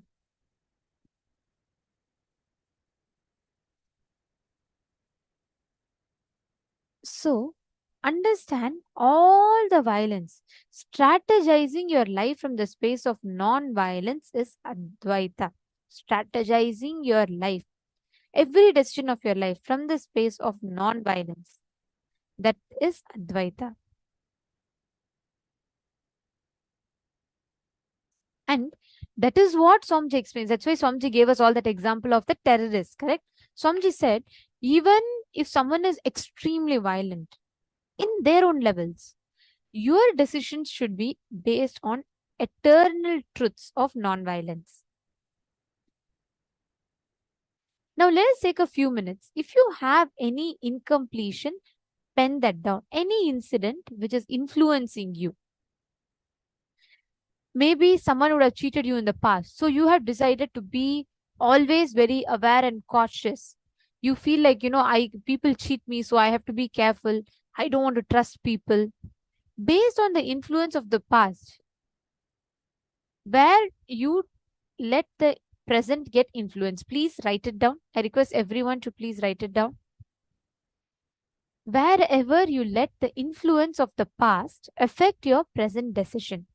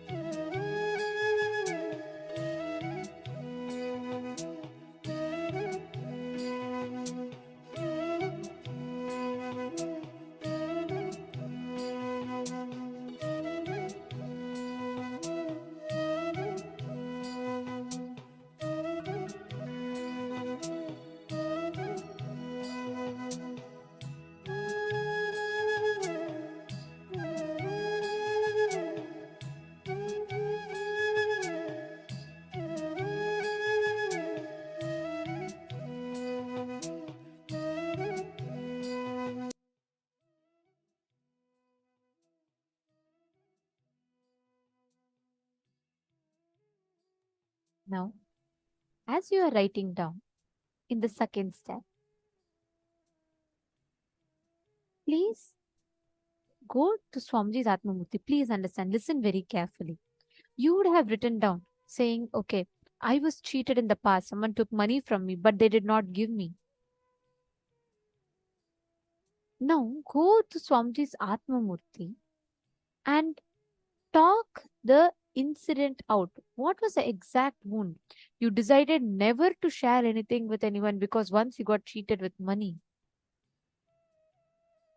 Please sit, understand all these are sitting in you as wounds and never letting you experience trust with life ever again. Always it keeps you in that insecurity. So now go to Swamiji's Atmamurti and you're going to be verbalizing the entire pain that you had, the exact experience that you had. Relive the past by speaking to Swamiji's Atmamurti. Take a few minutes. Please go to the Atmamurti and you're literally going to be telling Swamiji out, like how you share with your friend, right? Just talk to Swamiji, tell Swamiji, Swamiji, this is the incompletion I had, this is the suffering I had, this is what I felt. I felt so bad. Express whatever you felt to the Atmamurti. Understand, Swamiji is himself there listening. Just go to Swamiji's Atmamurti and talk. Just talk it out to Swamiji's Atmamurti. Tell the whole incident out, speak it out to Swamiji.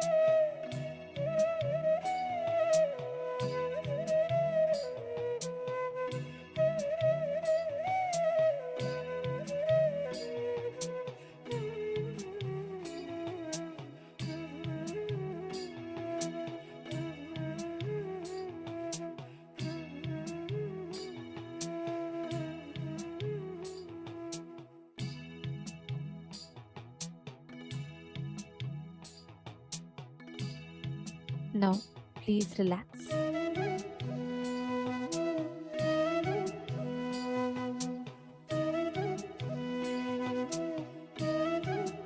Slowly, you all can please relax.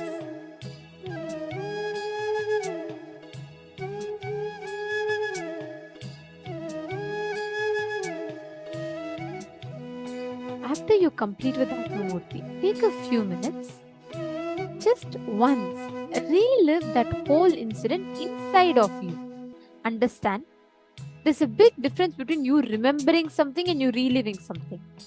For example, something happened in your life at the age of 8 or 9, which is still influencing your thinking. That is, you need to go back to that incident, that incompletion, the same thing that you all have written down, what you shared to Swamiji's Atmamurti. Now, you are going to go back to that same body of a 7-year-old or an 8-year-old and relive that whole incident completely. Relive and relieve yourself. Do the whole thing at least 2 times. It's a very important step and we request every one of you to please follow it.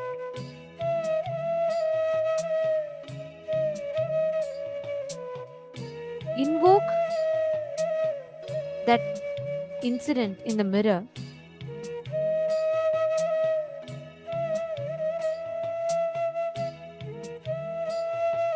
and relive all the emotions you went through.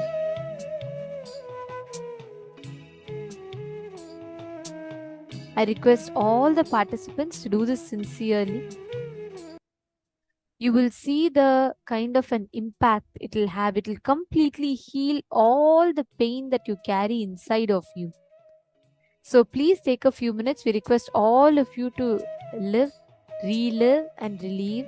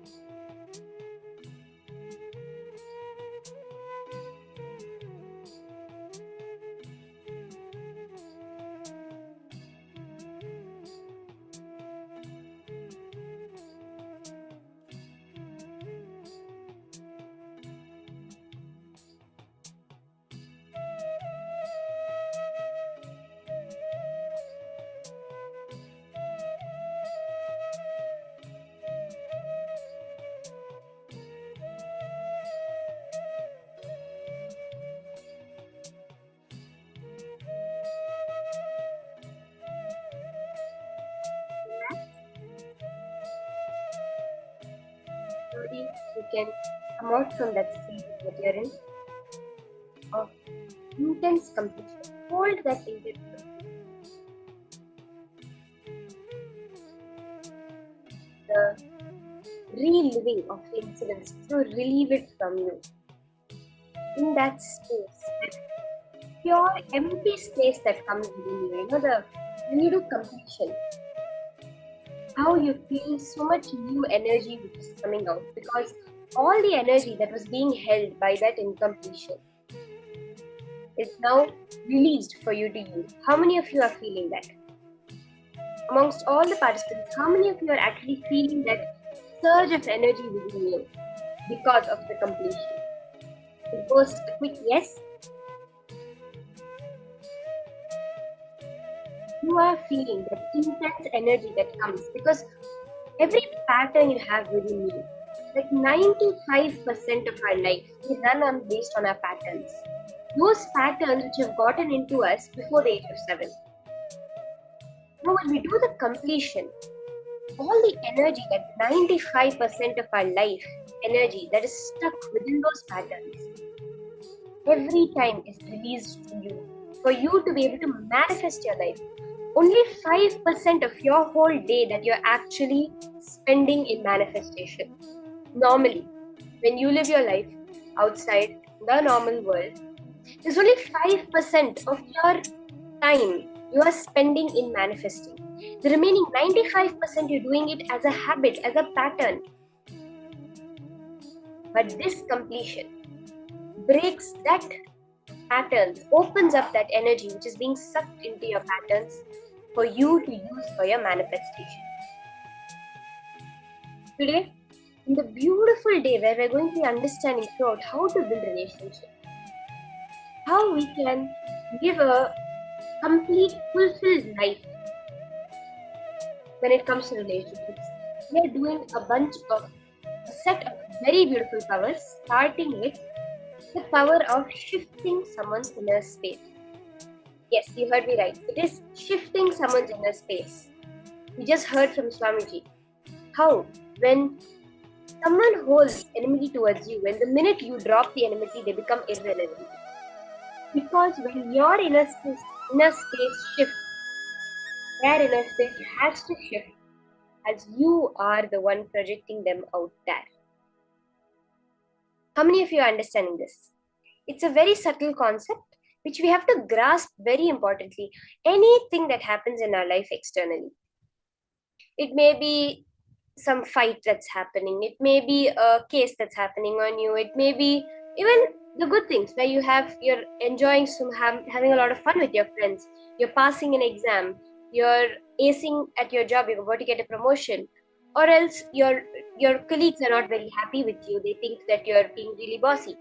Whatever it may be, these situations outside are a result of the space you hold inside. Take it like this. In your dream, let's say in your dream, you're walking on the street and someone comes and slaps you. When you wake up, you're not going to go and fight with that person because you understand it's your manifestation, right? You created it in your dream for whatever reason. The same way, even in this reality, you are creating what you perceive. Only when we wake up from this reality, we will realize it. But now, when we live by that truth, you will see very, very clearly every time you shift your inner space, every time you have a cognition change, how life starts responding to you differently. Are we ready? In this power, we are going to be having that shift in another person. You're going to be connecting to any one person. Please, you can connect to someone who is not within the program, or you can connect to someone who's there in your Zoom itself. This power, you're going to be shifting their inner space. With this power, any situation in life that comes up, anything that happens where you're feeling it's not going the way you want it to, you'll be able to instantaneously shift it and manifest your life exactly as you want it. Are you ready?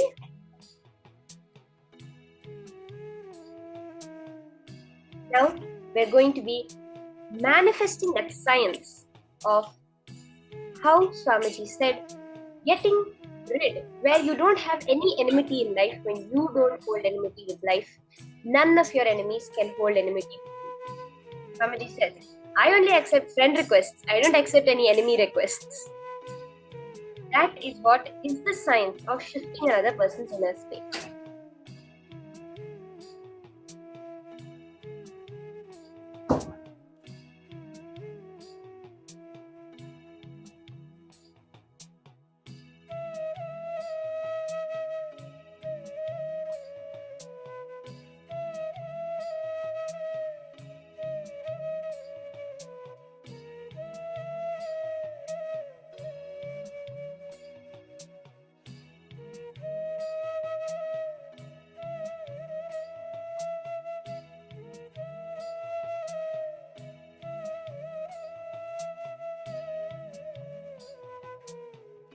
Now, let's start.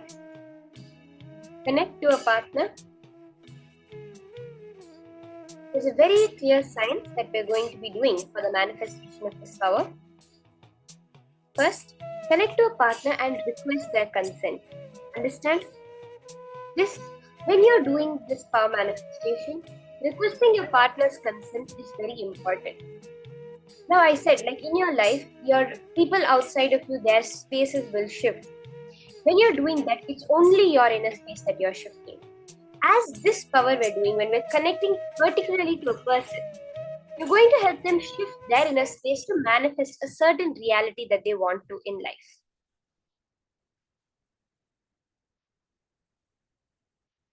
So, you will request their consent, explain to them the power that you're going to be shifting their inner space to help them manifest a certain reality that they really want to in life.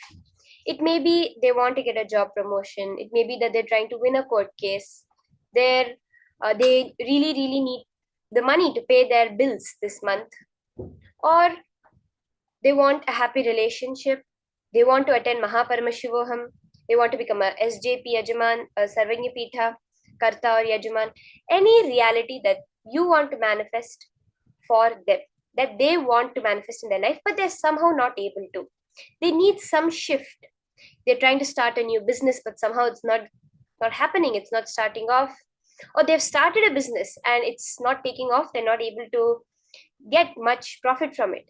Anything as simple as this that they want to manifest in their life. You can ask one thing that your friend or your partner who you're connecting to wants to manifest in life. Let's start. Connect to your partner and ask them one thing that they want to manifest.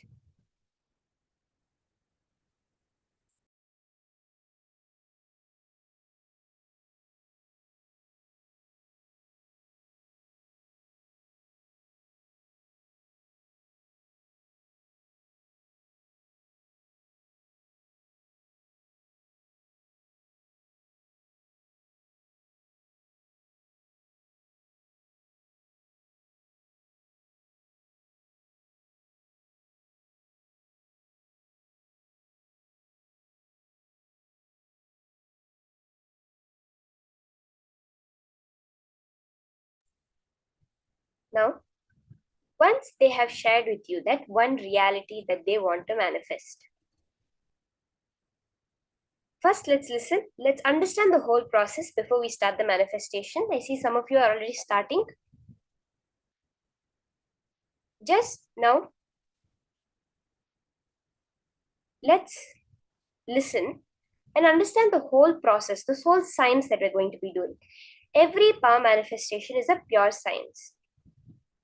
First, you're going to scan what is the thought current that is stopping them to manifest. See, anything that's not happening in reality is a result of our inner space. This is a very clearly even scientifically proven, which is when life is not moving around you, because you're not able to believe that it can move. There is some thought current within you that is not allowing it to happen.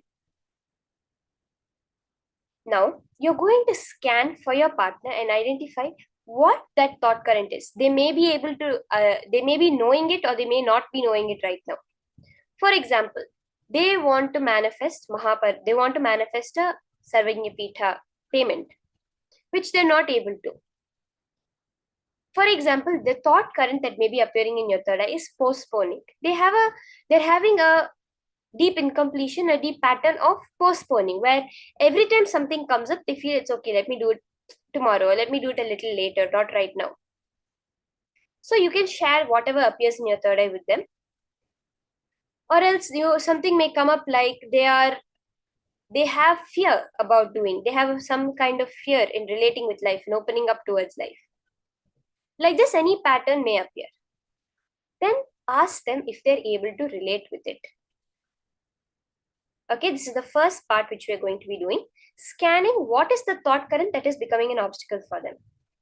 Then holding that, whatever that pattern is there within them, holding that in your inner space. What is that reality they want to manifest? Hold that within you and chant the Mahavakya. Visualize Swamiji. Open the Living Enlightenment book. Please have a copy of the Living Enlightenment book either online or physical with you. She will give you the answer. The Living Enlightenment book, Swamiji has said, is a goddess, is a living deity. She will give you the powerful cognition which will exactly shift your partner's inner space.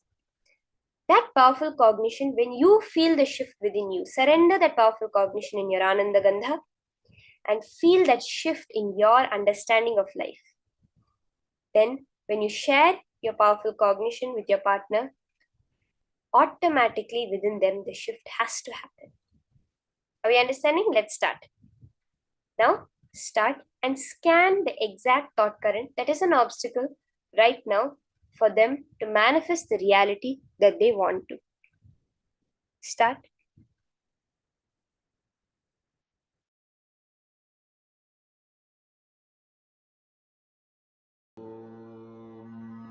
Nithyananda Paramashivoham. Om Nithyananda Paramashivoham. Om Nithyananda Paramashivoham. Om Nithyananda Paramashivoham.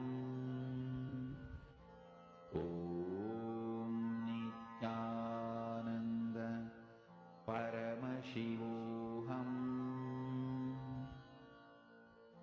Om Nithyananda Paramashivoham. Om Nithyananda Paramashivoham.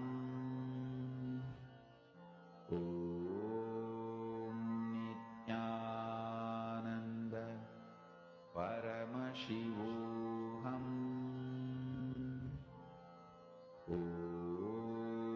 Nithyananda Paramashivoham. Om Nithyananda Paramashivoham. Om Nithyananda Paramashivoham. Om Nithyananda Paramashivoham. Om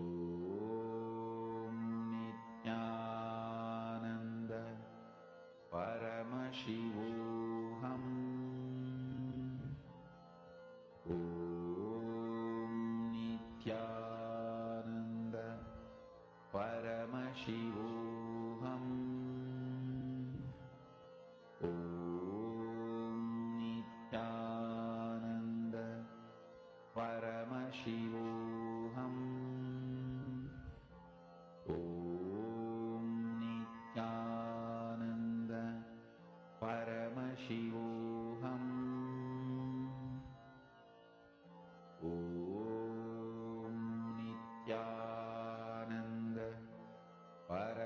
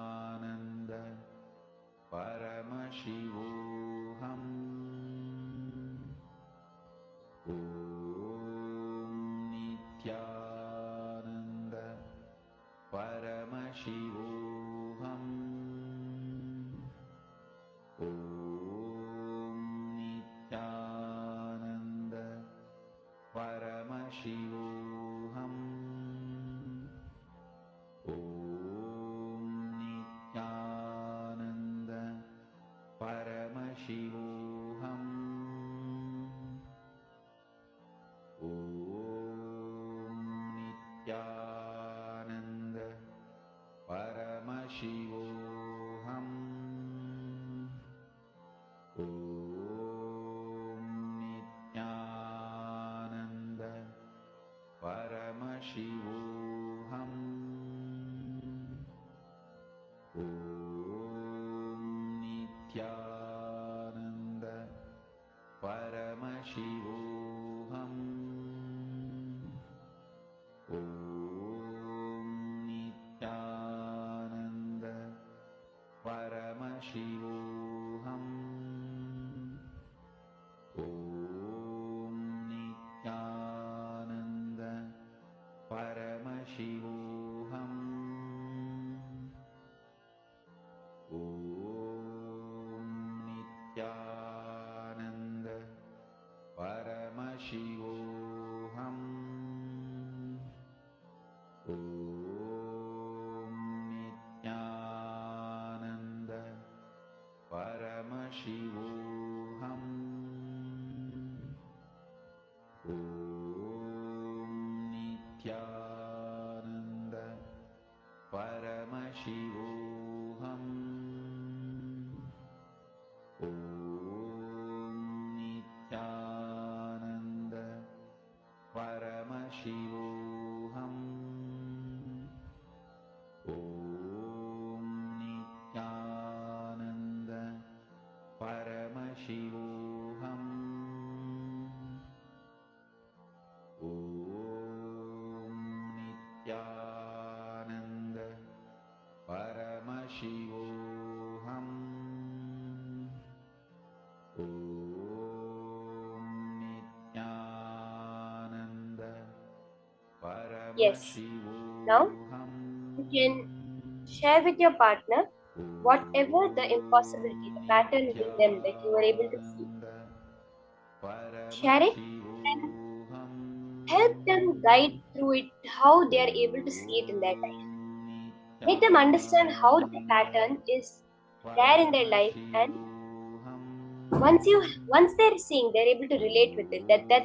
They're able to see that as a strong incompletion within them. Now we're going to shift their inner space to manifest their reality. How? Keep the Living Enlightenment book with you, either the soft copy or the hard copy. Chant the Mahavakya, sit straight, close your eyes, and just visualize Swamiji intensely in your third eye. Chant the Mahavakya and open the Living Enlightenment book. The page which he shows you. Remember, Swamiji has said the Living Enlightenment book is the essence of all his teachings he has ever given and he will ever give. She is intelligent and she keeps updating herself. So whatever powerful cognition the book is showing you, take that powerful cognition, surrender it in your Ananda Gandha, feel the shift, and then share it with your partner. Now do the second part of the manifestation. Shift your partner's inner space by shifting your inner space. The powerful cognition from the Living Enlightenment book. Paramashivoham. Om Nithyananda Paramashivoham.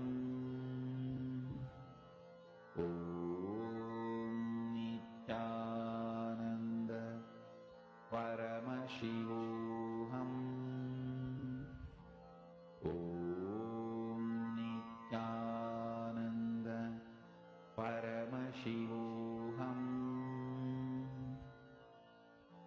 Om Nithyananda Paramashivoham. Om Nithyananda Paramashivoham. Om Nithyananda Paramashivoham.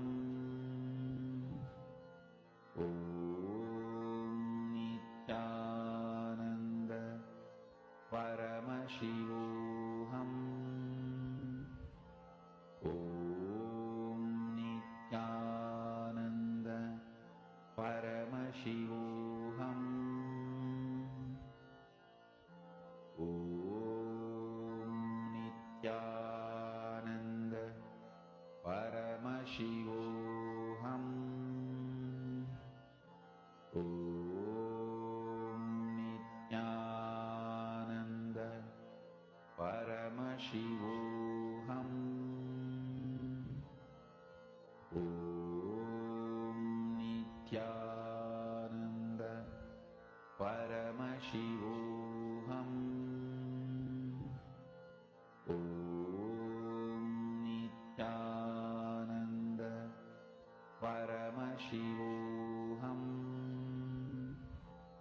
Om Nithyananda Paramashivoham.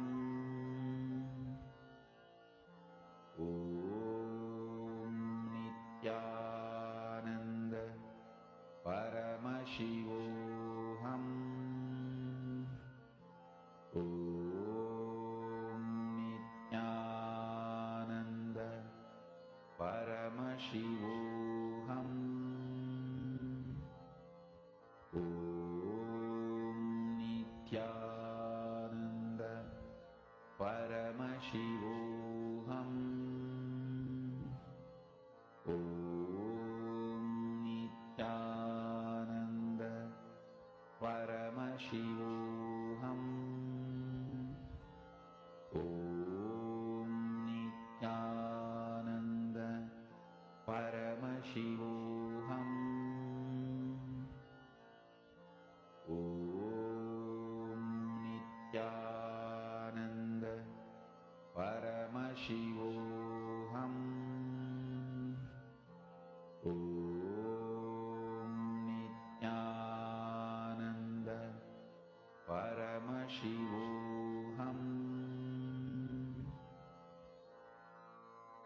Mahamahavagya, spiritual lullaby for samadhi, and Suprabhatam, wake up call, wake up song for Paramashiva. This Mahamahavagya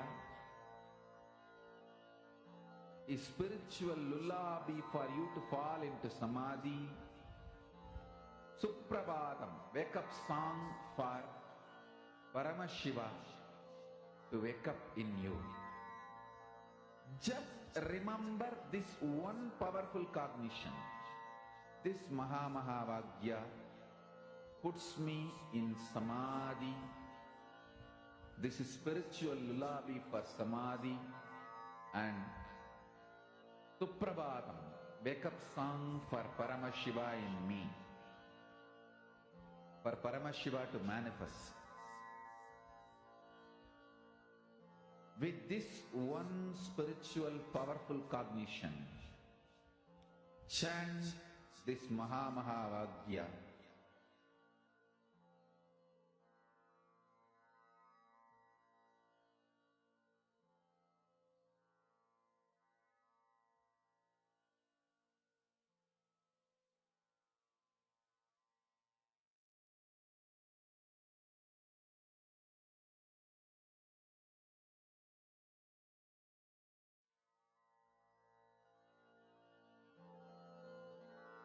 Mahamahavagya, spiritual lullaby for samadhi, and Suprabhatam, wake up call, wake up song for Paramashiva. For Paramashiva to manifest. With this one spiritual powerful cognition, chant this Mahamahavagya. Om Nithyananda Paramashivoham. Om Nithyananda Paramashivoham.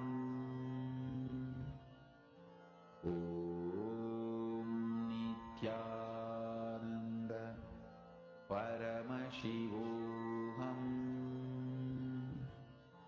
Om Nithyananda Paramashivoham. Om Nithyananda Paramashivoham. Om Nithyananda Paramashivoham. Om Nithyananda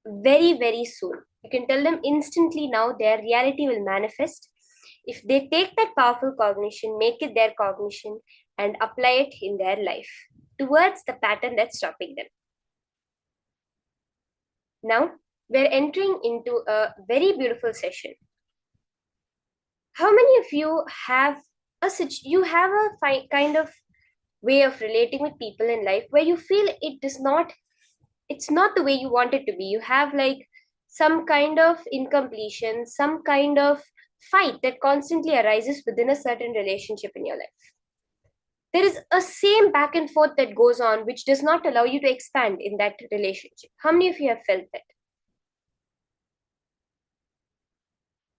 I'm sure many of you would have surely felt that, where you feel that, when you relate with people, somehow there is always the same kinds of conversations, the same kinds of fight that keeps getting rehashed and rehashed and rehashed.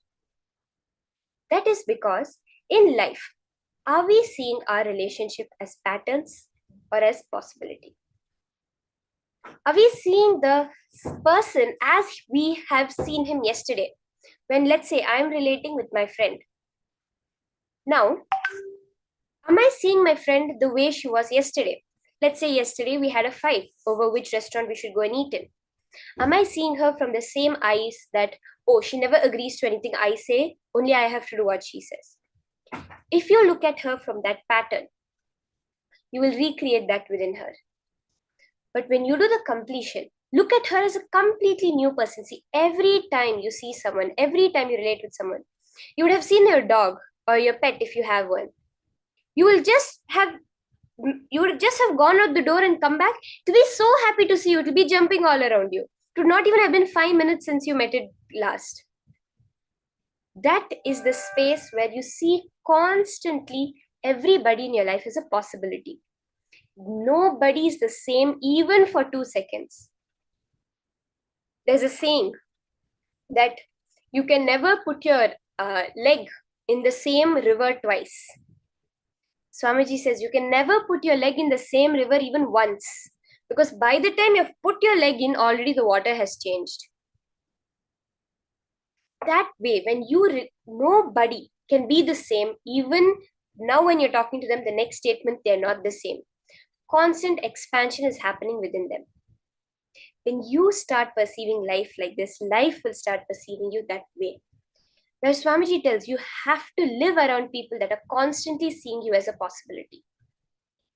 This is what we're going to be understanding, this science of relating to life and being related to by life as a possibility. Relationships, patterns, or possibilities. Let's now hear about this from Swamiji.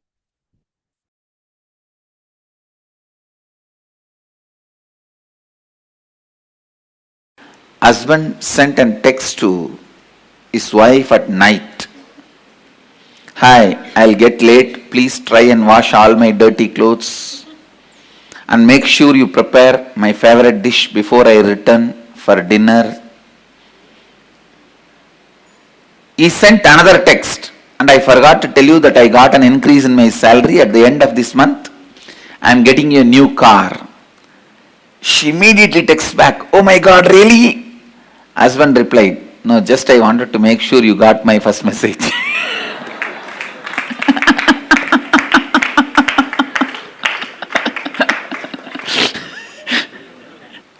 Husband texts to wife on cell.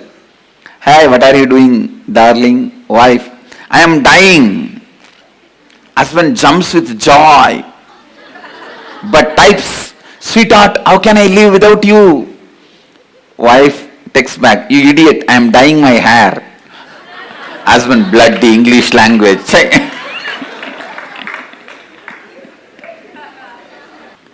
Boss hangs a poster in the office. I am the boss, do not forget.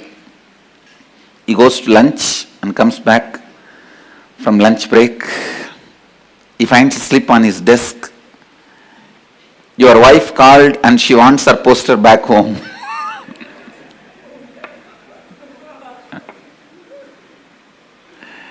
Understand, relationships can either lead to more and more imprisonment in your patterns or liberation. Pattern or possibility, it can lead you to more and more space of possibility.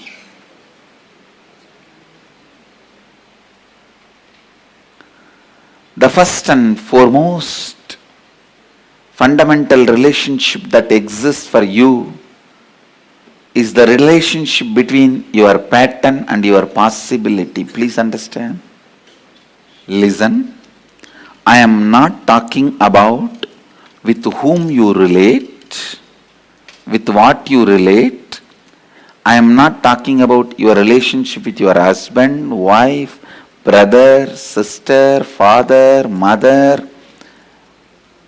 I am not talking even about all that.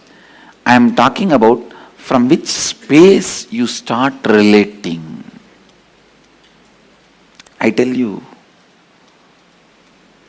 if you relate from the space of possibility, even if you live with a large family, you are a great sannyasi, enlightened being. If you relate based on the patterns, even if you are living alone, you are bound, bhatta, fallen, grihastha. Understand?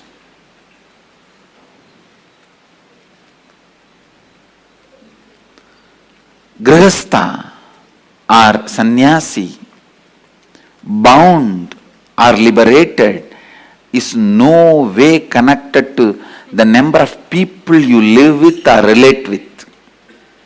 It connects with the space from which you operate. If you see every human being as a possibility, for that you also should see you as a possibility. Understand? When you see you as possibility, you will see everyone as a possibility. When you see everyone as a possibility,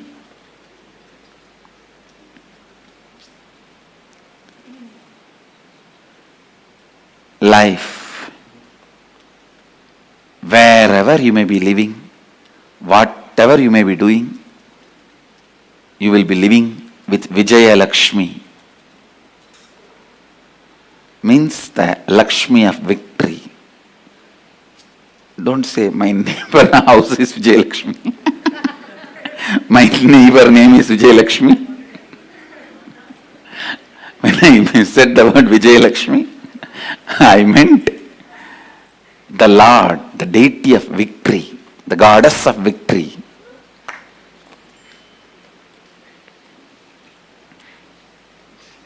Please understand.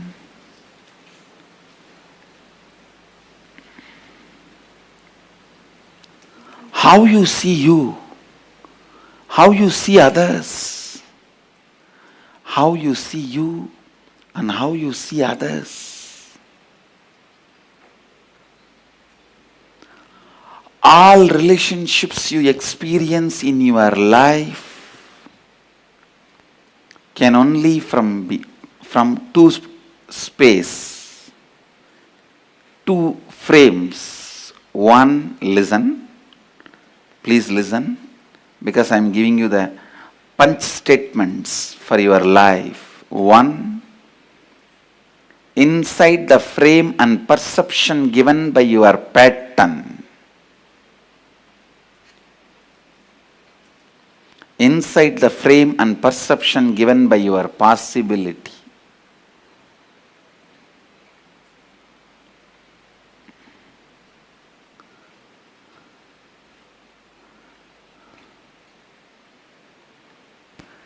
When you are able to see people as possibility, you will have tremendous patience. You will wait, and go on reminding. I am nothing but a reminder.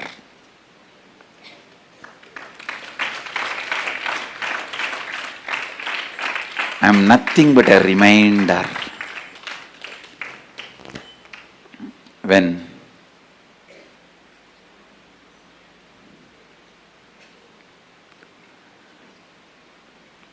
you see the possibilities. I can say in a way, eternal reminder. When I see the possibilities,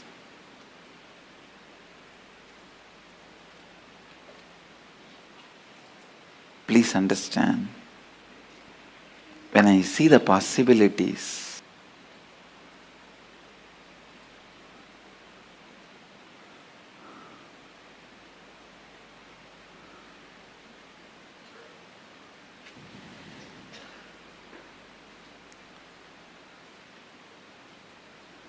your cognition starts functioning based on compassion. I tell you, please understand, even if you feel suffocating, imprisoned, live with a person who sees your possibility. Even if you feel free, liberated, don't live with people who see you only from pattern. I'm defining real freedom and real bondage. Living with a person who sees your possibility, who sees yourself as a possibility, who has seen his possibility and who sees you as possibility. Even life around him, with him, feels like suffocating or bondage. Live with him. The fourth principle, enriching, can empower you in the zone of relationships. If you are feeling powerless in your relationships, be very clear, you will be powerless with the relationship with yourself. Relationship with yourself and relationship with others both happen from the same space. In the relationship with the others, if you are feeling powerless, you will have the same powerlessness in the relationship with you. Relationship with you, if you are feeling powerful, complete. Relationship with others, you will feel same powerful, completeness. Enriching. How this principle is going to heal your relationship with you and your relationship with others. Make you feel powerful with regards to relationship with others and relationship with you. Enriching.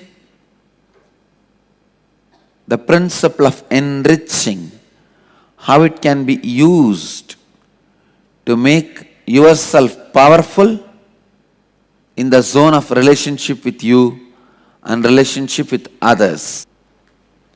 You have only two possibilities. First, heal, enrich your relationship with you.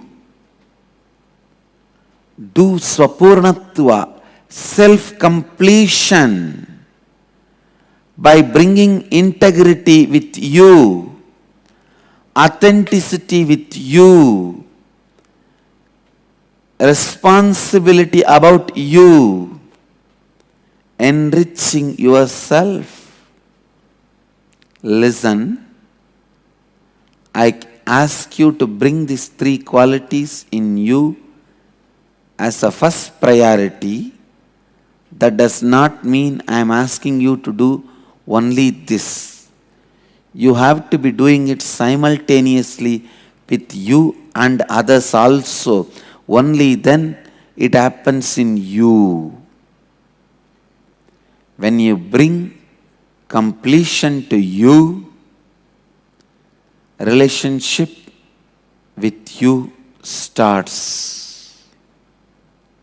Enriching yourself starts. If you don't have confidence, you can look at you, you can be with you, you are comfortable with you, you can raise yourself by yourself. Who can be with you? Who else can look at you? Who else will be comfortable with you? I tell you, in the cosmic constitution, the first amendment is you should be taught to be comfortable with you. That is your first amendment right. Man should be comfortable with himself. You should be able to be comfortable with you. That is the first amendment in cosmic constitution. Freedom of speech comes second. You have freedom to speak with others only if you have freedom to speak with you.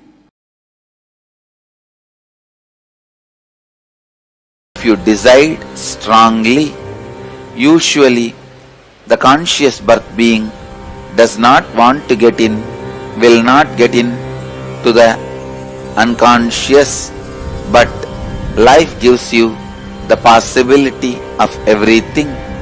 All possibilities are given to you, are provided to you. So understand the possibility exists in life. That is why it is called life. Every time when you are living, the possibility for all the dimensions are open to you, available to you, and waiting for you.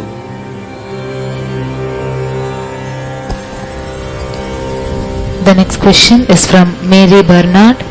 Nithyanandam Swamiji, you have already spoken of the destructiveness of suicide. Some states and countries allow patients who are suffering with a terminal illness to practice assisted death. It is strictly regulated. Usually the family gathers around the patient and some kind of painless lethal injection is given as per the patient's wishes and instruction. Could you comment on this? Cosmos does not agree this mercy killing. As Mahadeva already read out, it will be considered either suicide or murder. If the patient agrees, it will be considered as suicide. The patient does not agree, it will be considered as murder.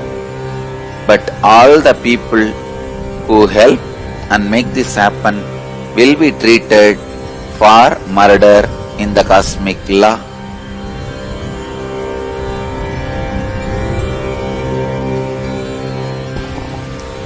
The next question is from Sudarshini Madan. Dear Swamiji, why there is so much of fear on death? How did the relationships emerge to be an important thing in our life?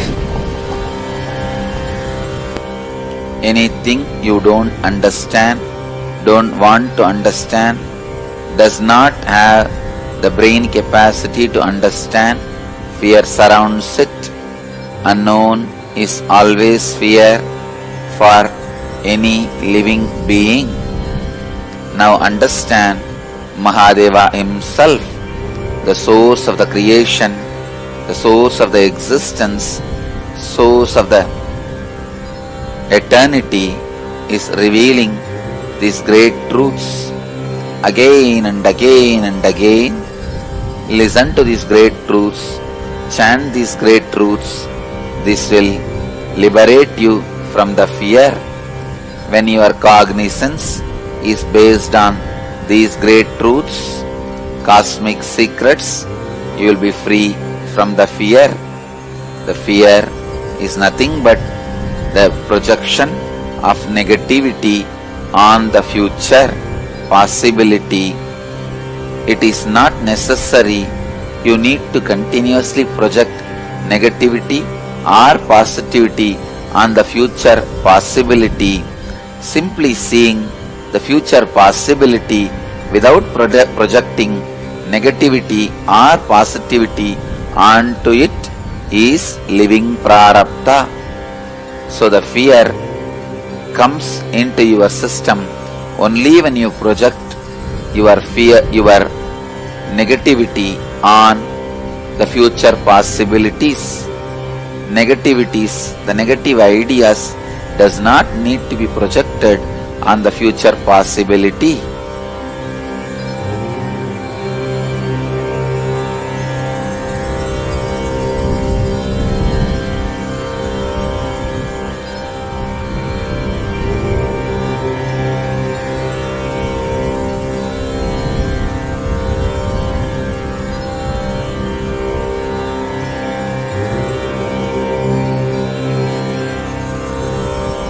Relationships gives you the feeling it is very important in the life, because through every relationship you try to have extended life while you are living. Whatever your body and mind cannot do for your interests and pleasure, you try to fulfill through the body and minds of your relationships. And same way, whatever they cannot fulfill through their body and mind, they are trying to fulfill through your body and mind. So mutually each other helping to fulfill the other's interests through body and minds of each other is relationships. If both of you understand the interests of each other and ready to support each other's fulfillment, it is called successful relationship. There comes love, compassion, sacrifice and spiritual growth. But if both of them are not understanding the real agendas of others, interests of others, continue the relationship, maybe because one person has hidden interests, hidden agendas which he does not want to reveal it to the other, or which he himself is not aware. When this kind of situations arise, relationship breaks or relationships continue to exist with being exploited, with exploitation. These kind of relationships lead to the worst grave sin of keeping the other person as slave. Whenever the slavery happens, cosmos strongly condemns it. So no slavery is allowed in the cosmos. Cosmos is strictly against slavery, because slavery is equivalent to the murder of partial time. In slavery, even if the other person has their body and mind, it is equivalent to they are killed, they are murdered, because that body and mind is not useful to that person anymore. So, relationship with an open, mutual interest should be encouraged, and it supports both the beings to evolve towards the fulfillment and finally the understanding how many bodies and minds you may use to fulfill your interests, that your interests are not going to lead you to your restful awareness.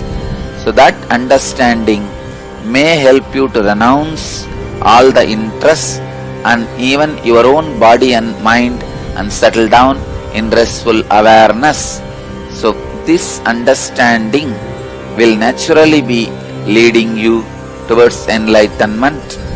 Going smoothly towards that understanding will be happening through the right understanding relationships. The relationships with the mood of exploiting other person with a hidden agenda without you revealing it to the other person about your interests, or you yourself may not knowing it by yourself, will lead to more and more destruction, depression. If the relationships continues, it will be the sin of slavery. If it breaks, it will be giving you a great divide, depression, feeling of emptiness. So the science of relationship is trying to have more body and minds to fulfill your interests, and trying to give the other person also your body and mind to fulfill his interests. As long as it is mutual, it is with a deep understanding, it should be encouraged, supported and blessed.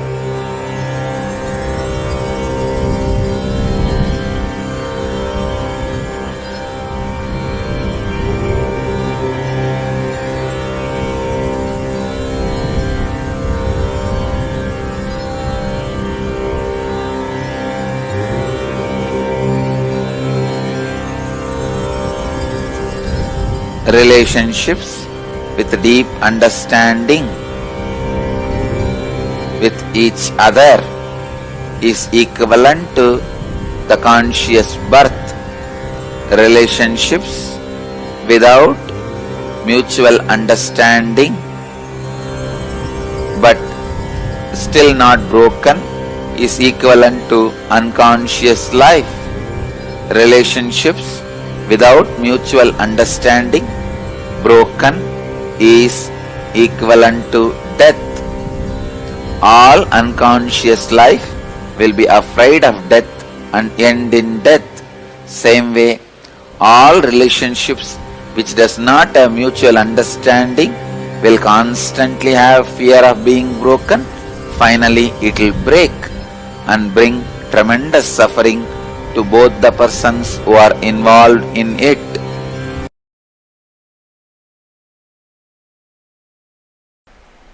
Understand the science of relationships. It is not just the phenomena of the mind, it's a phenomena of the body.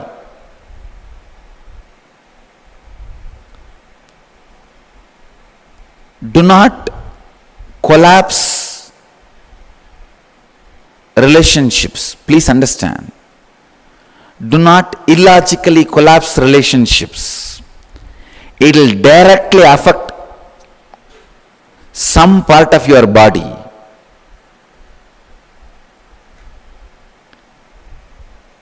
Unless you are logically completely convinced that this relationship can't be maintained, this is going to be abusive, it is going to be disturbing and disrupting your life, don't collapse any relationship. That is why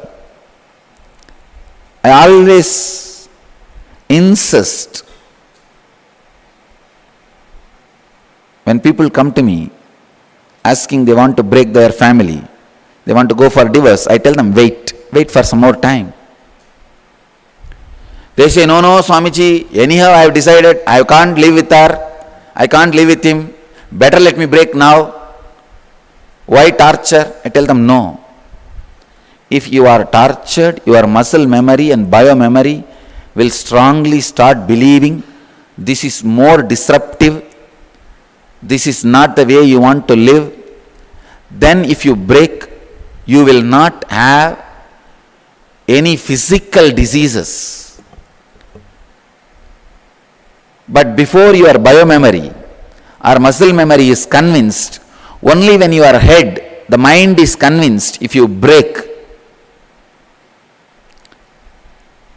the collapsing will simply turn into a disease inside you. That is why I insist, wait for some more time. Whether your muscle memory or biomemory changes your decision or it is going to support your decision, let's see.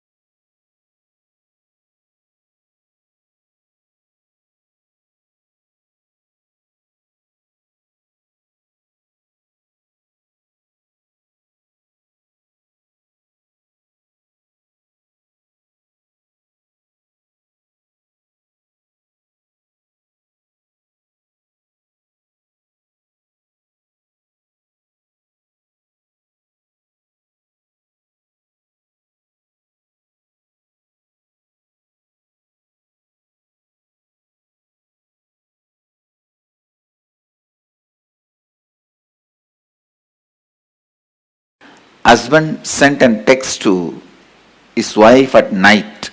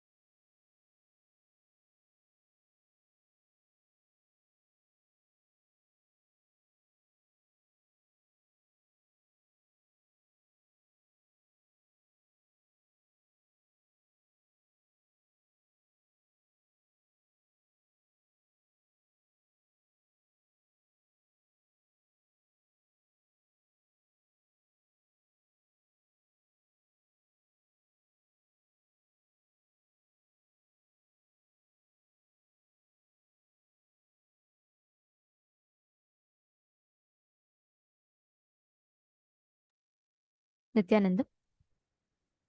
Swamiji had very beautifully revealed in satsang how every relationship in our life gives us two possibilities. It can become a possibility for us where we experience new breakthroughs, new shifts, or it can be a patterns in us, being in that same continuous rut. Every relationship is both a pattern or a possibility. But how we make it, are you going to keep it as a pattern or are you going to keep it as a possibility, is in your hands. Swamiji has revealed a very, very important truth here. Every relationship in your life, you have the possibility to lead it to a space of possibility or to keep it in pattern. Whenever you are in the space of completion, you are making it into a possibility. Whenever you are in the space of incompletion, those relationships remain a pattern inside of you. So the relationships remain as a pattern.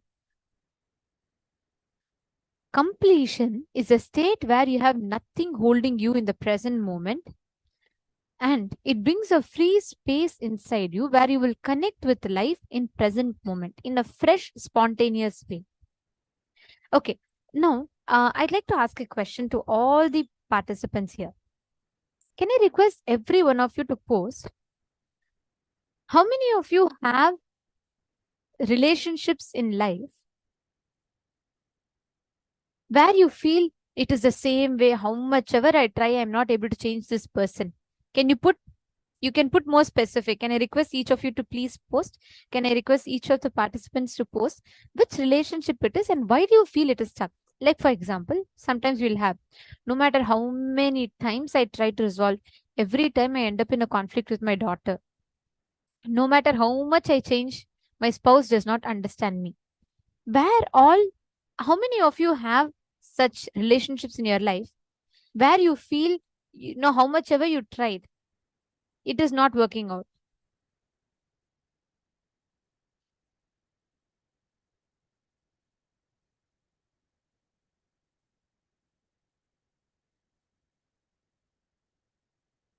Okay, Madhivyananda has posted, I feel like I'm not able to influence or change most people in my life. Only person I can influence a bit slowly is my father. Okay. Ma Diana saying, okay, never, I don't know when I should give up. Okay. Okay, Ma Christina, great. All the others, come on. Ma Navamani, Ma Uma Subramanyam.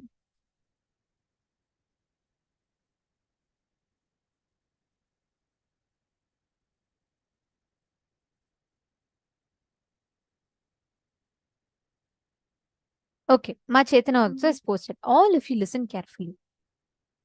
Every time you connect to your relative, your relationship, spouse, daughter, son, mother, father, any relationships in life, again and again, you put yourself back into that same pattern.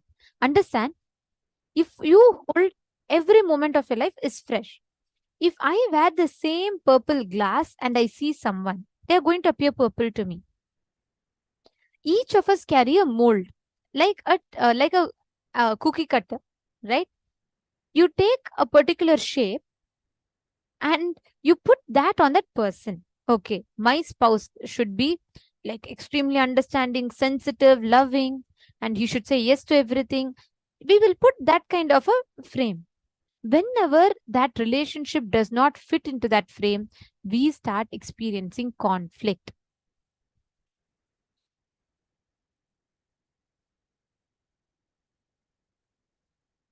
Ma Krista, you have brought up a very important point. You have put, no matter how many people I tried with, it's the same. Understand, when you put a purple glass, whether you see a red rose, white wall, or a pink lotus, or some rainbows, everything is going to be influenced by that purple layer that you add on top. The problem is not with the person. The problem is with the pattern that you perceive that person as. Are you understanding?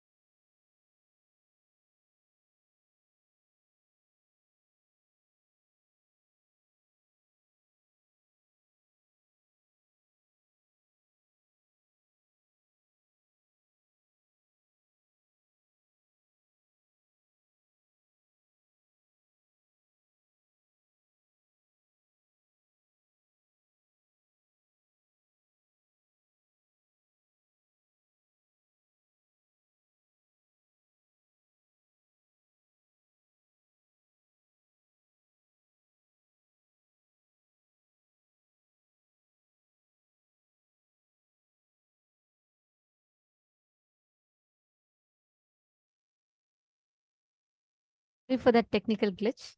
So, yes, Ma, Krista, I just wanted to answer your question, Ma. See, many times, the moment you are saying, right? I have had relationships with multiple people, but the person seems to not change. The same cycle that I get stuck into again and again and again. Understand? It is like this. The moment you see a person, especially watching movies or with the ideas we pick up from different sources, you hear from your friends or you hear from movies, read from books, we all make up a certain idea of how a daughter should be, how a father should be, how a spouse should be. We create a frame.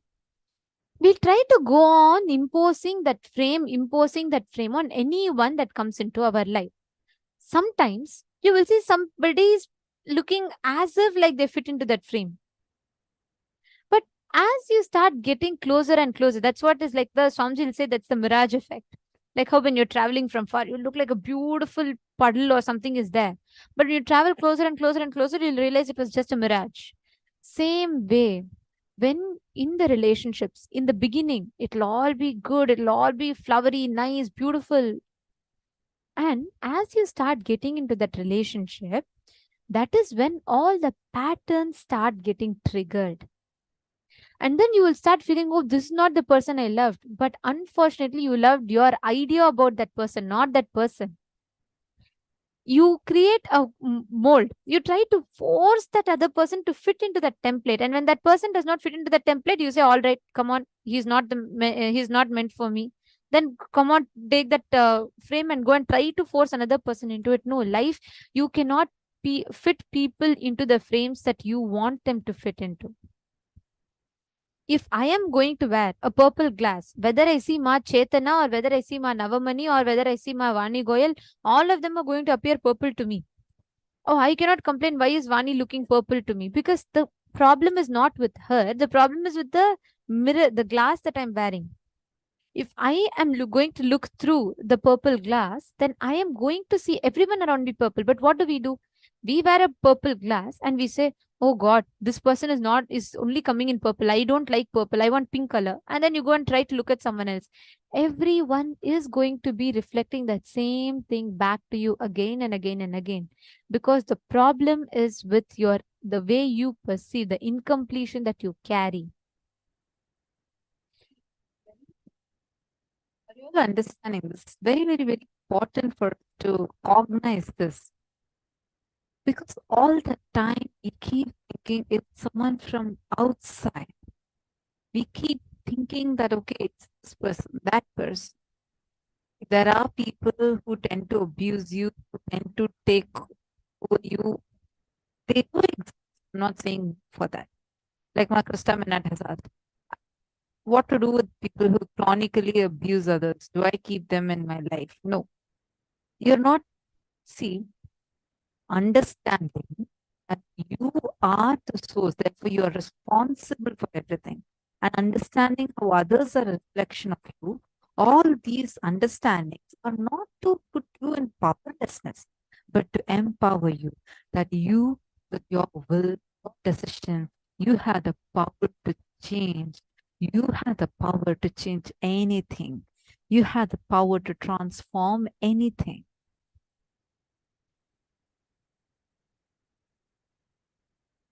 I hope it's Ma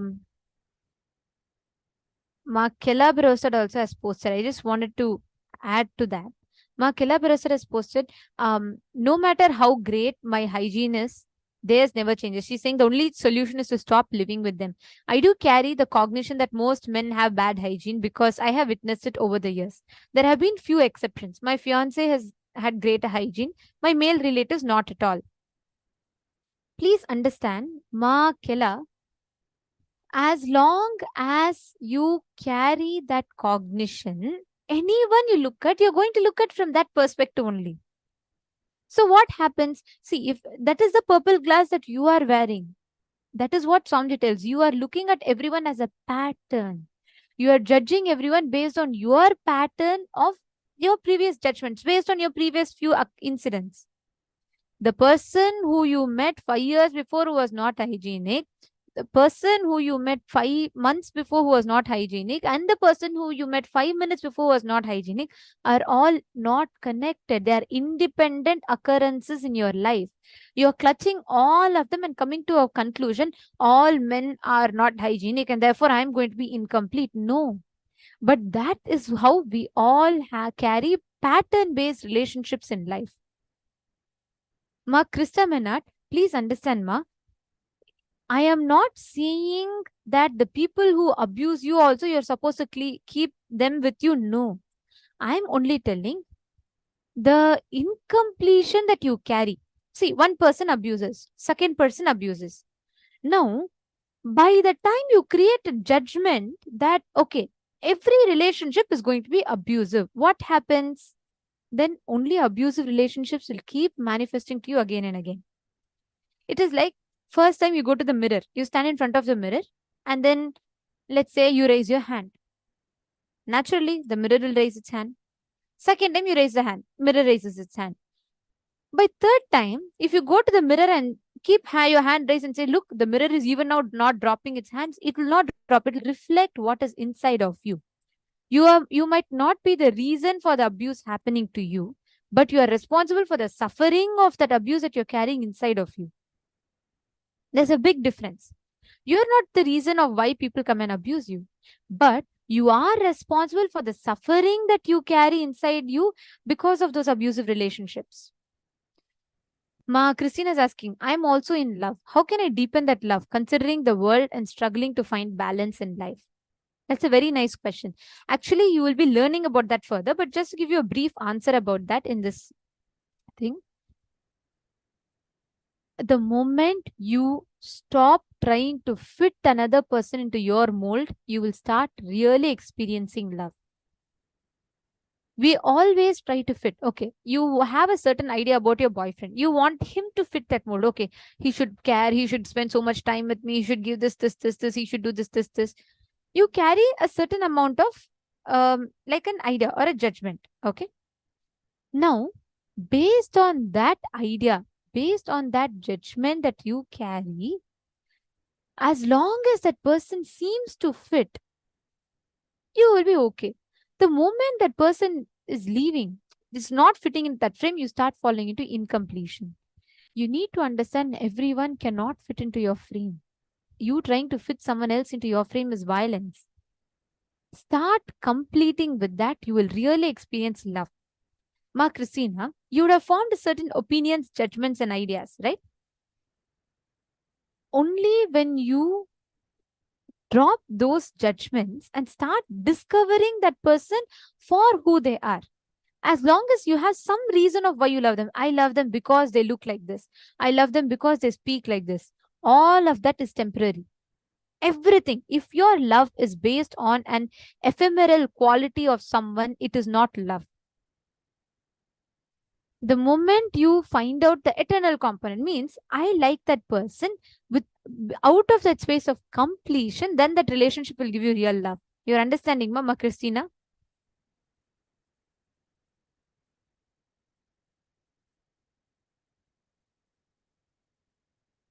Chetana is also asking a question. How do we find hope or possibility to live with abusive person over years and never changed and still see the same behavior, which I see as their natural behavior? Chetana, the first and foremost thing that you need to understand is that we look at things from the space we are in. Understand, I am not denying people have their innate qualities. That is true. But how you have to deal with them, how to get them into completion with you, how to get yourself into completion with them, starts first from us establishing ourselves in the space of completion. Understand?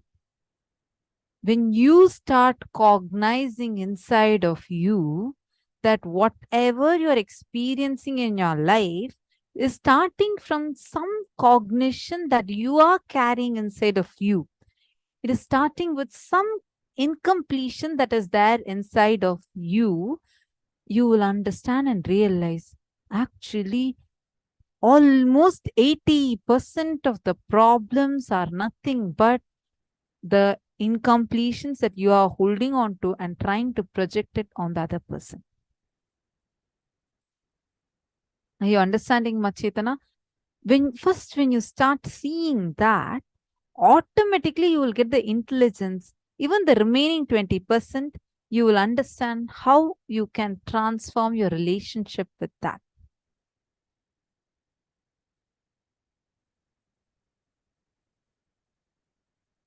Sneha Patel is asking, what to do when you stop seeing any good in them and also wonder what got you into this relationship? See, Sneha, again, it starts with the completion that we carry first within ourselves. Most of the times, the relationships that we are seeing outside is not the relationship we are actually seeing outside. It is from the past ideas, the hangovers from the past that's sitting in the present and affecting your future. For example, you had the same experience with your math teacher when you were 6 years old. So when you're growing up and then you go into your office, you see the same behavior in your boss. And then you see the same thing with your mother-in-law. Now, it is not with your mother-in-law or your boss. It is first starting with the incompletion, the suffocation that relationship with your math teacher had caused in you when you were just 6 years old. Like I had one math teacher who was, I forgot her name. I think Kasturi Mama, something like that. I was just 8, 9 years old. And the first time she had hit me when I was small for something, I didn't do homework or something like that. And like, I used to feel she's always partial. She likes certain people and she does not like certain people.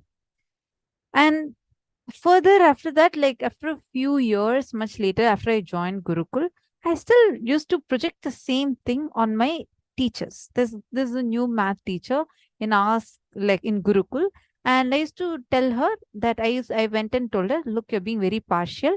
I feel, see, at least in Gurukul, we have the freedom, like you can talk openly and like, you know, they'll help you understand, they'll give you spiritual understanding. So I actually went to her and I told her, Ma, I feel you are being partial. You only teach this person more, you don't teach me. She said, wait. Why do you say that? Then I gave her one example. She helped me understand how that situation was my own perception, like how I put two different things together and I actually perceived something that was not even existing. It was causing so much of a disturbance in me, so much of an incompletion in me. And then when I actually went and spoke to her, she explained to me, look, it's not the way you saw it. And she explained to me. She told how, like, I'm just giving you an example in this because like, this is how first time I learned this concept. And then she told me, oh, look, I'm going and talking to him just to help him understand because he's weak in the subject. You're good at it. So I didn't spend the same amount of time with you. And he went for these activities, something she explained to me at that time. And I understood it.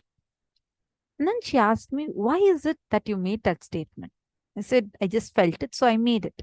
She said, no, look in. It doesn't come just like that as a instinctive response to some situation. But it is coming from something that's much deeper in you, not from this moment, but somewhere in your childhood. See how many times you have felt that life is always partial towards you. I said, so many times. I felt the same thing in my 10th grade. I felt the same thing in my 7th grade. I felt the same thing when I was much younger.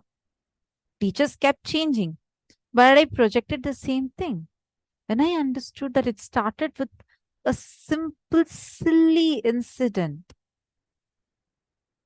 My math teacher hit me for me not doing the homework, but left my friend who also did not do the homework. It caused so much of incompletion in me. And till like I'm 14, when this incident happened, I was 14. I'm like, at that age also the same pattern was still continuing. I'm projecting the same math teacher on this Gurukul teacher too. Understand, so many times this is what we do. We go on blaming outside and it looks very real. Till that time I completed with this cognition, I really felt that everyone, all these people are being partial towards me. It was like very realistic. But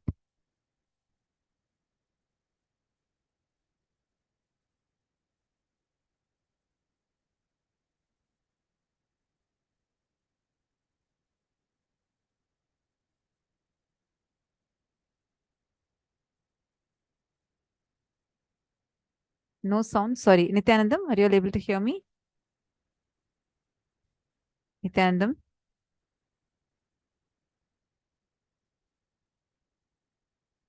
Okay, thank you. See, yes, I'll repeat the last line. See, most of the time, you are holding on to certain cognitions, incompletions from the past, and you're projecting that. It'll appear very real, very factual.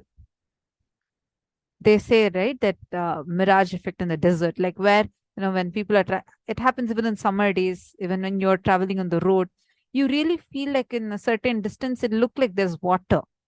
But as you go closer, the water disappears.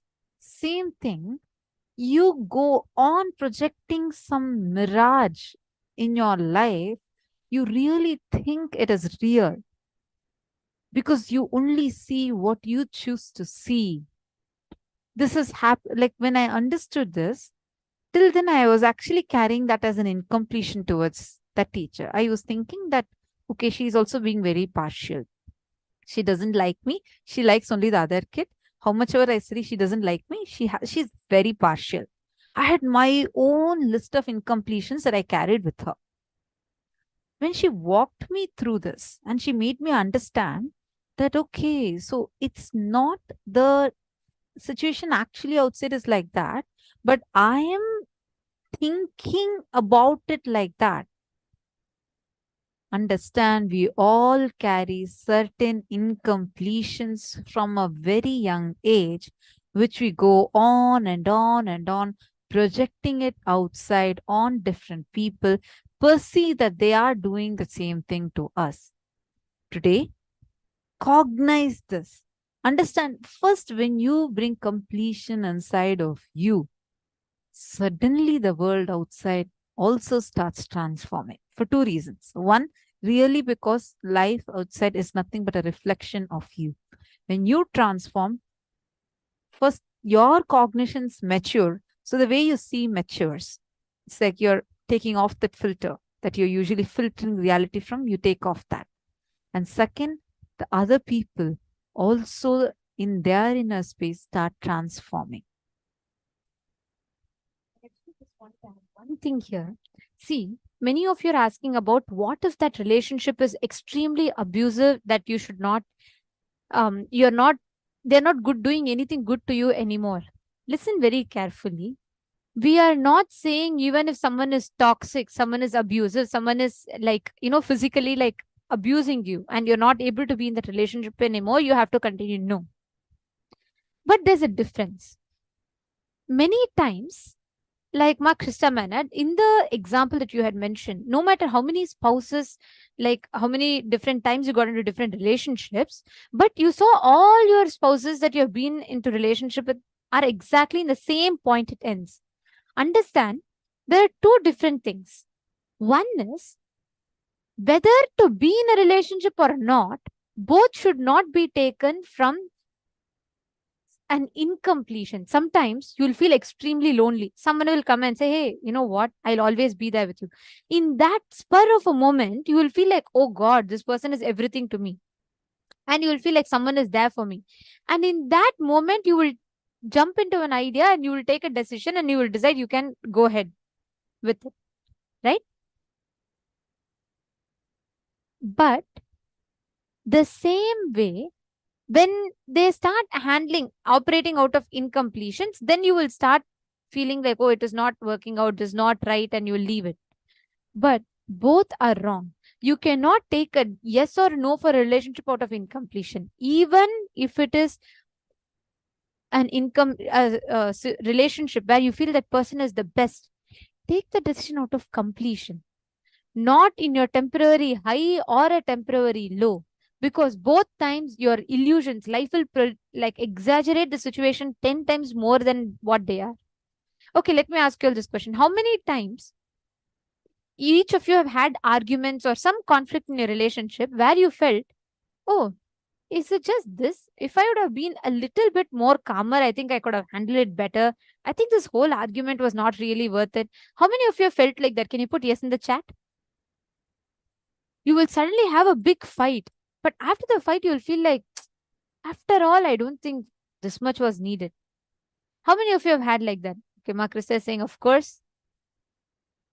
Come on, can I request everyone to put? How many of you have had? Okay, so many of you are putting Masuka Yoga, Madhyana, Majayanti.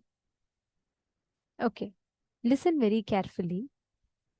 Whenever you are fighting at that time, you will actually feel it is legitimate. You will feel like, oh God, what I'm saying is right. This person is doing wrong to me.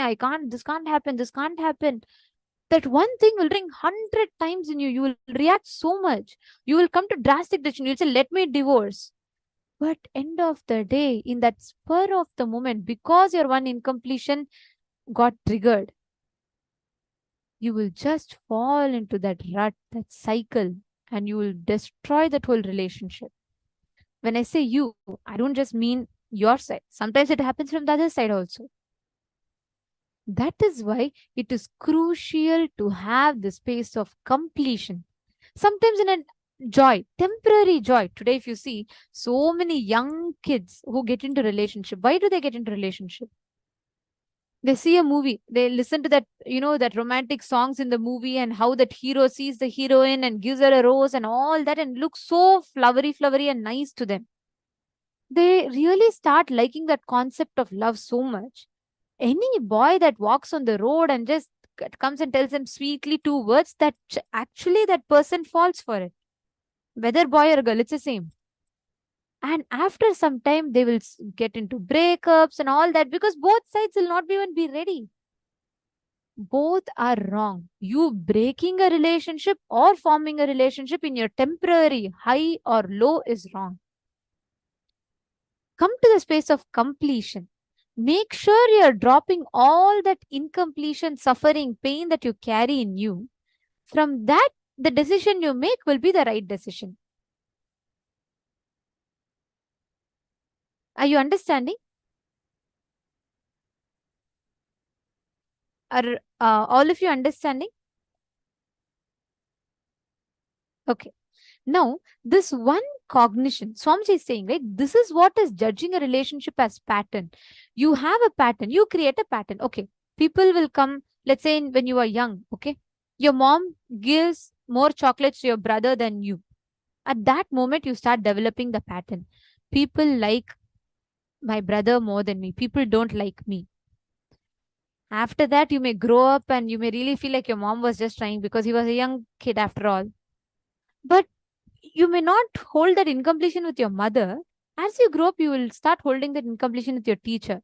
You will see in your school, from that same frame, you will look at it. Okay, how is life not being fair to me now? One incident is where your teacher would have told another kid, your project is very nice. That's all. You will form a conclusion.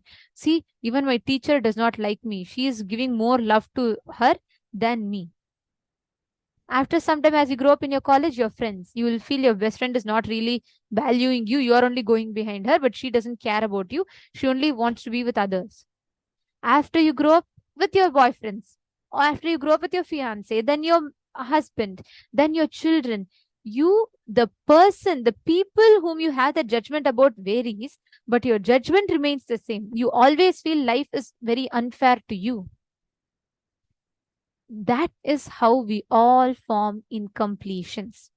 That is what is called as judging relationships as patterns and not as possibility. So many decisions to divorce, to break the relationships, fight.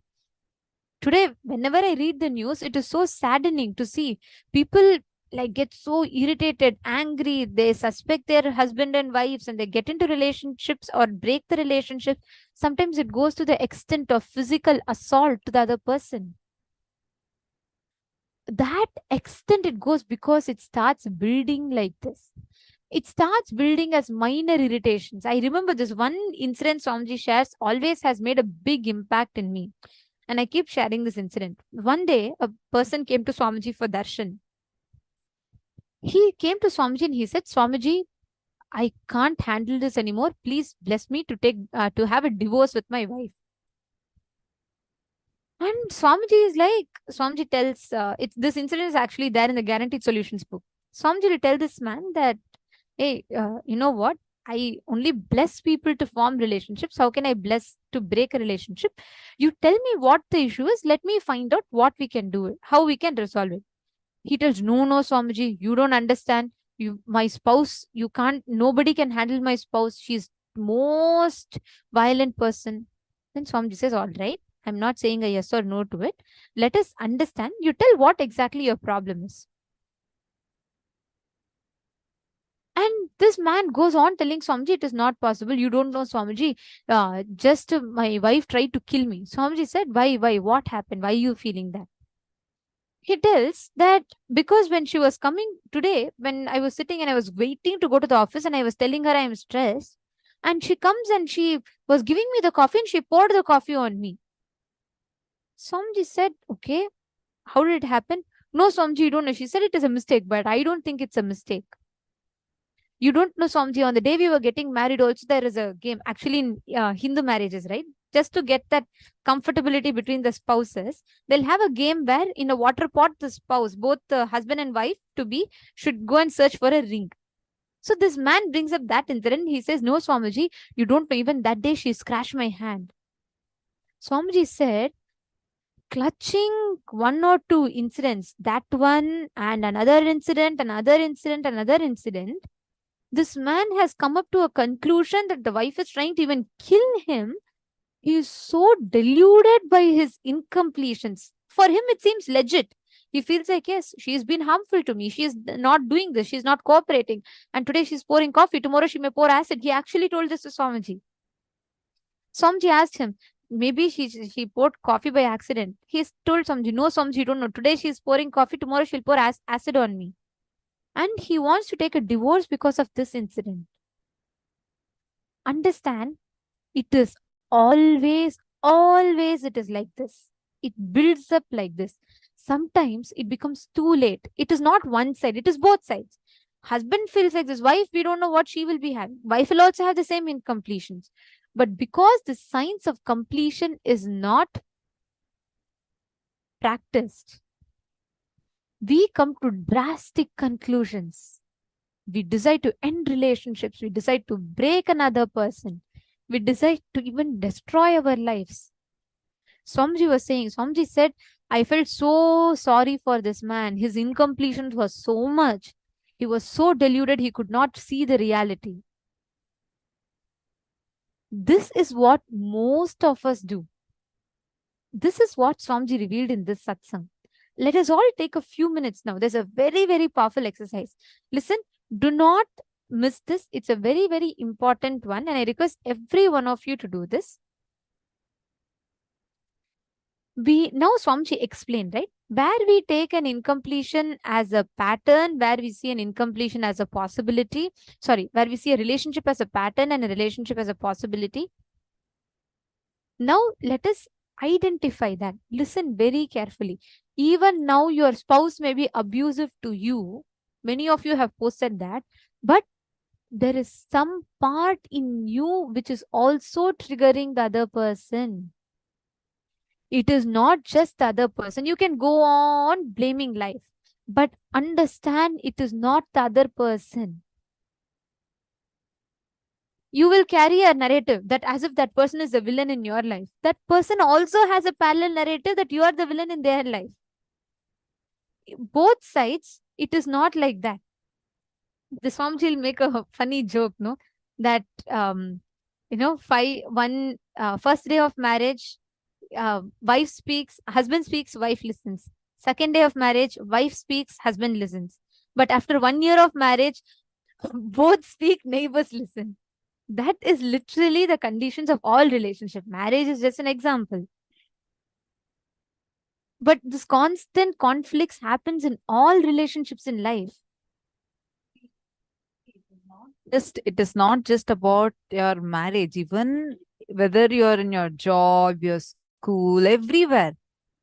It's a constant on and on happening in our lives. How many of you are identifying this? When we are telling about this, how many of you are identifying this? Could you all please post? A question. A question. If I do the incompletion, what if my spouse never does incompletion? Meaning completion, is it?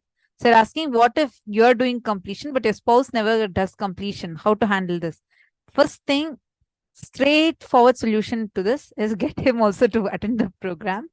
But if you do the completion, the very attitude of you would transforming the other person. I've told this so many times. I'm going to tell again, because this was my very first introduction to completion with others. I did not know much about Swamiji when I joined Gurukul. It was only after I joined Gurukul, slowly I understood about Swamiji, about Swamiji's teachings, everything. The day I saw Swamiji, I joined Gurukul. So when I joined Gurukul, day 1 or day 2, I think, there's this kid who also joined Gurukul. She was also a new kid. So we both are like newly joining. And she was a small kid. She was like 2 or 3 years younger than me. And she used to come and bug me and try to fight with me. And I also got so incomplete with her. And we both were fighting with each other. And I just didn't like to go near her. So I used to keep avoiding her. Wherever if she comes, I'll just turn away and go somewhere. This went on for 3-4 days. And then that day I started calling her as a bully. I used to keep telling her, you're bullying. And I used to keep moving away. And I used to get so incomplete. That night, one of the balasans, Gurukul balasans, asked me what's going on, why am I getting so incomplete and having a conflict with that other kid. I told her, look, this is what these are the things she did. And I'm so upset. She keeps coming and troubling me. She asked me, did you try completion? I asked her what that was. She explained to me the process. She said, you just do the completion and see. And definitely, she will not trouble you again. I was like amazed. I asked her what completion was. She explained to me the steps. So that night, this whole discussion happened at night. So I was like just about to go to sleep. So I closed my eyes. I started reliving, doing the completion process. And next morning, I felt so fresh throughout the time. Even in my dream, I'm sitting and completing with her. The next morning, we are going for puja. That day, early morning, we had Rudrabhishekam. And we all are going to the hall the meditation hall where we do the puja and abhishekam. So I was getting late. I was rushing and getting ready and going. I used to like these rose flowers to offer it to Swamiji during puja. I didn't talk one word to that kid or anyone else. I just got ready and I'm going to the hall. I saw that she was standing in the other end of the hall. Usually I'll get irritated. Usually I'll get very triggered. But that day, because of the completion I did the previous night, that whole irritation did not even exist. Somehow I felt so complete inside me. And that kid, she ran and came and hugged me. And she said, I don't know why I feel so complete with you. So I got flowers for you for puja. I was really shocked. This was my very first experience with completion. She got a plate full of roses and she gave me. I was like, why? I was really curious. I was like, till yesterday I was calling you a bully. Till yesterday I was like, we both were fighting with each other. We never spoke to each other. How come suddenly you're complete with me? She said, I don't know why. I just suddenly today morning when I woke up, I felt so complete with you. When I looked at you, I didn't have any past incompletion with you. I was so amazed. That gave me the experience of the power of completion. Understand, when you are really complete, outside people will also reflect that completion. I didn't speak one word to the other person, but that person also felt completion with me, because that is the power of completion. When all of us try, anyone, you can try this with any relationship. When you are complete, definitely it will reflect in the other person.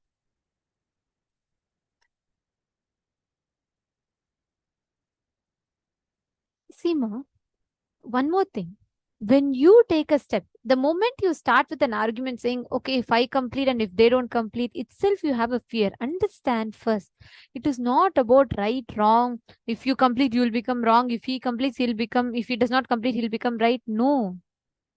It is like in many times in fight, you'll have a problem with asking sorry because you'll feel, oh, if I ask sorry, that means that person is right or what? No, no. I argued, but he also equally argued back with me. No, it is not about that.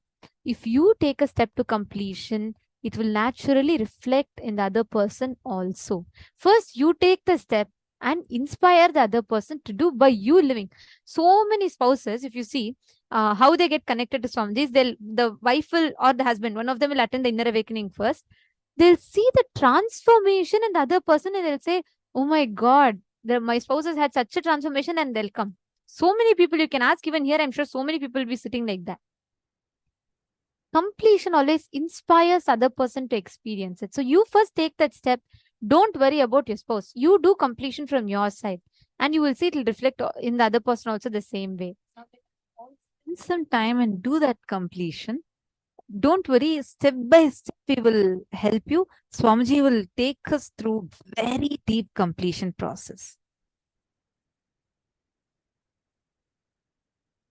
Please take a few minutes and pen down. Identify your parasite patterns.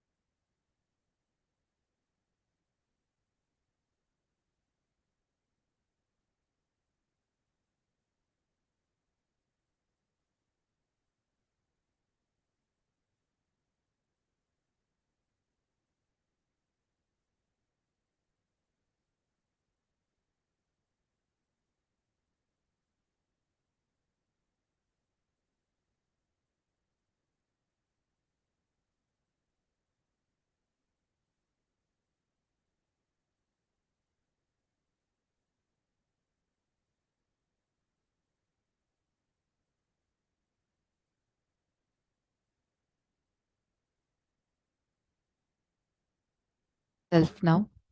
Identify your parasite patterns. Patterns of self-doubt, self-denial, self-rejection, self-criticism, self-hatred, being skeptical and believing it is impossible. Look into your life and see if you can recollect situations or incidents in your life where you experience the words, emotions, feelings, and experience of your parasite patterns. Please sit for a few minutes and pen down these situations and experiences.